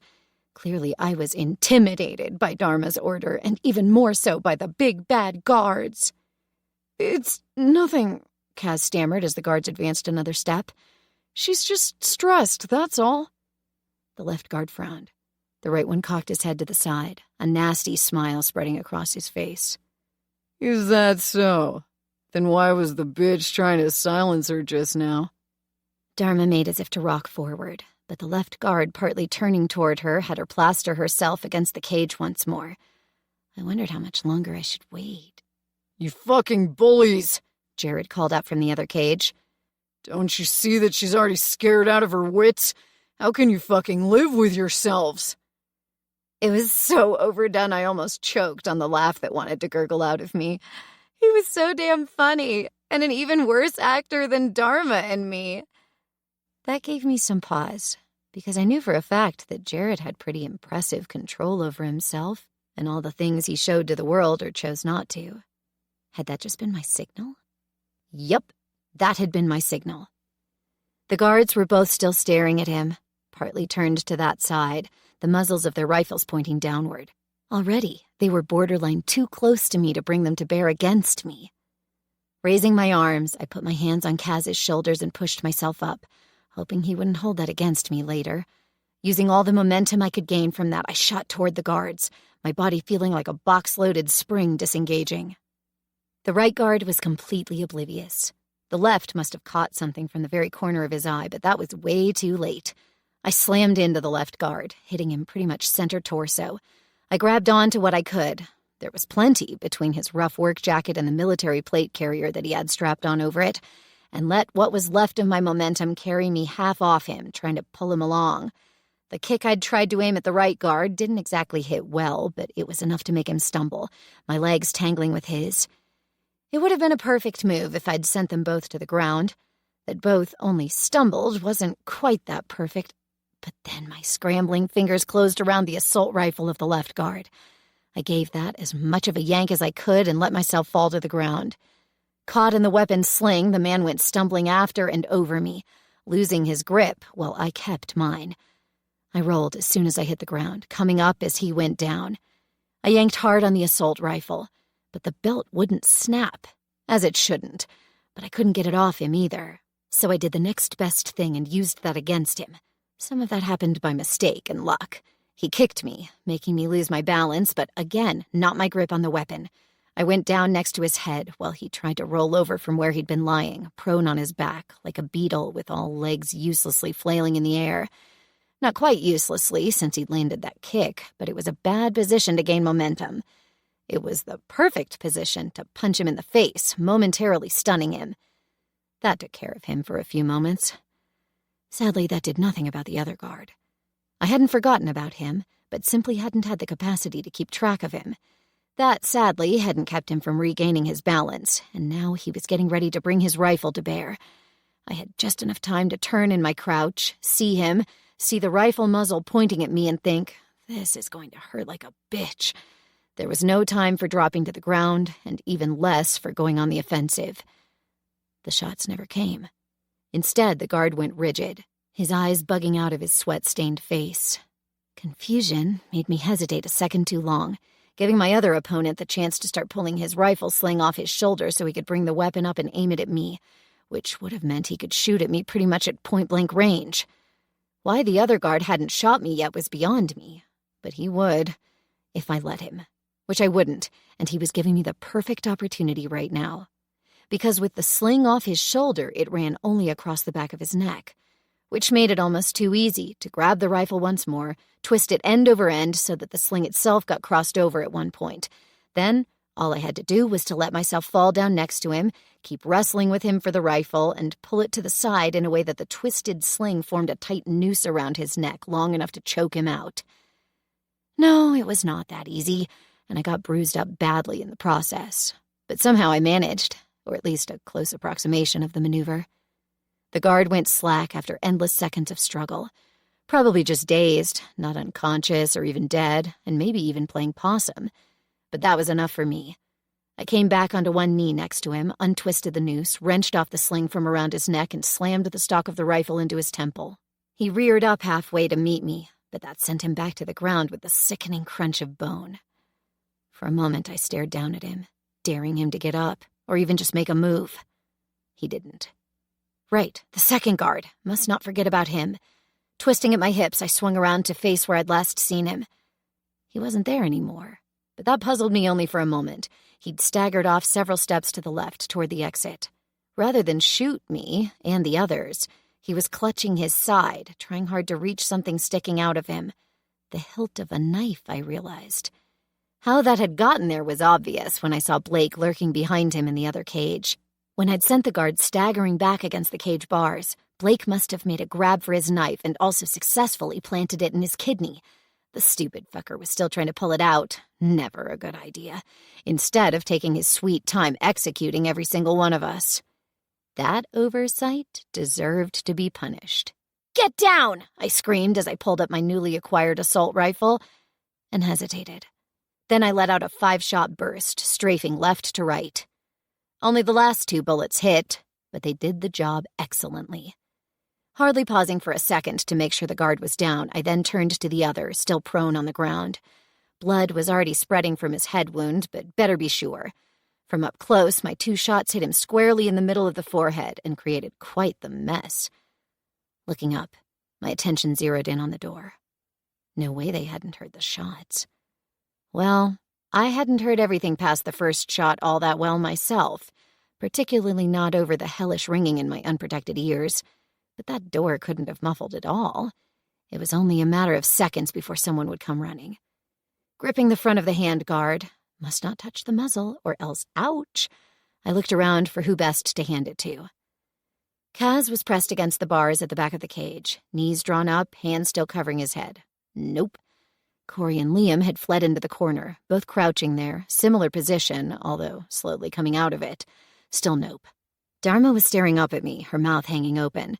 There were significant blood spatters all over her face from the mess I'd made of the guard's head. She looked alert enough, but vehemently shook her head. So nope again. Fine with me. I was sure that in the other cage someone would find it useful. True enough. When I turned around, Axel was already holding out his hand through the bars. I stepped over the corpse of the guard and handed him the assault rifle, then pulled the other from the second guard and handed it to Blake. A quick look toward the door revealed it was still closed, but that couldn't last much longer. Since the second corpse was closer to the exit, I grabbed him under the shoulders and pulled him out of the cage, then dragged him up far enough so I could slam a bloody palm against the sensor pad. As soon as the cage door opened, Blake and Axel were out, taking positions, their rifles up. I'd barely dropped my corpse to start patting him down for more useful things, including magazines for the assault rifles, when the door burst open. Several guards piling out, confused and not ready for resistance. They died almost immediately, as did what was left of my hearing. Beyond them, I saw Osprey, tied to a chair in the middle of the otherwise empty room, his face badly bruised and bloody now. Pain zoomed through me, impossible to tell whether it was emotional or physical. No! I was sprinting for the open door as soon as the shot stopped. A hand caught my arm, sliding down to my wrist before it could tighten on me. With a sudden painful jerk, I came to a halt, my own momentum swinging me around to face whoever was getting in my way. Jared, staring intently at me, his other hand ready to grab my shoulder to keep me in place. "Stay, and let the guys with the guns take care of this," he shouted.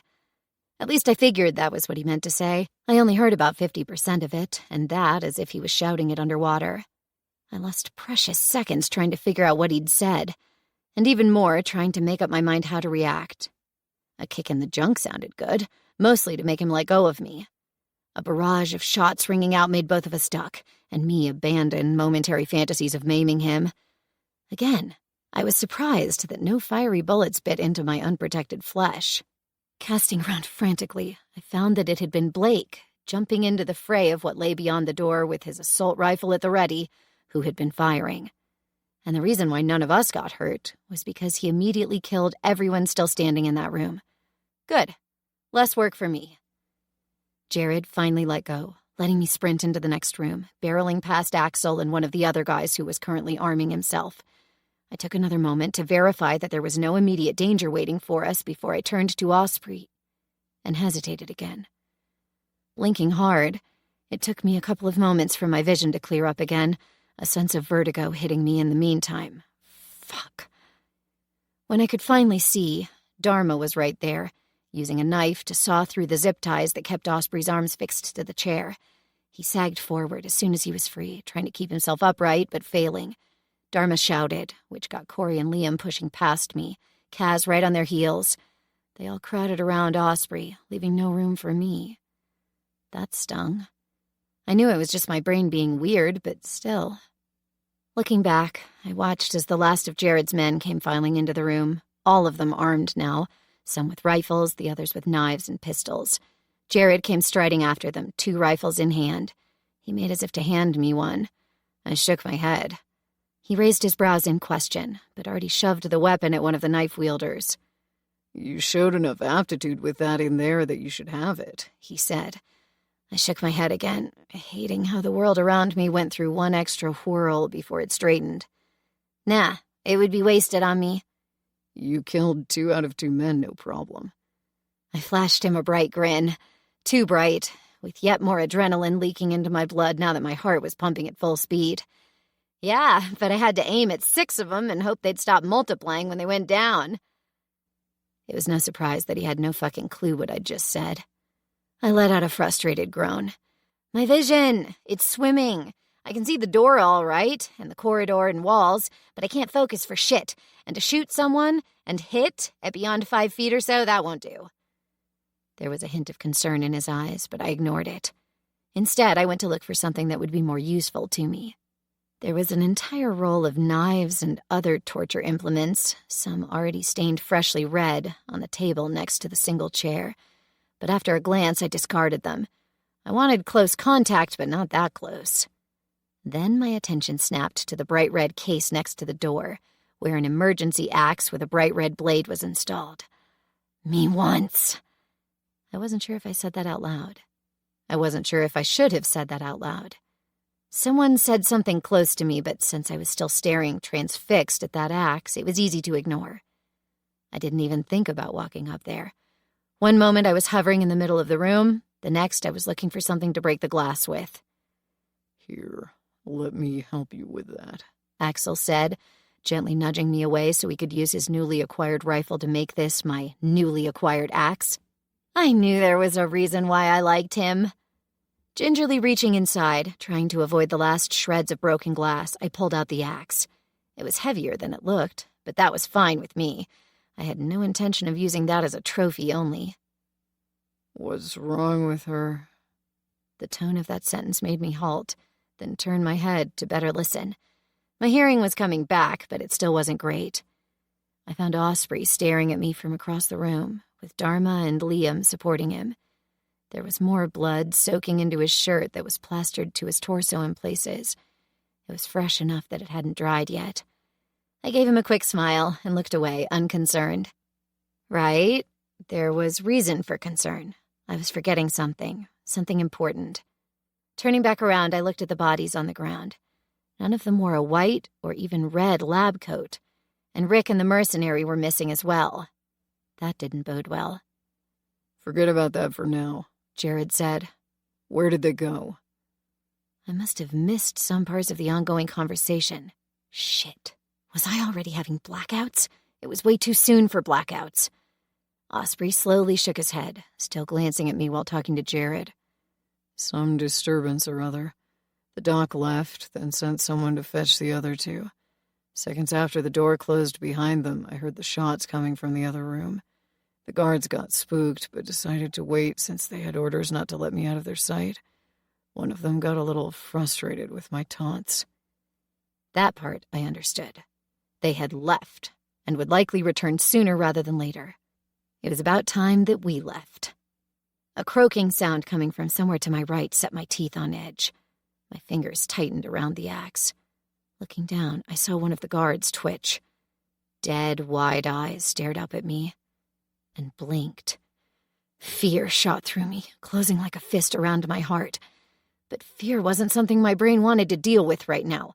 Fear made me stupid. Fear got me killed. Fear got me locked in a cage for days. And no, fear wasn't something that had a place in my life right now. Swinging my axe, I brought it down on the neck of the twitching corpse. Once, twice, and the third strike cleaved through to the ground, severing what was left of the spine. The body stopped twitching, but the eyes blinked once more, the mouth opening, but no scream followed, because I'd hacked right through the voice box. I realized my fingers were warm and sticky with blood. Shit, but I'd made a mess again. A giggle wrenched itself from me, high-pitched and hysteric, although I felt remarkably calm now that the dead body was dead for good. Somebody snickered. Probably Blake, where he was pacing in front of the door, ready for some more action. Our gazes crossed. I gave a quick nod at his questioning look. He turned to the door and rattled the handle. 3 seconds and the lock gave, letting him push open the door.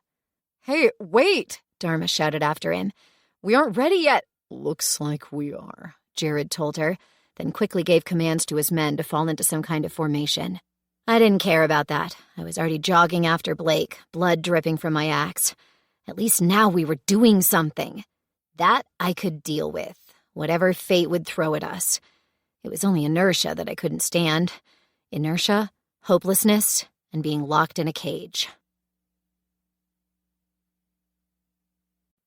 Chapter 19. Behind the door was a dimly lit corridor that led into another room, this one small and in disuse. Another room, then another corridor behind another door, but in a different direction. Then a long corridor, with a door leading off in the middle. There was nobody in sight, and I didn't hear anything over the ringing in my ears. Blake headed straight forward, ignoring the door. The door that had a huge, bright yellow danger sign painted on it. If I hadn't gotten completely turned around, which was entirely possible by now, that middle door was facing the huge empty space. I paused in front of it, hesitating. Did I want to open it? No. Did I feel a deep-seated need to?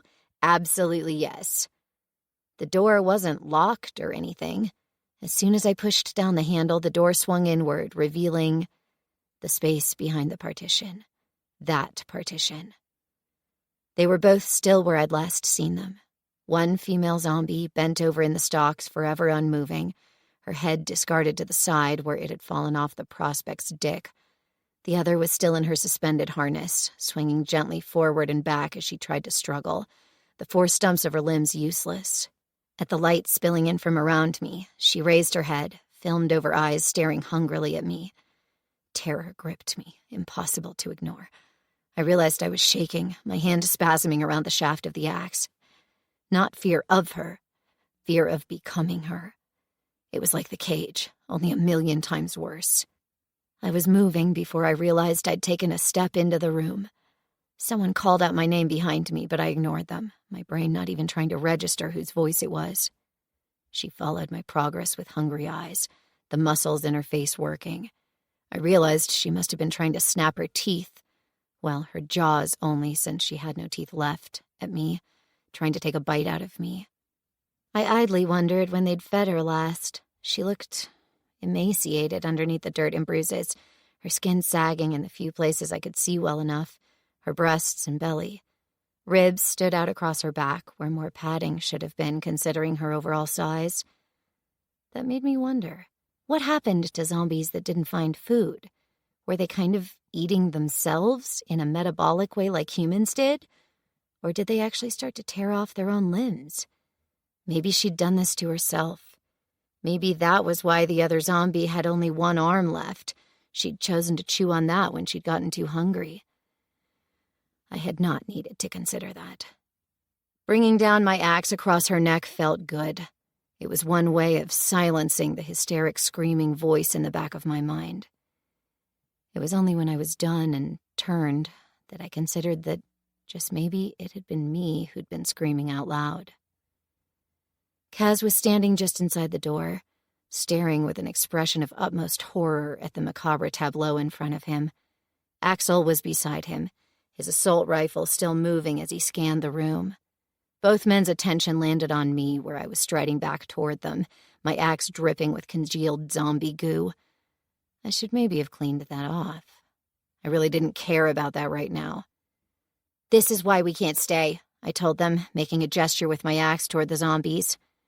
Neither of them protested as they backed out of the room and hastened down the corridor.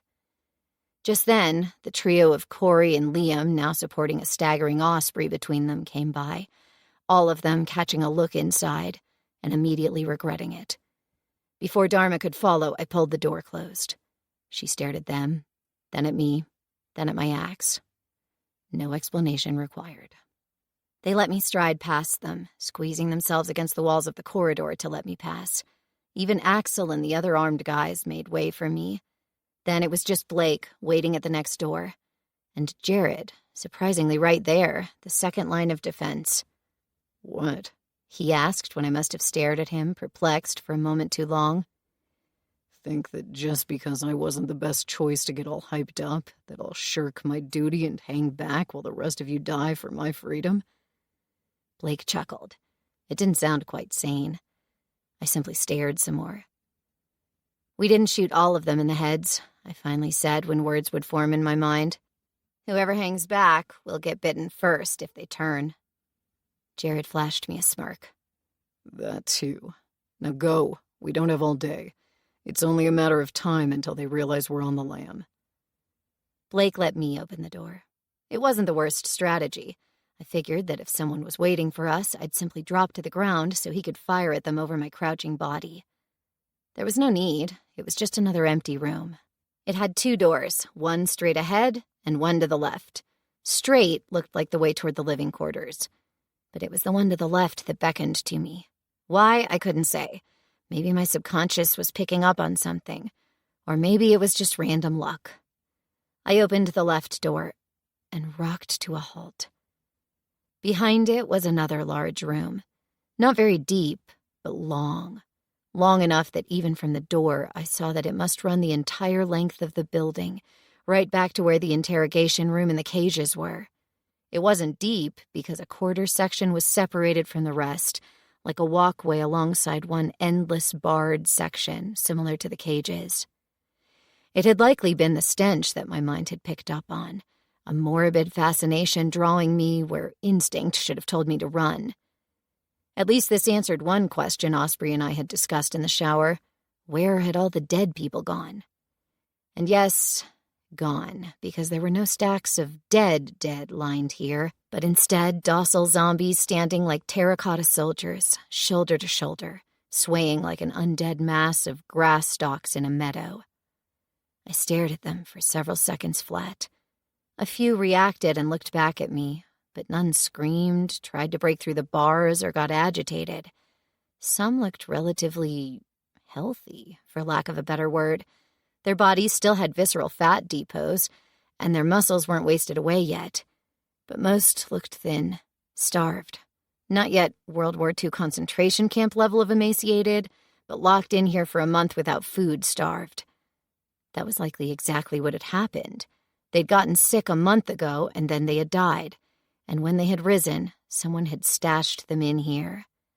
All of them. Men, women, children. The old, the fat, the sick, the unlucky.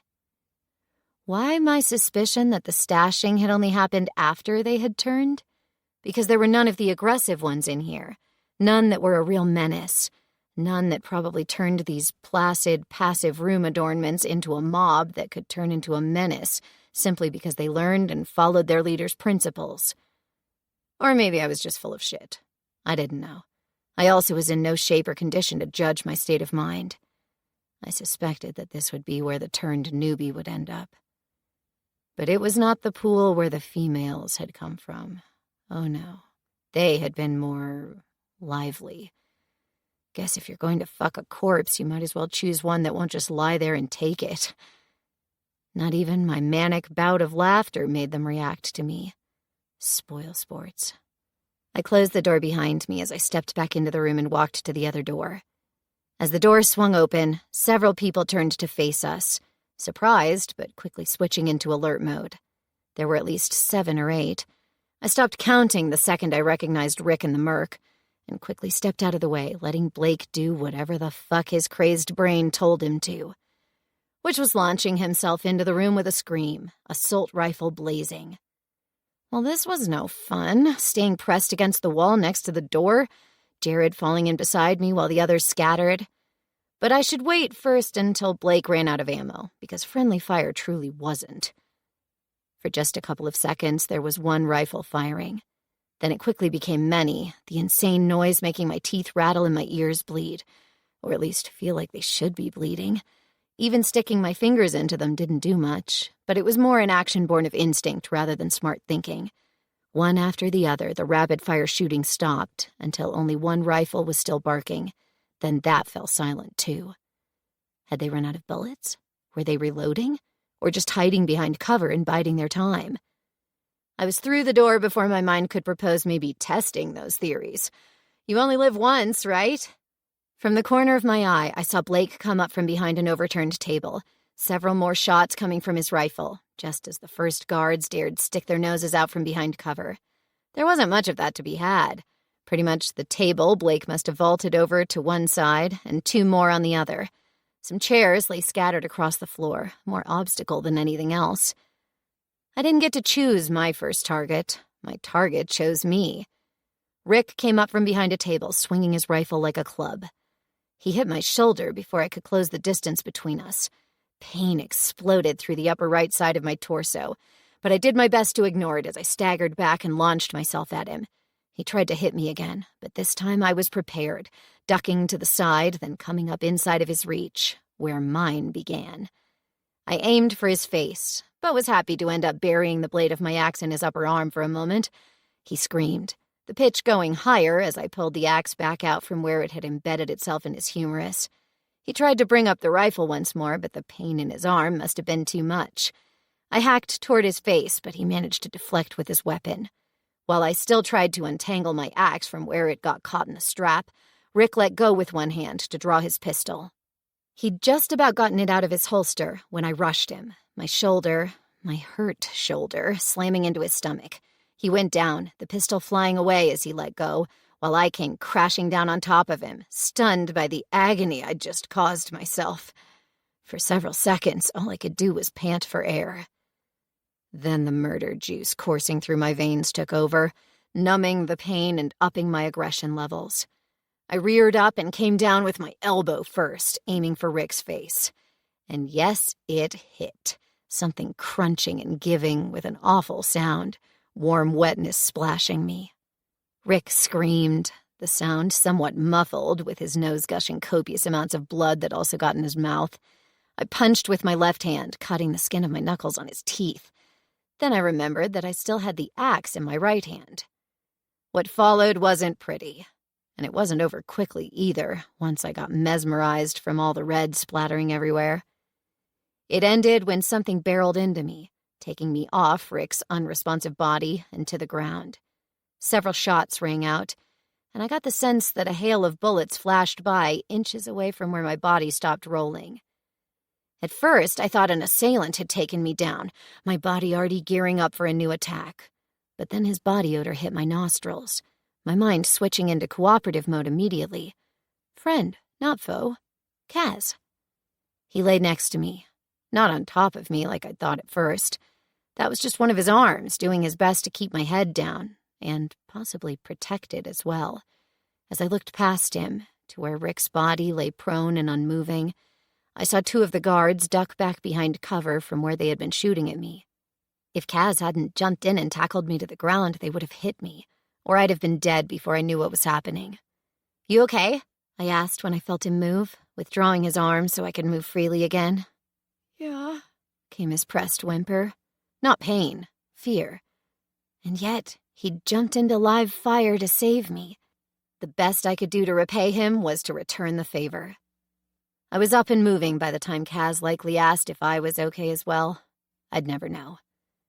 When they saw me coming, the guards started firing again, only to jerk, as several shots from Jared and his men killed them before I got anywhere near them.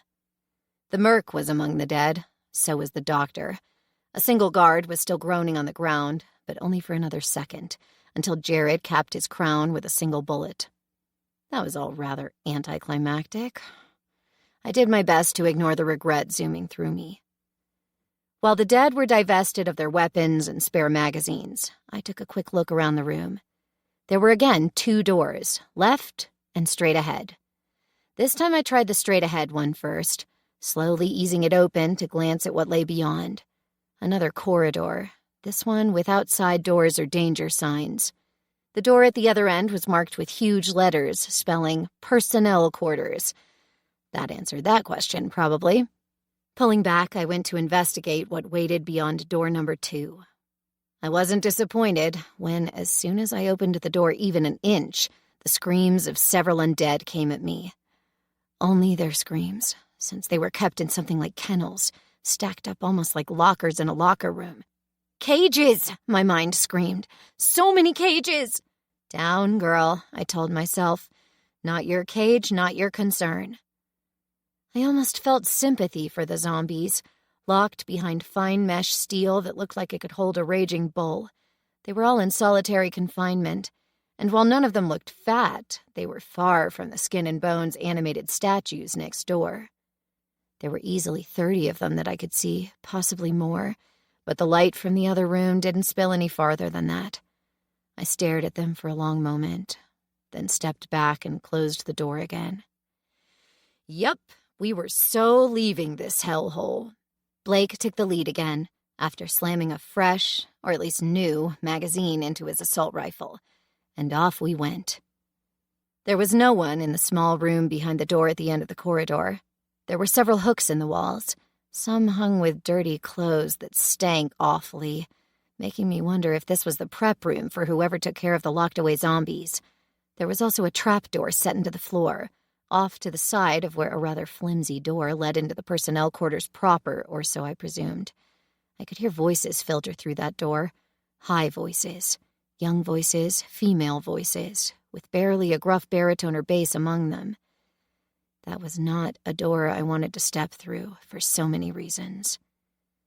Blake waited until several others had come in before he sauntered over to the trap door and heaved it open. My sneaking suspicion of finding yet more zombies below was sadly and thankfully debunked. There was only a ladder and an unfinished concrete corridor leading toward the front of the building. The air smelled cool and musty, and not like rotting corpses at all. I would have headed right down there, but Jared got in the way, shaking his head, so I had to stand idly by while the others searched the room, coming up with some flashlights and a rudimentary emergency kit. Then there was another delay as Dharma did her best trying to patch up Osprey, who was bleeding from enough wounds that I could smell it across the room. Had he gotten shot? Among all the people I couldn't see. Worry glanced off the hyped-up euphoria still riding me hard. Something tickled my nostrils. I tried to ignore it, then snorted hard to make it go away. My hand came away red when I reached up to wipe away snot. "You're bleeding," Axel said. "From your nose."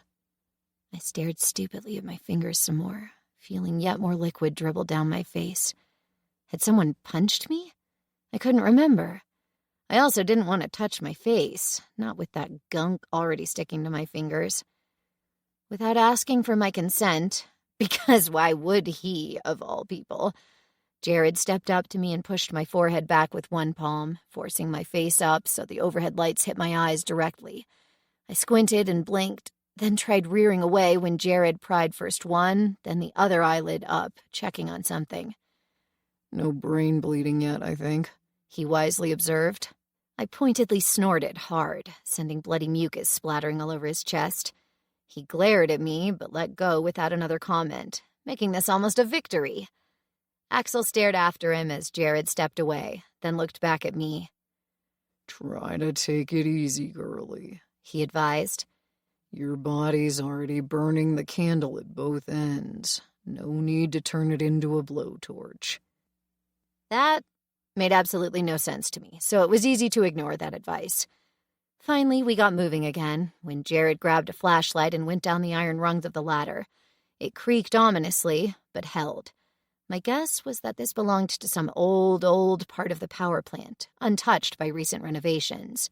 For a second, I wondered if this maybe was a part we should only have entered wearing those radiation detection patches. Then I was climbing down the ladder as fast as I could manage, happy to be moving again. The corridor looked like some kind of evacuation tunnel, or maybe some cooling water overflow mechanism, or whatever. It was easily roomy enough for a bus to drive through, maybe even two side by side if nobody cared about scratched paint. The air smelled more musty down here, but it wasn't bad enough to set my lungs off. Much. It was only then that I realized I had been panting quite hard with all the exertion, the muscles around my upper torso protesting. It was so easy to ignore, since all I wanted to do was run down that tunnel to see where it would lead. Nobody else shared my enthusiasm, which left me hopping from foot to foot at the edge of the slowly gathering crowd down here. Getting Osprey down wasn't easy, since he'd gotten weak with pain from his sustained injuries. Nobody had found any rope to let him down with assistance, so the next best thing was to have Blake climb back up from underneath and try to support him, half hanging off the ladder. That came with some serious mechanical strain, and I was honestly surprised they both made it down. A few of Jared's men were also the worse for wear, with some gunshot wounds slowing them down. 2 had died, which I hadn't even noticed. I knew that was something that should have weighed on my mind, but simply didn't. It was hard enough to keep myself from screaming down the tunnel to see how strong the echo would be. That was as much emotional support as I was right now able to offer. Which was a good thing, seeing how Dharma now actively avoided me. I noticed, but chose not to, letting the emotional impact ping off the megawatt-strength shield of euphoria wrapped around me like the best weighted blanket in the universe. A weighted blanket that I could run with. Probably not the best analogy. Whatever. Finally, we were ready to set out down the corridor. We only had 2 flashlights, but that was more than enough. Dharma got one, and one of the wounded, now unarmed men got the other. Blake and I went ahead, moving at the very edge of the cones of light. It took me an insane amount of self-control not to skip along, happily swinging my axe. It was getting a little heavy, but nothing I couldn't deal with. Random aches kept shooting up all over my body, but I ignored those, too. I could run, I could fight. I didn't much care about anything else. I was in a wide-open tunnel. Soon I'd be out in nature. There were no cages. Life was good. The corridor ended a good 600 feet from the entrance. There were some minimal signs of use here. Some boxes, a few discarded heavy machinery parts. That gave us some idea where it might lead. Blake was the first up an equally rickety ladder, slowly easing the trap door up so he could take a look around. He climbed down quickly again, grinning. It's the garage. There are some people working in the back, but it doesn't look like they're on high alert. We can clean it up in 5 minutes, 10 tops, if they get a call out for help. Wait! Dharma didn't sound happy at all as she interjected. There's no need to kill every single person we encounter. Jared smirked at her. Got a little too friendly with the resident grease monkeys, huh? Friendly enough to tell you they are good people. Jared's smirk widened. He shot me a sidelong glance but said nothing. Dharma frowned, then glared at me. What am I missing? A few quick memory flashes zoomed through my mind. I really didn't like that they didn't bounce off the euphoria shield. It was so hard to make sense of the emotional mess that was roiling deep in my stomach, now that I couldn't ignore it for a moment. I quickly weighed my options, but ended up shaking my head. Nothing, but I agree. No need to kill them unless they get in our way. Let's just sneak in, take the cars, and drive off. Blake looked severely disappointed. Jared considered for a moment. Stay here. He climbed the ladder, but came down after only a glance. The garage does look half deserted. I don't like this. You don't have to like this, Dharma ground out. But FYI, nobody likes anything about this situation. I bit the inside of my cheek hard. I'd started rocking on the balls of my feet again, getting antsy from my lack of motion. She seems to like it all right, Jared drawled, giving me another one of those glances. I flashed him a grin in return, but remained silent. Dharma cursed under her breath, but didn't comment on our exchange. We get the cars, we drive off. Easy as that. Promise me you won't raise hell just because you can. But why wouldn't I? Jared asked, his voice dripping with scorn. I kind of agreed with him. What better reason to than that you could? But then I remembered that this would involve people dying, and that wasn't so good. Rick had deserved to die. Amanda the mechanic? Unless she was more involved than having a penchant for lunch break kink escapades, she didn't. Is there any cover nearby? How far to the cars? Dharma asked. No cover, Jared explained. And a good 30 to 50 feet depending on which vehicles we'll take. The good news is, most of the people are loitering in the back, beyond the cars. So while they will definitely notice us, they are on the other side and nowhere close to any of the doors. If we send some quick, silent runners up ahead, we can have the vehicles running by the time we need to load up the ballast. Dharma glared at him some more while she thought about that. I wondered if I also looked like a petulant child when it was my turn. Dharma glared at me. Jared laughed under his breath. A very fuckable child, he told me. Not in a sweet, nice way. More like hate fucking. Because you can't punch her in the face, but you need to bleed off that tension somehow. And that came out wrong. Or did it? More than one of his men snickered. I cocked my head to the side, still regarding him levelly. Is that a movie quote or something? The laughter increased, but cut off when Axel cleared his throat. Are you done being idiots? I shook my head, just as Jared offered a succinct, not by a long shot. Axel ignored us, instead turning to Dharma. You've hung around with them a lot during your stay here. Do you trust the mechanics not to shoot us? Her hesitation, if brief, was telling. Telling enough for Jared to let out a low chuckle. Dharma swallowed. I think they won't stop us if we don't present them a chance on a silver platter. In the end, I can't read minds, or else I sure wouldn't have chosen to team up with you. Axel ignored her jibe, but instead held his hand out for her flashlight. Go up. Take a look for yourself. He glanced at Jared. He's not wrong with the idea of sending ahead the quick runners. They can only do so much if we already have someone in the cars that can drive back to get the others and provide cover as well. While we waited for Dharma to be back, Kaz sidled up to my elbow. He looked tired, scared, and just a little bewildered. I smiled at him, hoping to get a similar gesture in return. It didn't work, although I could tell that he tried. "You have no filter left, huh?" he remarked, low enough that no one else could hear. I shook my head, my mouth pulling into another grin. None whatsoever. Then I thought about it. Maybe 5%. My grin grew. You wouldn't feel that comfortable standing right next to me if I told you everything that is on my mind right now. His gaze dropped to my axe. The blood, smeared all across the blade, glinted softly when it caught the light. I would prefer a sledgehammer if I could just find one, I said. Has more of a crunch when it hits, you know? A stricken look crossed his face. Then he actually snorted. "Now you're just messing with me." I shrugged, but couldn't hold back a smile.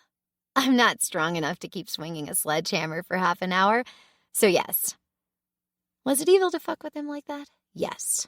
Did it feel good? Kinda. Did he deserve it? A little bit. Thankfully, before I could say anything else, Dharma was back. And after a quick, if boring, back and forth between her and Axel, it was decided who would make a dash for the cars. Dharma, Liam, Corey, and 2 of Jared's men. Blake would more or less carry Osprey up with the wounded man clinging to him piggyback style, so someone could then pull him through the trapdoor and into the garage. But for that, all the runners and everyone carrying a gun had to be up already. I tried to make for the latter, but Axel held me back, shaking his head. I was a little miffed that he didn't trust me not to do something stupid and foil the plan. But I did see that he had a point, so all I could do was pace and listen, which was exactly what I did. More pacing than listening, but still. It would have been impossible to miss a gunshot. None came. We waited, and waited, and waited some more. Finally, Dharma's face appeared in the trapdoor, signaling us to come up. At least they let me go first, so I didn't have to watch Osprey's ass the entire time Blake dragged him up the ladder. Not the worst thing in the world, but it wasn't me, being in motion, doing something. The garage looked exactly like it had the last time I'd been in here. Yesterday afternoon, shooting the shit with Dharma and one of the senior mechanics. I even saw him over in the corner, working on some parts that he assembled, cursed, and disassembled over and over. As soon as I pulled myself out of the trapdoor, I didn't know what to do, so I lingered. Axel was right after me, a little winded after the exertion. Seeing him pant made me realize my lungs were still straining as well. I reached into my jeans to pull out my trusty inhaler, only that it wasn't there. Panic rose, but fell almost immediately when I remembered where I'd left it, in our quarters, right next to my sleeping bag. I'd already taken 3 steps in that direction when a rough hand caught my elbow and pulled me right back. Axel, staring at me with a small measure of concern. Right! Going back into the building we were trying to escape from, and all that kept us from said escape were the garage doors, was a bad idea. I didn't really need it that badly anyway, only when I had to run. Now we were going to be driving, so it was kind of obsolete. I started pacing again, waiting. Whenever I glanced through the trapdoor, I could see Blake making some progress, but it was laughably little. I'd been so much quicker climbing that ladder. Right, I hadn't had to lug someone up with me who weighed at least 2/3 of my own body mass. Blake's mass, that was. I myself couldn't have lugged Osprey anywhere. Still, I glanced at the mechanics again. Most I didn't see because they were working on a forklift and a tractor off to the side. I realized I didn't know which cars we would be taking. Ours stood mostly parked in among an entire small fleet. I didn't know which of those belonged to the militia. I also didn't think anyone would care about property right now. And besides, we'd only picked ours up as we'd been on the way here. Was that even considered theft these days? Probably only if the owner was still alive. Or it was me, and Jared could use that offense to get under my skin. Which was really stupid because theft was the least offensive thing on my rap sheet. Really.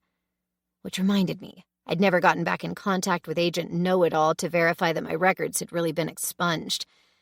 Now he was likely dead. Besides, I didn't think I could reach him on his old landline number anymore. The electronic records likely still existed somewhere, possibly a vault sealed in there forever, when we'd all be either zombies or remains long rotted away to dust. At least there would be something of me remaining for posterity. That was more than most people here could likely claim. It was almost enough to be proud of. Blake finally reached the top of the ladder. Axel reached down to help pull Osprey through the hatch. I quickly bent over to grab what I could of my friend, heaving him up and out.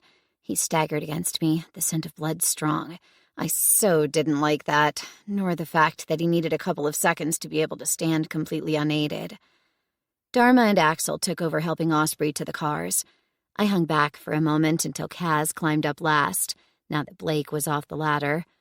He gave me a quick thumbs up, and we ran after the others, not caring that much about stealth anymore, now that we were in the garage that was ringing with your typical garage sounds.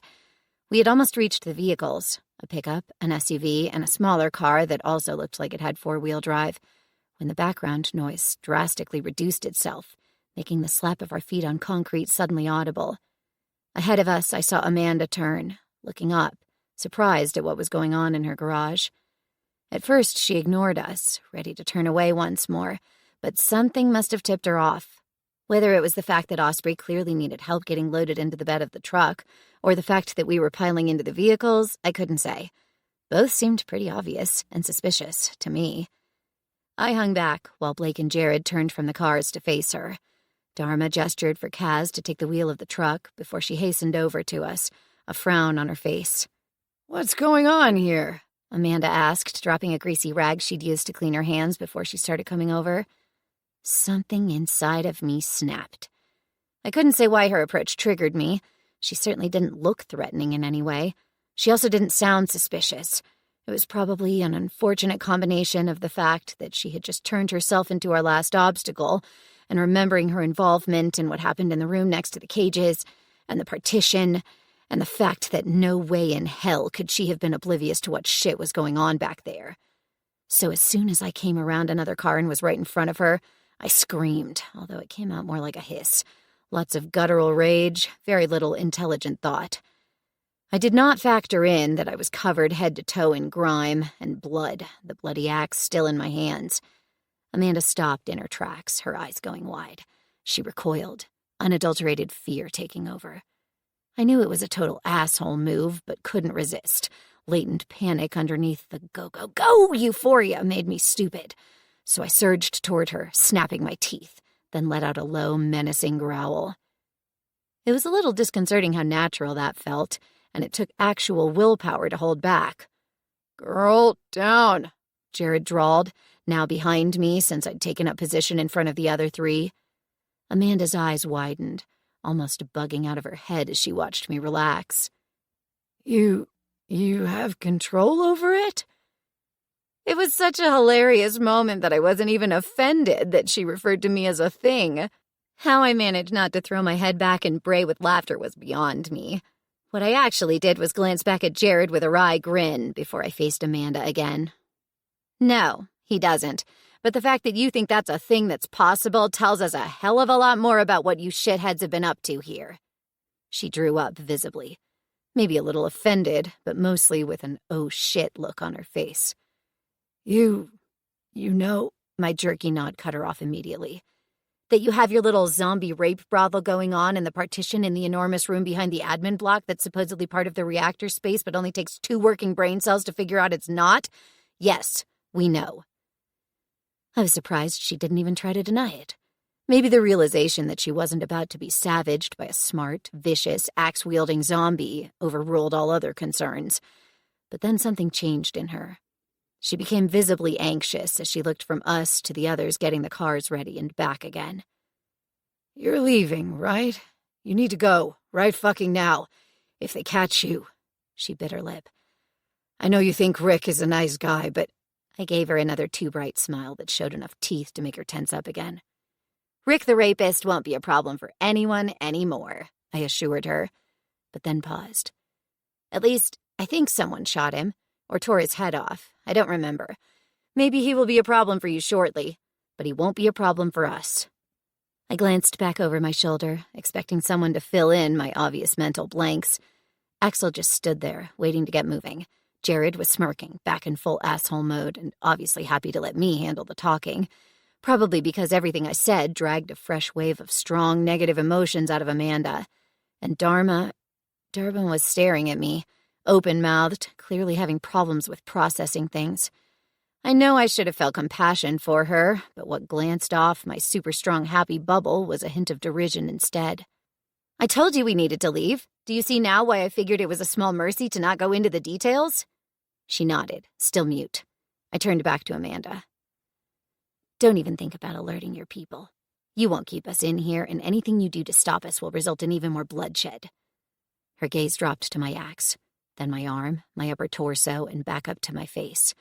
I hadn't bothered to check my reflection in any of the car windows I'd passed.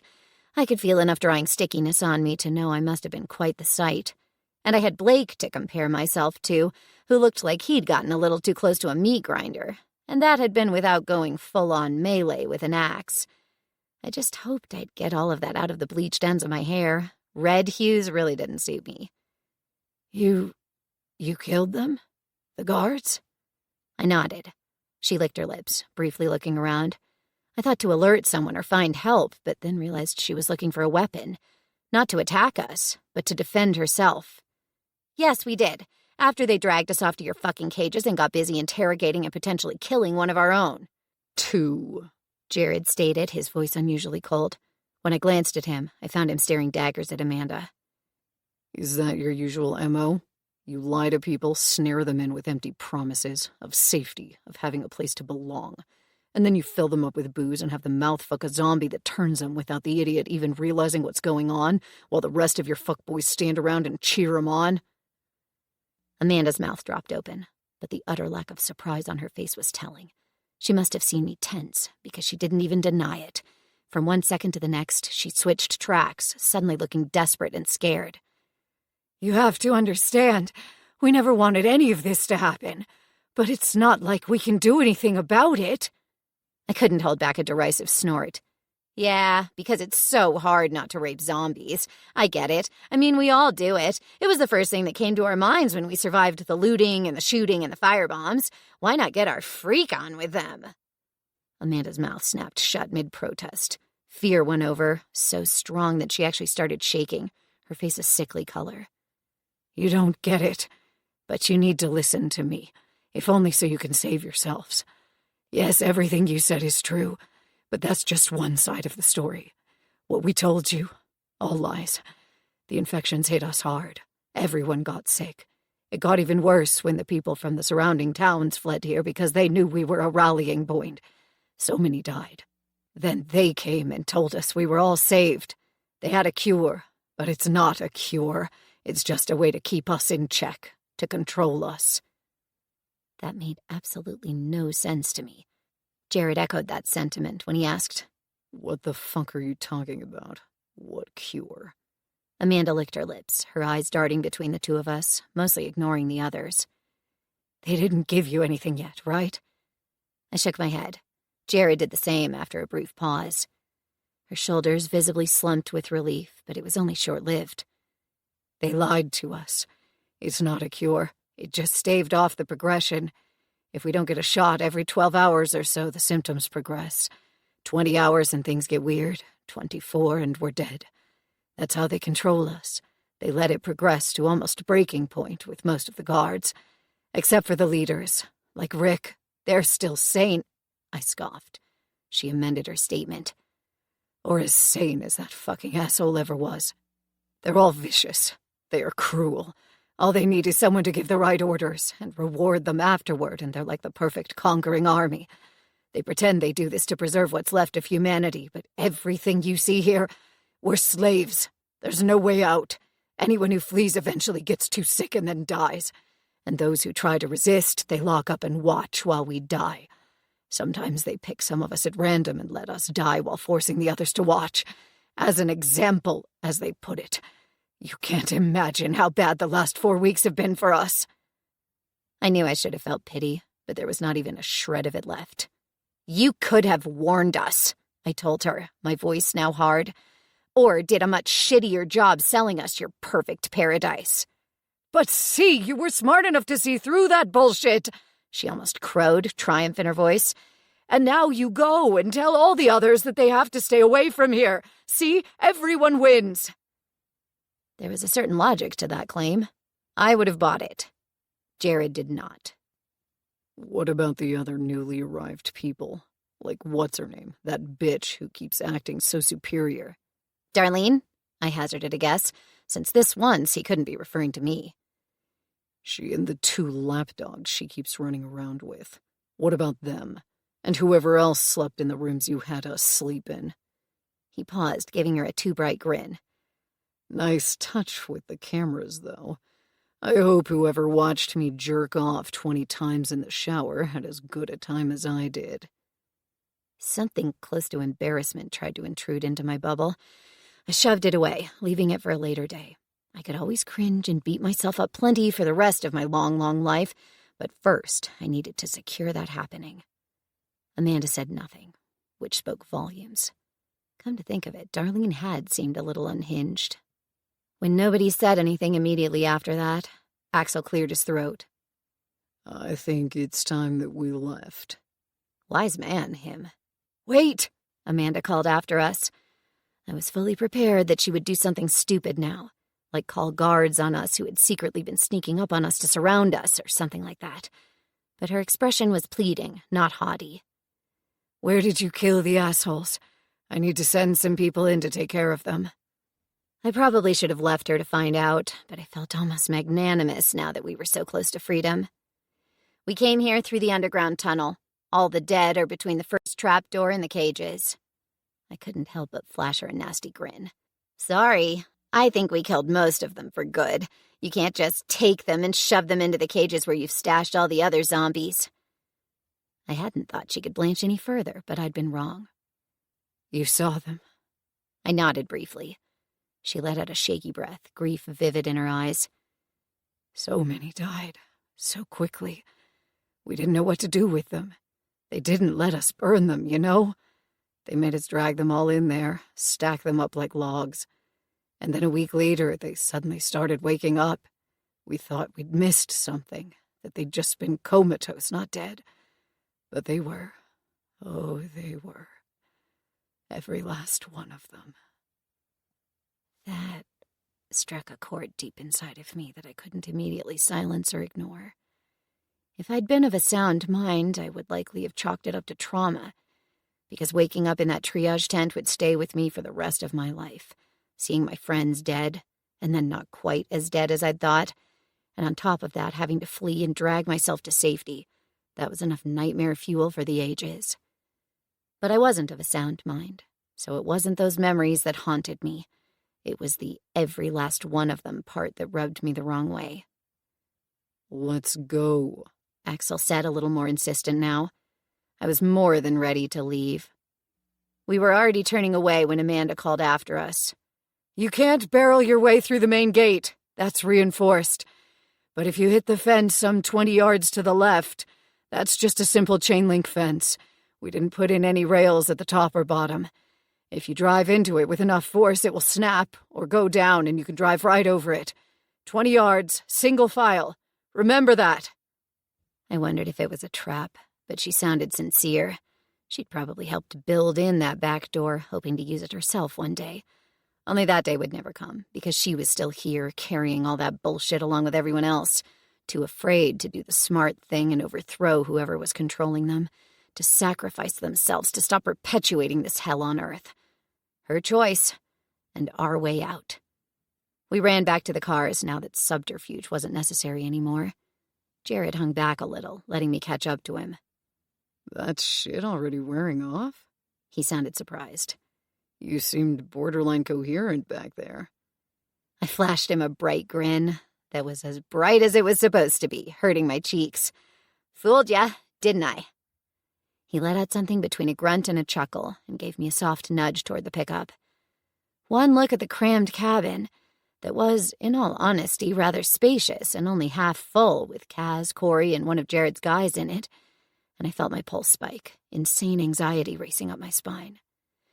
Rather than aim for one of the doors, I ran to the back, and, axe still in hand, vaulted into the truck bed, narrowly avoiding coming down on top of Osprey and Liam. Osprey lay stretched out on his back, while Liam was crouching next to him, acting like the pistol someone had given him was the most vile thing in the world. Dharma crouched off to his side, anxiously looking around. I knelt down on Osprey's other side, getting comfortable with my back pressed against the cabin. Yes, this was much better. Once we got moving, I could raise my head and feel the wind rush through my hair, free as a demented golden retriever. Life was good. Chapter 20. Things went well enough for all of 5 minutes. Amanda herself hit the switch that opened the garage door for us. I expected blinding sunlight to stream in, just like what had been making my eyes tear up when Jared and I had been smoking cigarettes together up on the roof. Instead, a massive storm clouds greeted us, high winds lashing around us as soon as we slowly rolled out into the open.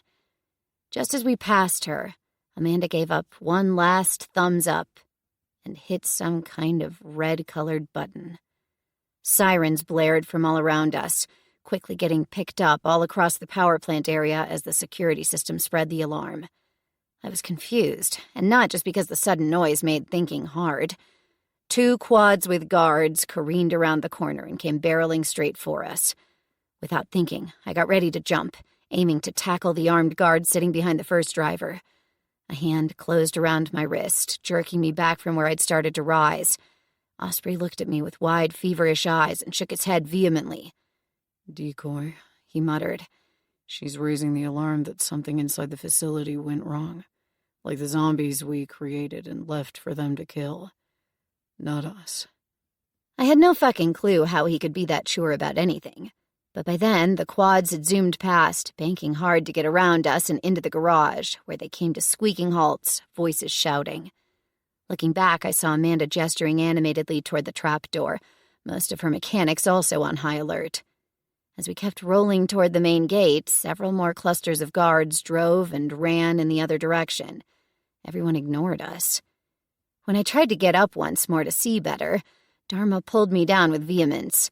She shouted something at me, but over the wail of the sirens, it was impossible for me to make out what exactly. She gave up after a few moments, then handed me a bottle, mimicking something with her hands. All I could do was stare at her, stupidly.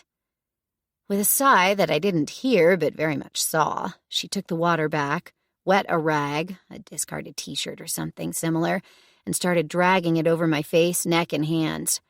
Oh, right. I was still splattered with gore. It was only when she got to my arms that I realized that one angry red line wouldn't disappear. I had a gash pretty much from my inner elbow to almost my wrist. Only a little blood was still coming out, the cut not too deep. I tried to remember when I'd gotten it. Even now, it hardly hurt. I had a creeping suspicion that I'd given it to myself, not quite as proficient with that axe as I'd thought I would be. It sure had shredded my shirt. Dharma ignored it after a moment, instead dropping the rag over the side of the pickup bed so she had both hands free to check up on Osprey, after disinfecting her hands, which was a good idea. Watching her reminded me that I'd never cleaned, let alone disinfected, the blade of the axe after decapitating the zombie sex doll. I stared at the offensive weapon for a second, then pushed down the flutter of panic low in my stomach. Several times over, that 7-minute window that Jared had been jabbering on about, with the newbie and the zombie saliva, had passed. If I was going to get sick, that was literally an issue for another day. If that cut had gotten infected, not even chopping my arm off now would change a thing, except for making me borderline useless. I would worry about that when we got there. There, hopefully being the Enclave. First up, get out of this fucking hellhole. As we kept winding our way around the buildings toward the gate, I wondered why we'd only taken 3 vehicles. Then I tried to remember how many people we had been to start with. It made me realize that only around half of Jared's guys had ended up fleeing with us. 3 had died, the newbie, and 2 more until we got to the trapdoor. What had happened to the rest? Jared had made no comment about them, and neither had Axel. Should that have worried me? 12. We were 12 people now. 7 of us in the pickup, Kaz driving, Corey beside him, and one of Jared's guys in the back, armed with an assault rifle. Then Liam, Osprey, Dharma, and me in the truck bed. Axel was driving the SUV, with Jared and Blake in the back. The other 3 guys were in the last car. As we leveled out on the final stretch before the gate, Kaz slowed down to let the other 2 vehicles pass ahead of us. The pickup probably had the most horsepower, but maybe using another car as a battering ram made sense, since moving Osprey would be a bitch, and the pickup could easily pick up the passengers of either, or if need be, both cars. I giggled to myself about that most brilliant joke. The pickup, picking up. That line zoomed through my head a few times like a mantra. Shit, but I really needed to concentrate better. That was when I noticed several heavy SUVs come barreling down the last perpendicular road to ours, muzzle flashes bright against the darkening sky. Down! I screamed, just as several bullets hit the chassis of the truck all around us. Osprey pulled me down hard when I remained kneeling upright next to him, trying to see what was going on. A fiery streak burned across my side just as I came crashing down on him. The burning sensation got worse when I touched the area just above my ribs. My fingers came away sticky with blood. When I took my next breath, my lungs were fine, but breathing hurt as the muscles over my ribs protested. Not good. So not good. The entire pickup rocked, making me raise my head, only a little, to be able to see over the side. Yep, we'd left the road, and up ahead, way closer than I'd expected, was the guard station at the gate. The third, smaller car was surging forward, a hail of bullets landing on it as it kept steadily driving toward the section of the chain-link fence that Amanda had told us about. I had to duck out of sight because another salvo hit the pickup, half on my side, half from behind, most of the bullets pinging into the back of the cabin. Ahead, a sudden explosion made me look up. Sure enough, the car had broken through the fence only to stop a couple of feet later, now in flames. Had it driven over a mine? That idea was no good. But no, most of the flames seemed to come out of the engine compartment under the hood. It had skidded to a stop sideways, leaving the three men from inside some cover as they came scrambling out the other side. A moment later, Axel sent the SUV through the gap in the fence, bringing the vehicle to a halt slightly ahead of the car.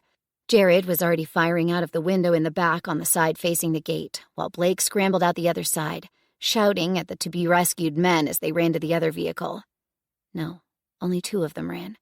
Blake opened fire from behind the burning car while the guy next to him handed him a spare magazine.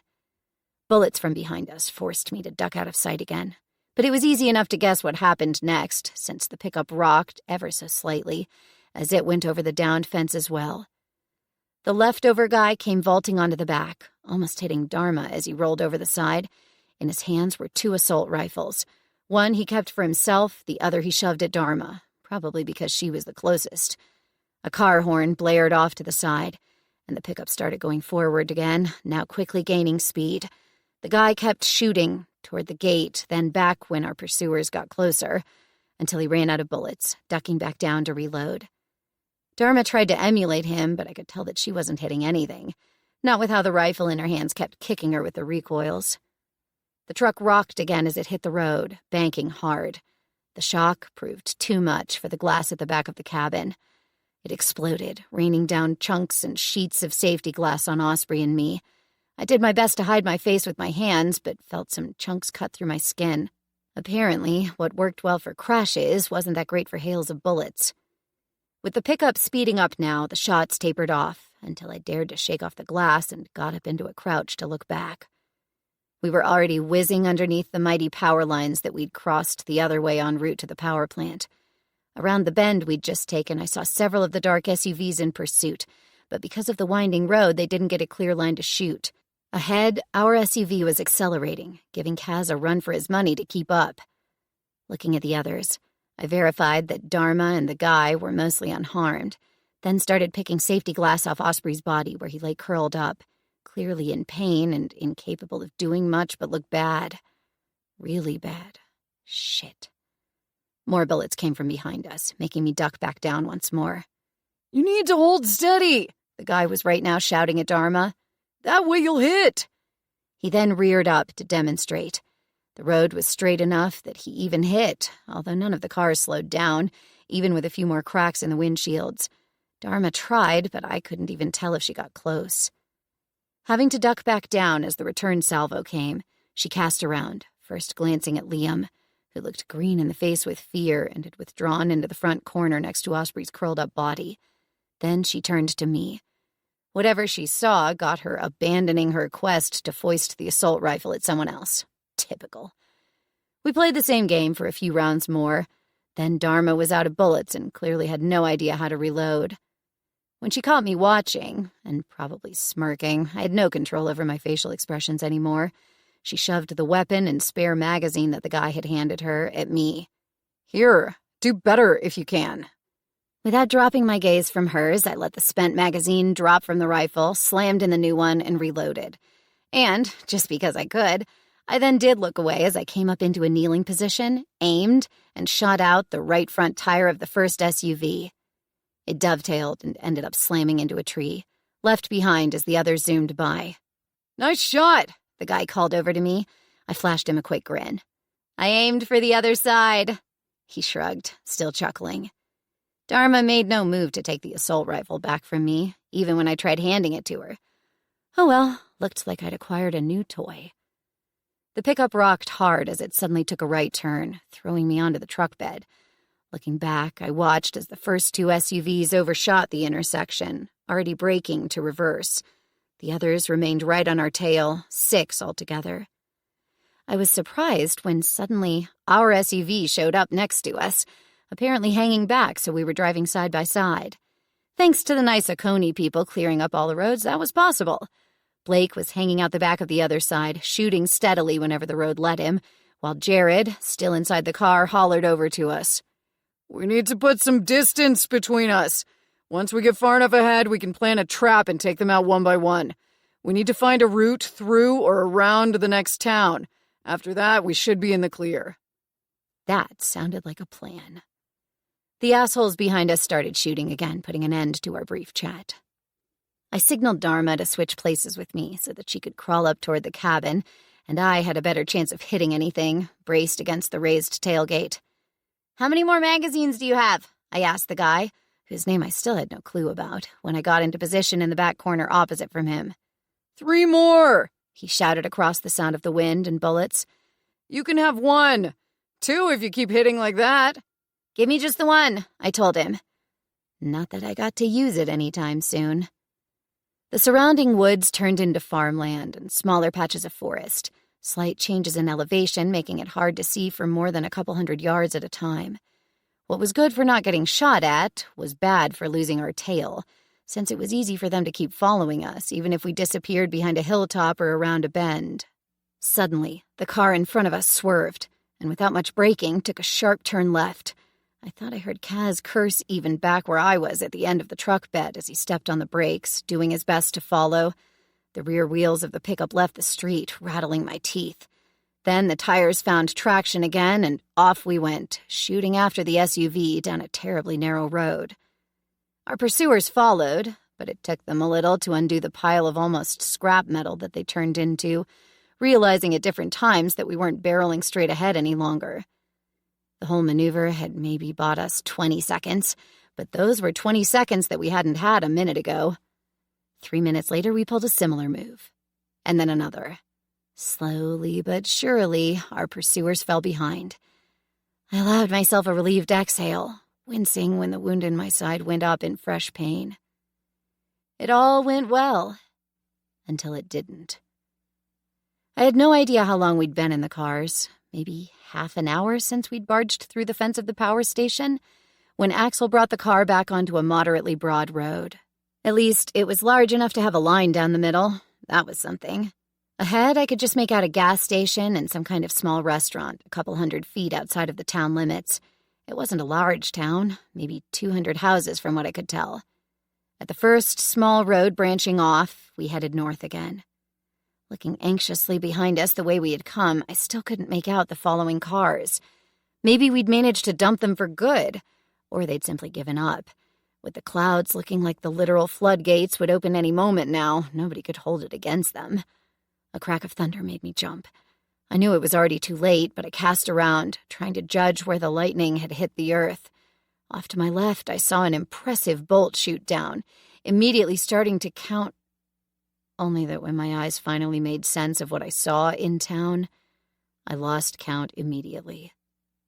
The entire town was packed with zombies. Like sardines in a can, they stood packed between the houses, so tight that it was impossible to say where the roads ended and the lawns began.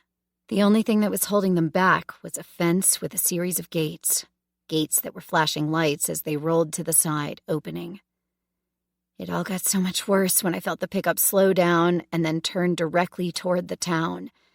I only had a moment to see the obstacle that had forced the cars to abandon this road.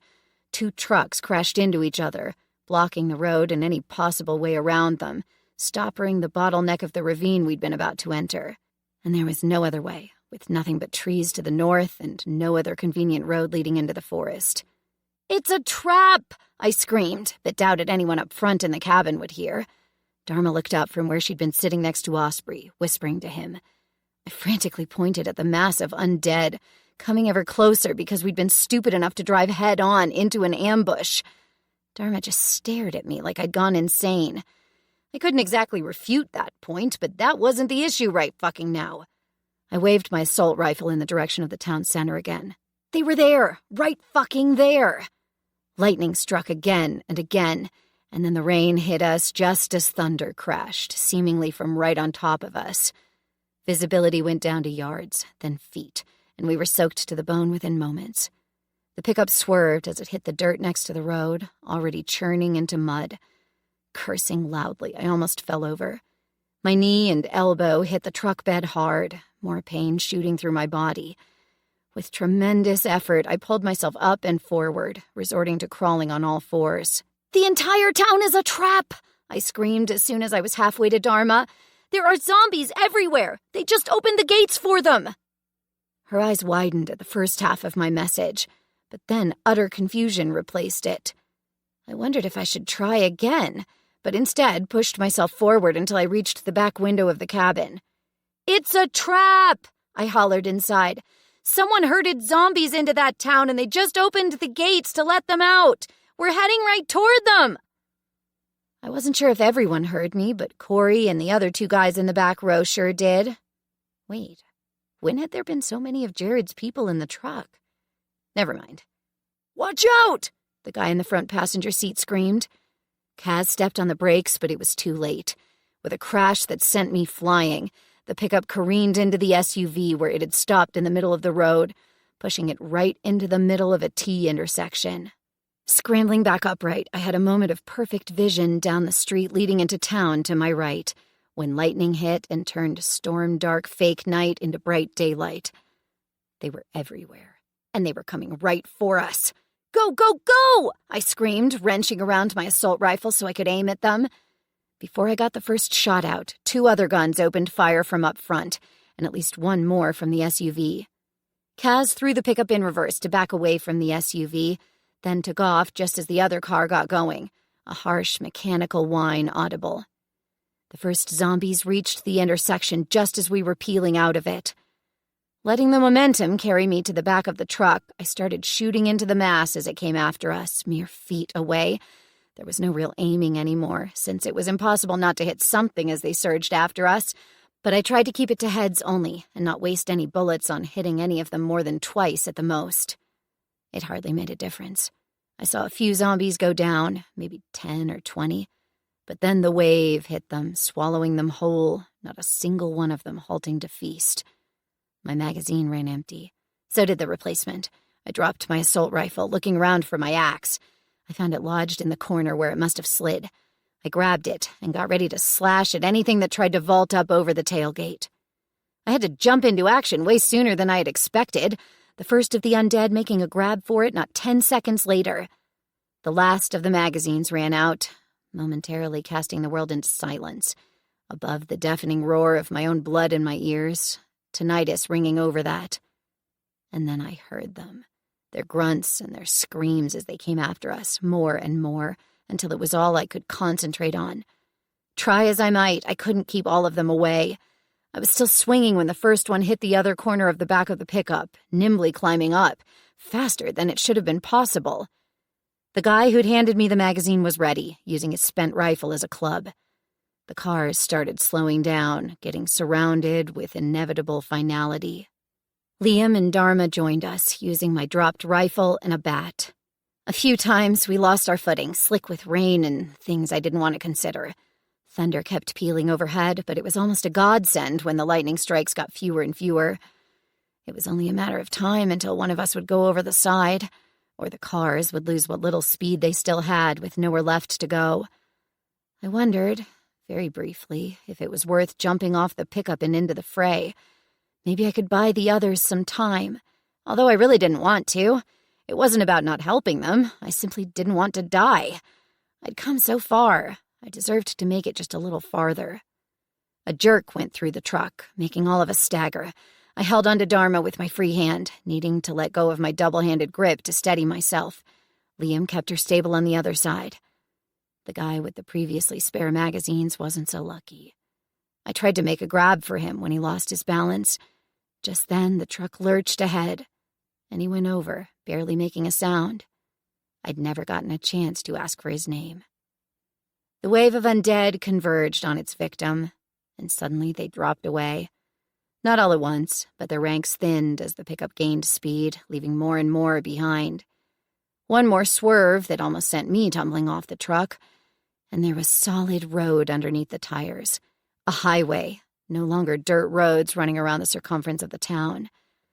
As the thunderstorm kept raging on all around us, I watched as the masses thinned out. Soon it was impossible to see single individuals, and about a minute later, I lost sight of the knot that had formed around where fresh food was to be had. Nobody said anything as we sagged down onto the truck bed. There was nothing to say, really, and nothing to do. We were out of ammo, and quite frankly, sitting up took more energy than I had. If anything happened now, we'd be dead. And on some level, I might even have welcomed it. The storm didn't ease up, but the lightning lessened, and after a while, the worst of the gloom lifted. Visibility became better again, allowing for some spot checks, but all we really did was huddle together against the cabin and shiver as the rain kept pelting us, the winds around us slicing into our exposed flesh. Osprey started to shake violently, but suddenly stopped, and that was 10 times more frightening.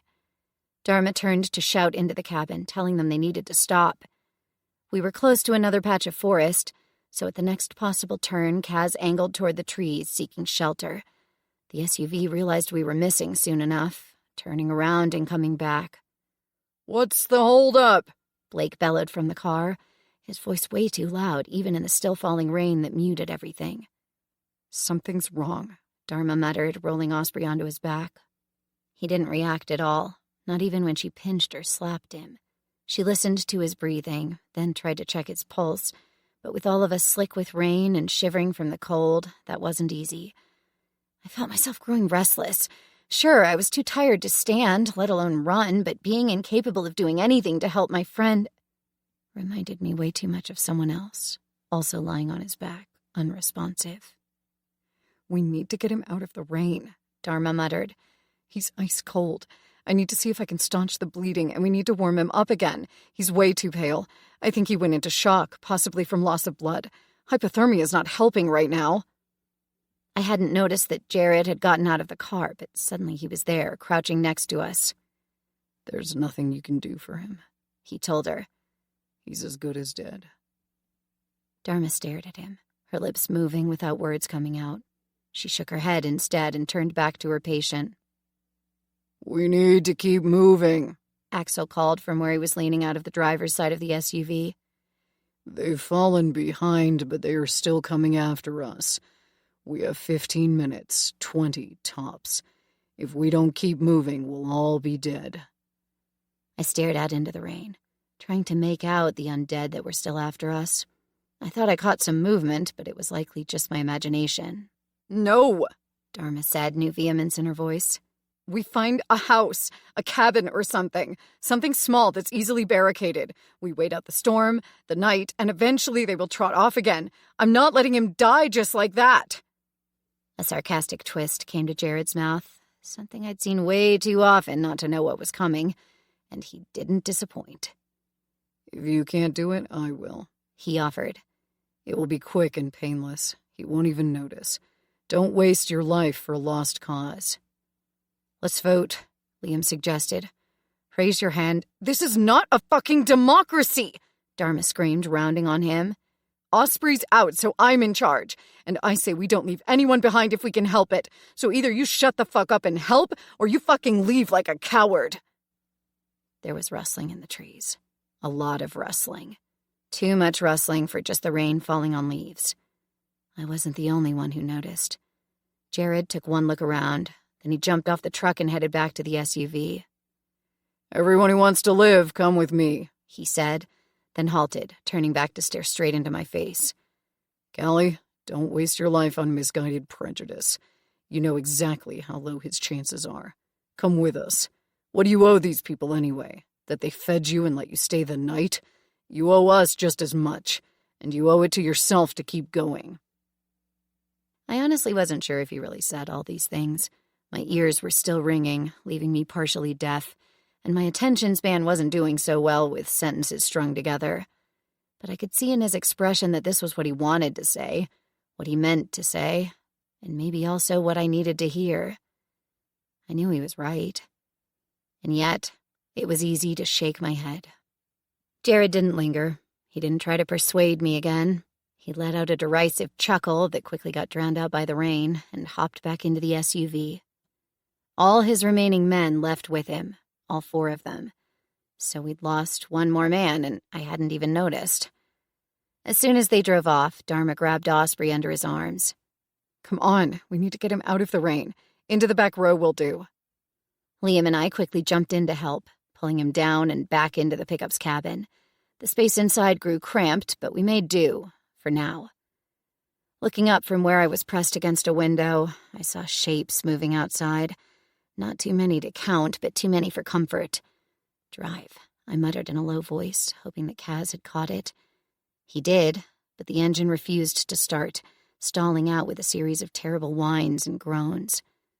Dharma, still hunched over Osprey, stilled and looked up, first at me, and then at what was lurking outside beyond the window. "We need to close up the busted window," she said, "so they can't get in. There's a tarp rolled up back there on the truck bed." She kept staring right at me. I didn't hesitate. All I did was check whether I could still open the door. Inadvisable. And when that proved a bad idea, I scrambled up and over Osprey's prone form to squeeze myself through the space where the window had been. Sharp edges scraped across my skin, tearing new gashes where the old ones hadn't had time to close yet. I ignored them, gritting my teeth against the pain. I didn't look beyond the truck bed, only cast around for the 2 things I'd need, the tarp and my axe. I found my axe first, but left it where it was toward the back. The tarp ended up being right by my feet. Osprey had been lying on it, at least somewhat cushioned against the steel of the truck frame. I quickly stepped off it and tore it open, letting it unfurl and flap in the wind for a second. Then I shoved it through the window opening, trusting the others to secure it, if need be, by leaning against it and pinning it in place with their bodies. Then I picked up the axe and vaulted over the tailgate, my feet splashing into the mud. I went for the closest zombie, and then the next, and the next, hacking and slashing to bring them down, stomping on joints to make them immobile. I couldn't say how many there were. More kept coming out of the woods as I worked, but I knew I didn't need to kill them all. I just needed to kill enough of them. And that was exactly what I did. They weren't like the ones in the town.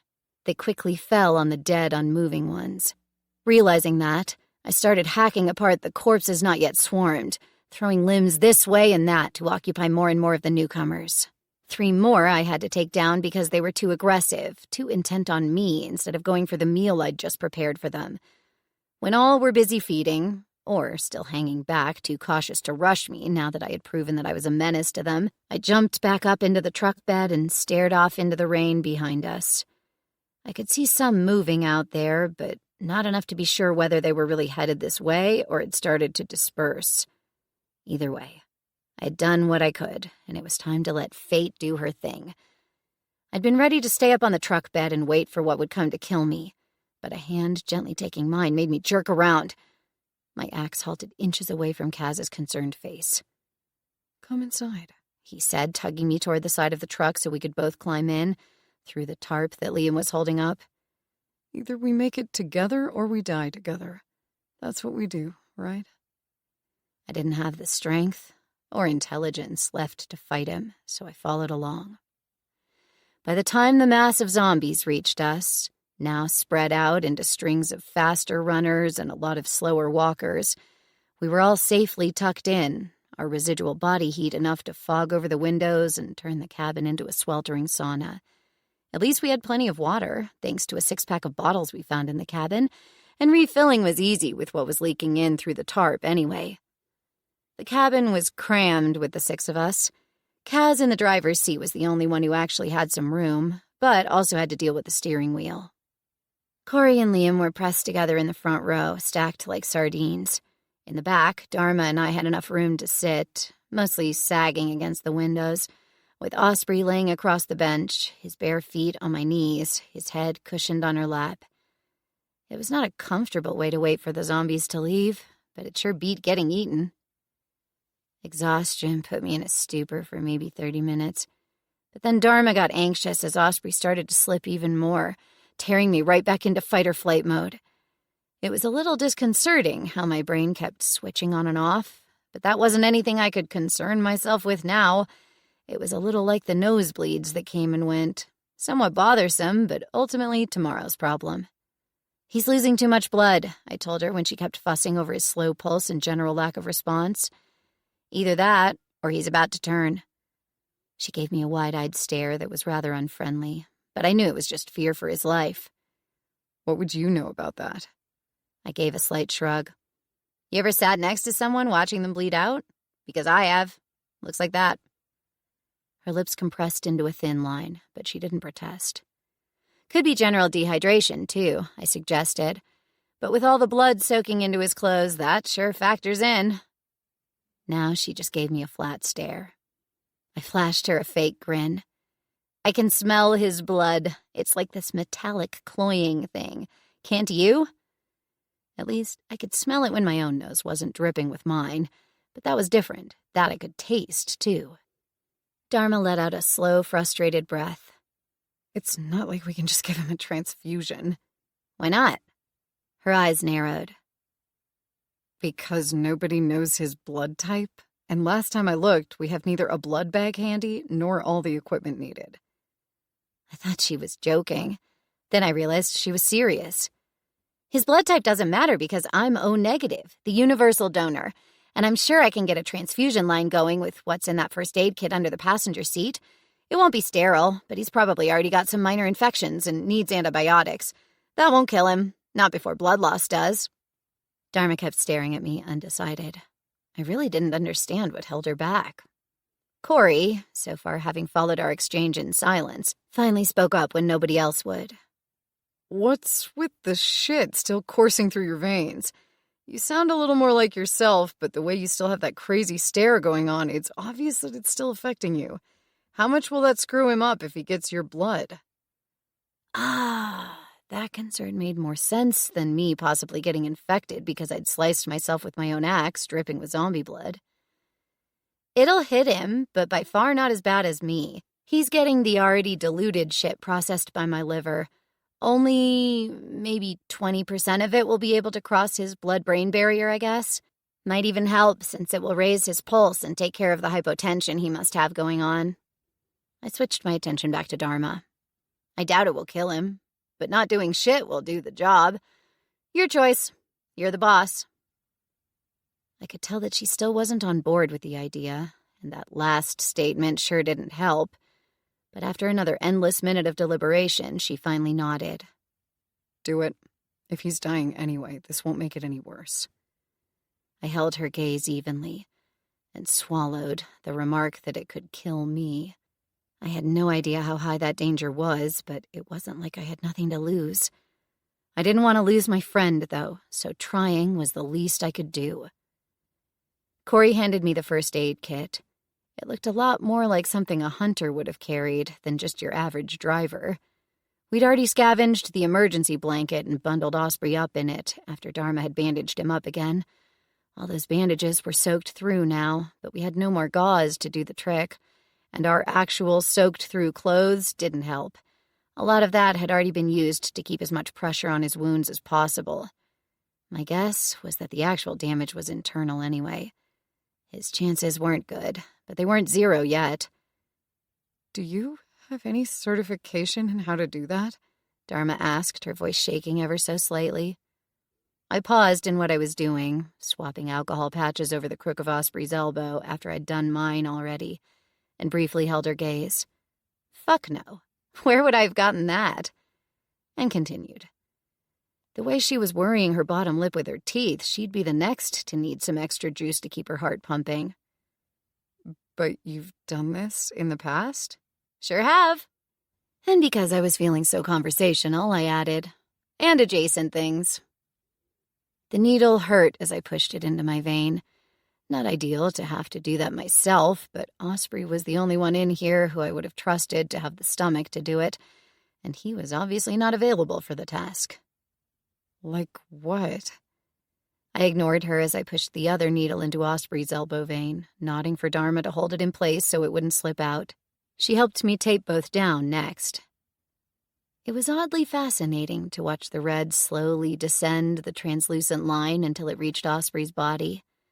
Only when the first drops leaked out did I connect the line to the needle. It would do nobody any good if I pushed too much air into his body and gave him an embolism.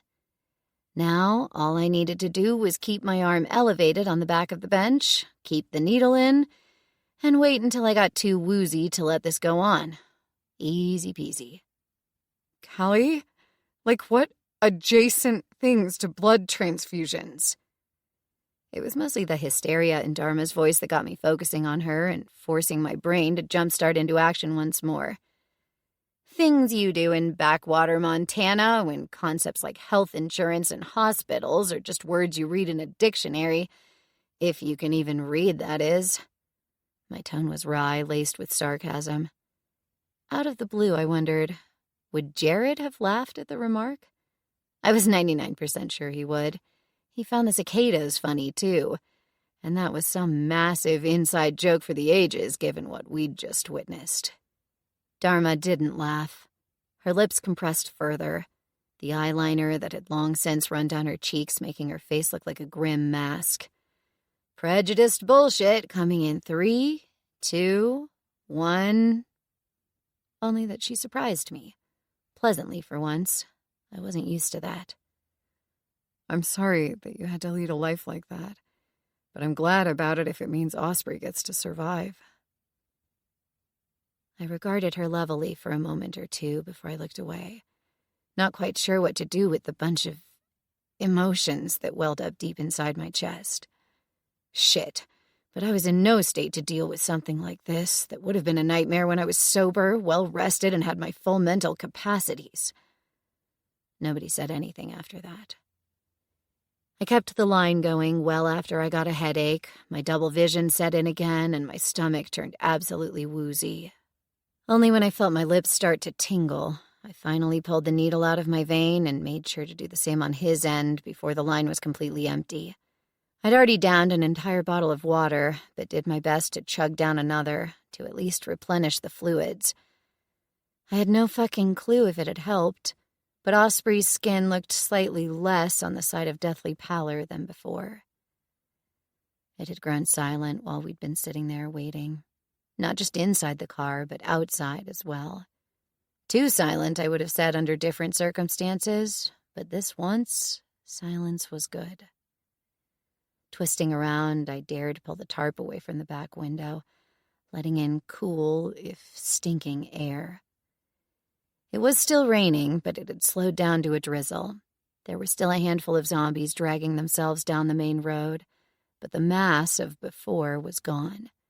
I easily counted 50 stragglers hunched over bodies and parts of bodies left behind, but those didn't look like they'd be much of a problem. "If you want to get a look under the hood, I think we can chance it now," I said, to no one in particular, but since Dharma knew her way around cars, I figured she'd be interested in that. "It's just light enough outside that if we need to use a flashlight, it won't be visible for miles." I felt her shift beside me because it moved Osprey's body between us. What about those leftovers? "I don't think they'll attack us. And if they do, there's an easy way to deal with that." Dharma let out a wry chuckle. You're swaying just sitting upright. You won't be bludgeoning anyone or anything to death. There was nothing I could say to refute that claim. We'll check first. Corey offered, indicating Liam next to him. I really need to take a piss anyway, and we'll be cautious. I don't think there are any lurking near the car. There was no way he could be sure about that, since the windows were still fogged over, and from up high we couldn't see what was happening directly under the windows. And the car, obviously. I didn't speak up in protest. Liam went first, then Corey, when he gave a quick gesture through the cracked front door. We listened as they rounded the car and checked underneath, then came back to report that the coast was clear. Kas popped the hood from inside, and Dharma finally extracted herself from being Osprey's pillow, following. I mostly heard her clanking around with something and cursing under her breath until she returned, surprisingly fast. That couldn't be good. Try starting her up again, she told Kas. The truck stalled for a second, but then rumbled to life. A couple of undead raised their heads, but none of them got up from feeding or turned to intercept us. I'd seldom been so happy to be wrong. In quick order, Kas and I also got out to add some little-needed hydration to the landscape, me needing Dharma's aid to keep from falling over my 2 weak legs. We had no food, but that was the least of our problems. After a quick, hushed debate between Kas and Dharma, we climbed back inside, and Kas angled the car back onto the road. The zombies got a little more alert, but let us pass unhindered. I'll drive until we get to a suitable location to spend the night, Kas promised, mostly muttering to himself. Only that didn't happen. The last of the storm clouds receded, leaving the almost full moon shining brightly in the sky, bright enough to see the charcoal band of the road more or less clearly against the differently shaded landscape. So Kas kept on driving, the pickup eating the miles more slowly than one of us would have liked, but consistently, hour after hour after hour. We hit a few obstacles, mostly on stretches that led through thickets that turned into dark tunnels with no end in sight, but the truck kept chugging on. For several miles at a time, we could trundle down highways, free enough of vehicles to use. I idly wondered if someone had cleared up the route we were following by chance, but that seemed unlikely. There were still obstacles, including trees, and in one place a section of the road had been torn away by flooding, forcing us to backtrack for miles. And our high speed of maybe 30 miles an hour wasn't something to brag about. But when the sky started to lighten in the east, we had long since passed back into North Carolina and found ourselves on the home stretch. Dharma's local knowledge worked much in our favor. Once we passed by Asheville, in a very generous arc, she could tell Kas what roads to avoid and where best to cross the principal thoroughfares. To me, it still all looked the same, but Liam and Corey soon also got excited. What was thankfully missing from the roads and fields and grassland was the mob of zombies that had chased us across the entire region last week. Now all that was left of them were trampled crops and a lot of scraps and rags stinking to the high heavens.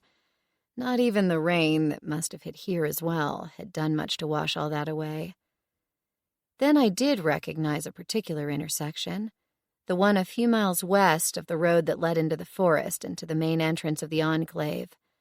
Sure enough, that road came into view a few minutes later, easily recognizable by the no less than 7 vehicles and plenty of people standing around there chatting, as if that was a safe thing to do out in the open. Cheers went up all around. I just sagged against my window, wishing for some food and something with enough electrolytes to jumpstart my body once more. And eventually my brain, too. Look, that's the ford! The others made it! I didn't glance up at Kas's exclamation, but something inside of me clicked. Of course they'd made it. We were the group of questionable survival status, not the other who had left us behind to die. I could see some of the same bitterness twist Dharma's face into a grimace, but it lightened as we ambled to a halt behind the last car, several men in rough outdoor gear already coming toward us. I recognized Plato and Seneca among them. Not much of a stretch to find them here. Dharma jumped out, quickly getting to the important parts. That Osprey was wounded, in the back, and needed medical attention stat. One of Plato's men sprinted toward us upon hearing that, already pulling a satchel off his shoulder. I didn't protest when I was pretty much chased out of the car to give him and a second guy that came running after him room for a first medical assessment. The sun was not yet up, but it had gotten light enough to paint the world in soft colors again. I stood there, staring over the fields that looked both so tranquil and quiet, and like several armies had marched over them repeatedly. I idly wondered how accurate that thought was. Then my attention fell on Jared, where he stood, chatting with Seneca, again puffing on a cancer stick. The already foul taste in my mouth turned to ash. Ignoring the others around us, I started walking, my focus narrowing down to a singular point. I was a good 20 feet away when they noticed me, half turning. I was sure I gave them quite something to gawk at. We'd had plenty of drinking water, but by far not enough to even think about cleaning up. The swabbed space around my vein on my left arm was likely the only clean inch on my entire body. I'd not even cleaned up the gash running down to my wrist. "Look what the cat dragged in," Jared joked. Or not. I didn't have the mental capacity left to judge that. I gave a one-shouldered shrug while I kept walking. Seneca looked less than impressed, but his voice was even. "Jared and Axel already filled us in on what happened at Oconee. Looks like we will continue looking for alternate ways of getting the electricity that we need." He paused, giving me a chance to respond. I didn't. "Glad to see you made it out alive," Jared offered, taking another drag. "Even if you were stupid enough not to deserve it." Seneca gave him a sidelong glance that was far from friendly, but didn't tell him to go to hell. Of course he didn't. I wasn't surprised about what he said next, either. "We've decided to offer the remaining militia people sanctuary. We've already taken in the 23 of them that survived the zombie mob. No harm in making that 28. Of course there wasn't. Particularly not these 5. They were all seasoned fighters, or at least smart enough to be able to survive out here, which made them oh so valuable to the world. I understood that. I maybe even agreed with that assessment. But I sure as fuck would give it my all to make that 27. I launched myself at Jared with a guttural scream that would have been impressive if I'd had more energy left, or hadn't lost however many ounces of meth-infused blood. I didn't care about the scream, though. All I cared about was taking him down, which I did, and burying my fist in his face over and over and over again. I didn't hold back. I didn't try to wound him. I was absolutely trying to kill him. And judging from the look in his eyes as our gazes met, I could tell that he knew it. He put up a good fight, until he didn't. Intellectually, that should have been the point to draw up short, pull myself together, maybe get one more punch in that split my knuckles on his teeth, and roll off him. Or to let Seneca and Axel pull me off Jared, hissing and spitting, but still more or less sane and controlled. He'd used me. He'd abandoned me. Again. This alone should have made me go for the high road and leave it at the humiliation that a girl 2/3 his size had beaten him up. But I couldn't. I wouldn't. Because that look in his eyes, there was no remorse, not even an oh shit. It was pure satisfaction of what he'd gotten me to do, to abandon, and the shame that came with the knowledge that I'd fucking loved it. I didn't know if he actually deserved to die, but I'd be damned if I didn't give it my all to make it happen. I got a few good ones in, kneeling over his prone body, bringing my fists down on any part of him I could get to. I heard myself scream, wail really, like an unhinged madwoman, and I sure must have looked it. That I was disassociating like this, analyzing myself from the outside, didn't bode well. My strength flagged before I got really into it, before I could do much beyond superficial damage. There was shouting coming from all around me. Rough hands grabbed me, pulling me back. I broke free and launched myself right back at my would-be victim, who was laughing at me. Actually laughing. Something inside of me broke. That dam that had been holding so well for so long, that I'd spent endless months building up and strengthening, to forever remain like a cross between a memorial of what I never wanted to remember and the foundations for the new life that I would do anything to uphold and defend. And he'd torn it down and dismantled it all in less than a single day. With a primal scream, I grabbed my left hand with my right and then brought both fists down on his face. Meth can do a hell of a lot to a person. It can almost turn you into a superhero. It can give even a moderately sized woman enough strength to absolutely split someone's skull. Only that it never happened, because my fists never touched that skull, and because I had barely any strength left, and while my resolve was ironclad, my body was not. I would never know, but I suspected it was Axel who tore me off Jared, and Blake who put me into a chokehold, cutting my oxygen off. I flailed, and I scratched at everything that my short, torn nails would reach, but it was to no avail. My motions turned feeble as my vision started to black out. The last thing I saw was Jared dragging himself to his feet, bloody, beaten, but very much still alive, and smirking. Then, blissful darkness, and a world of regrets. Chapter 21. The first thing I noticed when I woke up was how abysmal I felt. Physically abysmal. I was still miles away from considering anything as complicated as my mental well-being. Everything hurt.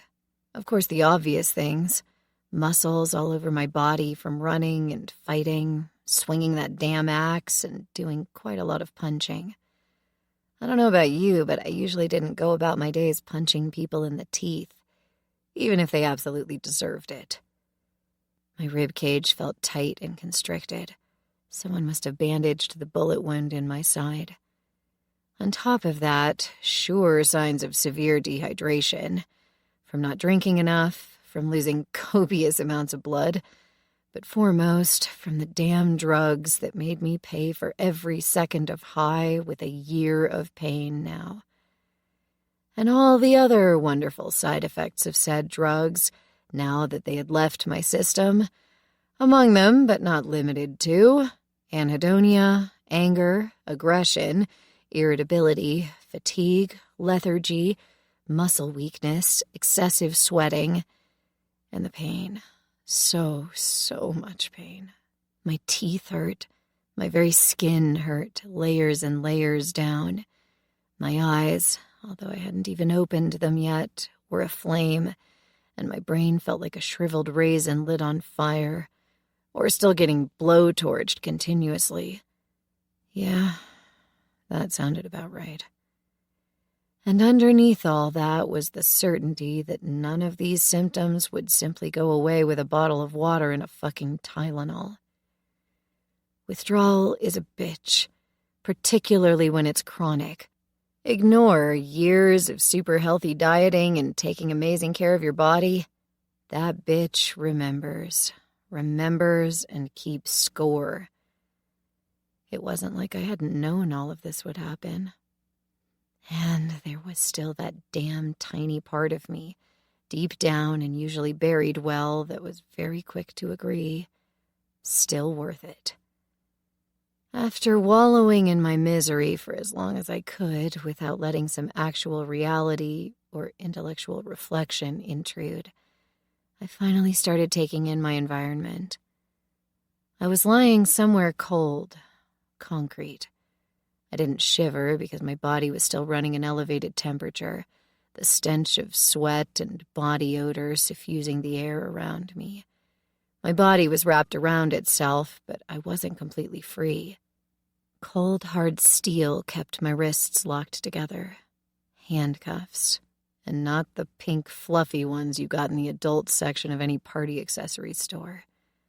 I was underground somewhere, half of my face in blissful darkness, but there was agonizing brightness shining on the other half. Floodlights. I was pretty sure they hadn't been there until about a minute ago. That was what had dragged me out of my nightmare-fueled stupor. I waited for my body to feel better. Of course it didn't. That would have been too easy. So I gave up and opened my eyes, almost welcoming the intense pain that flooded my head when two bright lights seared my retinas and my optic nerves right into my very brain. I must have inadvertently scooted back from the light, trying to evade, although I knew that was impossible. My hip and lower back hit more concrete, a wall behind me. Turning my head slightly, I blinked away tears, assessing my surroundings. I was sitting in a small room, made up entirely of unfinished concrete, floor, ceiling, and walls. 2/3 of the room length away from me were thick iron bars. I was locked in another cage, and one that didn't leave me any chance of escaping. I didn't even see a door or similar opening. Those bars were likely retractable somehow, but not from my side. The last third of the room was empty except for a chair, with a single man sitting on it, his elbows propped up on his knees as he regarded me levelly. The bright floodlights were positioned left and right of him, in a way that they fully blinded me, but him not at all. He could have disappeared in the shadows thus created if he'd wanted to, but the chair was positioned so that I could still recognize him and make out his features, if not read them well. Osprey. A tiny flutter of relief zoomed through my chest. He was still alive. And he was likely my second best chance here. Kas obviously was the first, but I had a feeling that in whatever this was, nobody would ask Kas about his opinion or let him be involved. That would have meant that someone would have had a shred of mercy for me. I had a feeling that wasn't going to happen. Want some water? Osprey's voice was tired and strained, but sounded better than it had a right to, considering the state he'd been in when we'd finally reached the Enclave in our endless drive through the night. That left two conclusions possible. My blood had given him more of a kick than I'd expected, or I had been out for a damn long time. I had no way of guessing which one it was. I must have been out for at least half a day, because gone was even the tiniest hint of feel-good juice in my veins. Since I didn't know the exact substance and dosage of what Jared had given me, I couldn't really estimate how long the high would have lasted and when the withdrawal hit for real, but more than 24 hours since ingestion sounded plausible. Osprey raised a small bottle of water, gently moving it from side to side, as if that would help me understand. It did. I nodded, even the smallest motion increasing my splitting headache 1,000-fold. He got up and walked close to the bars, then crouched down and pushed the bottle through, with enough of a spin to let it roll until it smacked into my knee. It took me a good minute to lean forward, grab the bottle, straighten, unscrew the top, and take a sip. It tasted like crap, but that wasn't the water's fault. The bottle felt cool to the touch, even more so when I pressed it against my aching forehead, so it was likely sweet, fresh spring water. It felt good to hydrate the dried-out desert that my mouth had turned into, but even that smallest of sips was enough to engage my gag reflex and hurl it right back up. It wasn't the water that was screwed up. It was me. Still blinking away tears, I tried to do a quick assessment of what few parts of me I could see, mostly my hands and arms. My guess about the cuffs turned out to be right. My wrists underneath were bruised and chafed. What hours of mad struggling will do to you.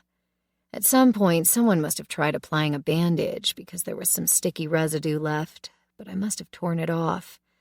The long cut had been cleaned, and probably also bandaged temporarily, and had turned into a slightly swollen, angry line. Rotating my hands, I found my knuckles covered in yet more bruises, A few cuts scabbed over. Nothing felt broken at first inspection, but I wasn't sure that would have hurt more than my current state. I tried to take another sip. When the same thing happened, I left it at just enough to keep swishing the water in my mouth until my body had mostly absorbed it. It would probably be a day or two until I could hold down liquids, a week for food. I'd lose what little reserves my already starved body had left. At least it had happened after a handful of days of proper nutrition, not right out of the triage tent. If that had been the case, I'd be dead. That sounded like a damn fine alternative to me right now. Do you understand me? I glanced up from my study of my swollen, bruised fingers to find Osprey back in his chair. His motions were still slow and hesitant, proving that he was the worse for wear and should not have been doing this, whatever this was. I thought about nodding, but was honestly too afraid of the agony that would elicit, so I tried myself at talking instead. What came out was a terrible croak, but after a little more swishing of water, I managed a somewhat garbled, "Yes." Osprey gave a brief nod. There was a hint of relief in his body language, but most of it he kept tightly closed off. He wasn't happy to be here doing this. Well, that made two of us. Or however many more were lurking in the shadows behind those lights. We were in a mine, after all. I didn't see the back wall of the room. It might as well have been the very end of a miles-long shaft. The very idea of being locked in somewhere deep inside a mountain, with myriads of tons of earth weighing down on me, made me want to start screaming and never stop. It cost me a lot of effort to ignore those thoughts and instead focus on the man in front of me. I'll try to make this as brief as possible, Osprey said, still looking at me levelly. The powers that be aren't very happy with you. The Colonel has a strict no-drugs policy, and it's generally frowned upon to attack another member of the Enclave, even more so if they are deemed defenseless or below your weight class. What he likes even less so is someone he can't properly assess. You're a security liability at best right now. If I'd had the energy, I would have thrown my head back and laughed until I died from lack of oxygen. What else had I expected? Nothing. Then again, I hadn't even gotten to that part yet. It was still laughable, and from Osprey's hard tone, it was easy to guess that he fully agreed with me. "They're completely going to ignore that I saved your ass?" I ventured a guess. Osprey seemed a little surprised that I got out an entire sentence, but shook it off quickly enough. Pretty much. That grated. More so than I liked to admit. It surprised me, really. Not because I'd expect anything else, but because I'd thought I was beyond bullshit like this. I knew that I wasn't heroin material, particularly to a group that probably would have only bestowed that title on me if I'd popped out triplets of children every 10 to 12 months, and that for a decade. But at the very least, they should have acknowledged my contribution to the cause. All I'd done was to follow Osprey's orders. I'd risked my life and sanity, even more so when everyone else had shied away from the same, and not having to face the much more dire consequences that I had to now. I didn't need to stand in the rain hacking apart zombies. I didn't need to give Osprey enough of my blood that it could have sent me into a coma or worse. And I would have done the world a tremendous favor if they'd let me kill that fucking asshole. But such was life. No good deed went unpunished. "What's going to happen now?" Osprey didn't have to consider long to give me an answer. They're still assessing the situation. Part of it depends on how you answer a couple of questions. "And the rest?" He kept staring at me more intently now. How much they think they can control you. I would have loved to throw back my head and laugh again, but refrained. I wasn't that much of a masochist. "Then ask away so you can finish your assessment." Fuck, I wished I had more energy left. That would have sounded so much better delivered in an acerbic tone. So it came out mostly pathetic. Osprey nodded, taking a moment to gather his thoughts. You have killed before. I wondered if that was a question or a statement. When nothing more came, I figured he wanted my answer. Yes. Before the outbreak. Yes. A longer pause followed. In self-defense? Yes, but not always. Even down to maybe 20% brain capacity, it was impossible for me to miss the unease slowly taking over Osprey's expression. You've taken drugs. Yes. I didn't bother with denial. Anyone who'd ever even heard of withdrawal symptoms could see that I was rocking them, and badly. That wasn't something you got from smoking one joint or popping a couple ecstasy once. How often? Too often to count. He wasn't even annoyed that I didn't let him finish his sentences. Any connection between the two? That gave me some pause. Not because I didn't want to answer, but because the answer was difficult. Yes and no. You fell in with some bad people? He hazarded a guess. Again, I had to think. Obviously, but not in the way you think. What am I thinking? Your questions are pretty leading, counselor, I joked. It would have sounded better without the wince that followed. Osprey took a deep breath. So you didn't fall in with the wrong crowd who filled you up with drugs to make you compliant and then pimped you out to whoever they owed a favor, maybe used you as a drug mule, and you had to shoot someone to defend yourself who might have very well killed you, high on drugs? I had to think some more. The temptation to say yes was strong, and it would have been the easy way out. It also wouldn't have been entirely wrong, but the devil was in the details. I chose to go with the truth, and what felt like the truth to me. No. He looked at me with surprise and disbelief on his face. No? I went as far as to shake my head. I don't believe you. I was about to snip that this wasn't my problem, but in the end it was. I was also increasingly becoming tired of this, and so fucking exasperated. Typical. All they could do was paint me as the victim.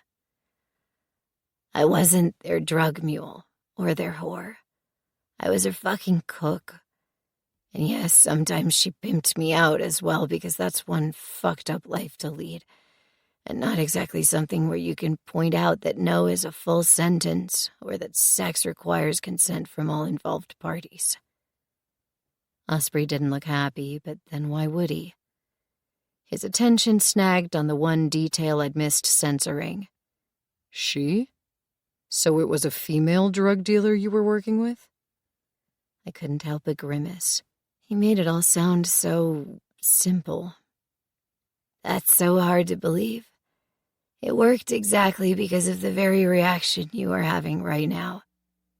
Because it's impossible that you have a small operation with, say, 5 or 6 girls who run the fucking underground drug world of half a state.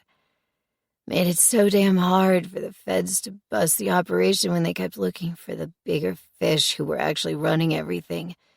You can't catch what doesn't exist. Care to elaborate?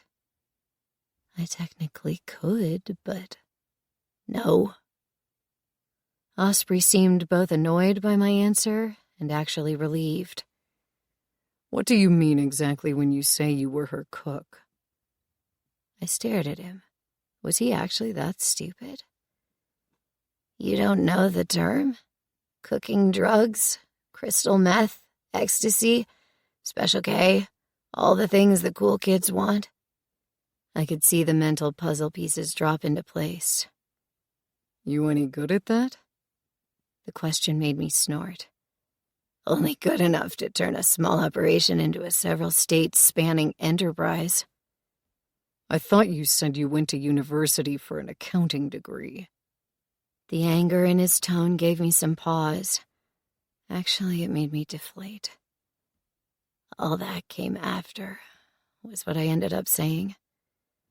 Osprey's features scrunched up. You're only, what, 21? 22. I could see the calculations flash before his eyes, followed by the implications. How? He cut off when he saw me lick my lips. I swished some more water in my mouth, this time absolutely stalling. How much to tell? That was the question. The issue wasn't about them knowing about my past. Not really. It was about what to tell them to get out of this fucking cage before it drove me completely insane. I had to be careful now. I cut a deal with the feds. Rolled over on the entire organization and several cells that they had no fucking idea even existed. In turn, I got immunity, and they threw in a bonus scholarship to a college of my choosing, within a certain price range, of course, with the sole stipulation that I couldn't get a degree or even take a single class in anything that was somehow related to my former life. I jumped at that chance, turned over a new leaf, cleaned up my act. Served coffee every fucking free minute I had to pay the other bills. I bleached my hair, painted my nails pink, and started eating avocado toast and drinking coffees that take 3 minutes to prattle off the ingredients. And I would have continued to fit right in for the rest of my fucking life if not for the fucking zombie apocalypse and the fact that I'm not a fucking sheep ready to be led to slaughter. That last bit had been a little too much. I could tell by the disapproving twist of Osprey's lips. But it was enough. Closing my eyes for a second, I allowed myself a slow, calming exhale. It was a coherent story that made sense, one that I was sure they were all ready to gobble up, because the alternative would have been so much more uncomfortable. Now all I had to do was not say anything that destroyed the shiny tale I was weaving. Where did you get the knowledge? For cooking drugs, I mean. He said it in a way as if he was emulating my own words. I shrugged. Online courses for the most part, and some recipes off the dark web, but mostly courses, organic chemistry 101 and shit like that. You went to college for a degree in chemistry? I shook my head. No, just a handful of courses. You wouldn't believe the shit ton of information you can find online when you just know where to look, or take the time to actually learn and understand it. I licked my lips. They were cracked to the point where that hurt like fuck, trying to decide how much to say. My boss realized I had a knack for understanding that sort of thing. I think that at first she 100% intended to use me as a mule. That gave me a way out. It's not that hard to understand, and I could take over from her old cook. She wasn't risking much, but when it turned out that me understanding what I was doing led to a massively superior product, she jumped at the chance to exploit that. I have a pretty good understanding of organic and inorganic chemistry because of that. Some botany and biochemistry as well, because we wanted to branch out to other compounds, like weed, shrooms, or ayahuasca, etc. But that's it. I know the basics of what the doc wanted us to find and bring to her, but I can't do any of the science. That all goes so far beyond anything I was ever interested in, or thought I'd need. Most, if not all, of that knowledge is useless now. Osprey listened without interrupting me. It took me a while to make it through so many sentences strung together. Done, I tried another sip of water. This time it stayed down, at least for now. I presume you didn't just create all those drugs for her. I hesitated for a second, but there was no sense in denying anything now. Often I had to demonstrate that what I cooked up was the real deal, like when she'd send me to a new territory to work with potential franchisees. It also ensured that I did my best to perfect the product. I couldn't very well just up and run away, knowing that a day later I'd almost die from withdrawal if I didn't have access to some pick-me-ups again. Of course he fell for that, hook, line, and sinker. poor little girl constantly being abused, her freedom so close but impossibly far away. And it wasn't even a lie. It just wasn't the entire truth. And the people you killed? I presume you didn't mean all drug overdoses you inadvertently caused because it was your drugs that killed them. I'm sure you saw those, too. That's what you meant with transfusion-adjacent stuff, right? When I just blinked, he shrugged. I was fading in and out at the time. I heard you two talk, but didn't quite get everything. Something like that, yes, I admitted. Then tried to make up my mind how much more to tell him. She sometimes needed enforcers, too. Nobody suspects a cute, perky girl to know her way with a gun. Some do. I shrugged. I'm from Montana, and not the part of Montana that flocks to Phillipsburg with all the other millionaires. I'm from the part of Montana where you learn how to shoot when you're 5 or 6, and by 10, you know enough to hunt for the extended family BBQ on long summer weekends. And you did that? Were your drug dealer boss's enforcer? Shot people who wouldn't pay? I found myself hesitating. Not just because I didn't want to say the wrong thing, but because it was hard to find the right answer. It's pretty easy to kill someone when you're high on meth and they threaten your life, and you absolutely believe them. Ever killed someone sober? In cold blood? That was getting a little too personal for my liking. I was sure that he could tell. Only someone who absolutely deserved it. Maybe that was too much, but this once it was the truth and nothing but the truth.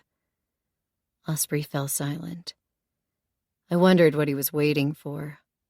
When it occurred to me what was going on, I couldn't hold back a dark chuckle. And what's the verdict? Are you going to let me stay? Exile me? Shoot me like a dog? A second set of lights went on, a little farther back from the first.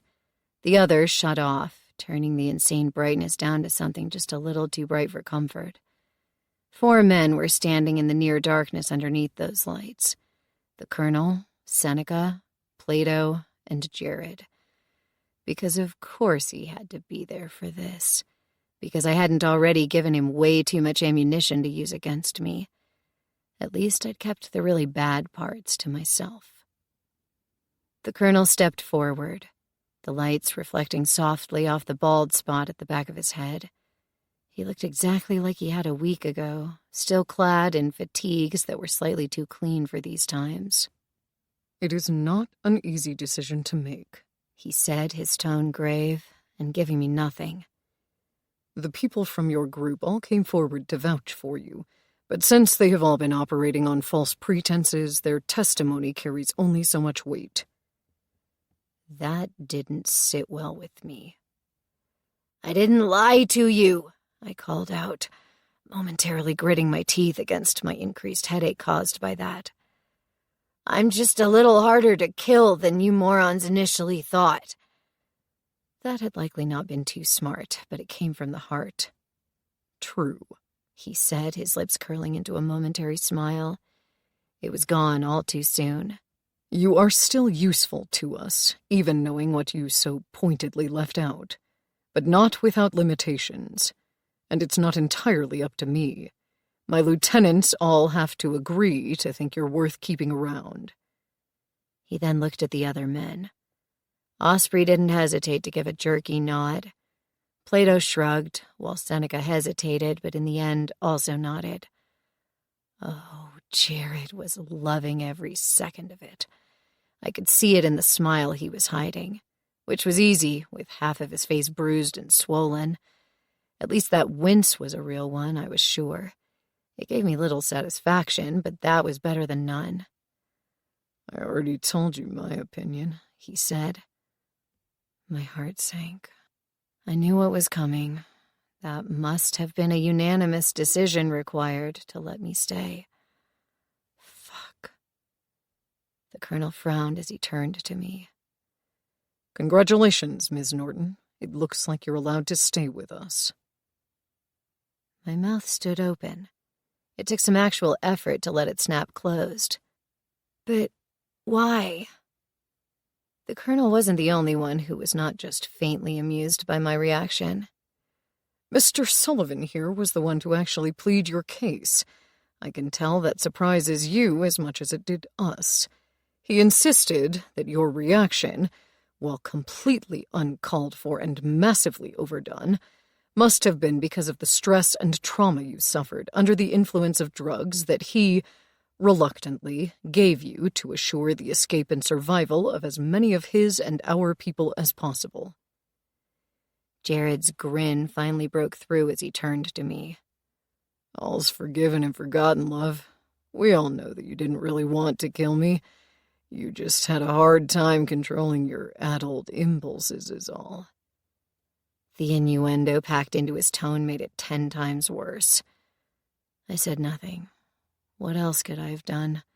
Deny his claim and tighten the noose around my neck? Protest what was probably the best deal I would get under these circumstances? Of course, I shut my mouth and kept it shut, even if I was choking on the scream that wanted to wrench itself from the deepest corner of my soul.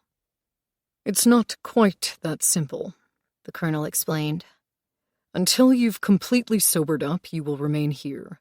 You will be provided with food and drink, and once we have ascertained that you're no longer a danger to yourself, the cuffs will be removed.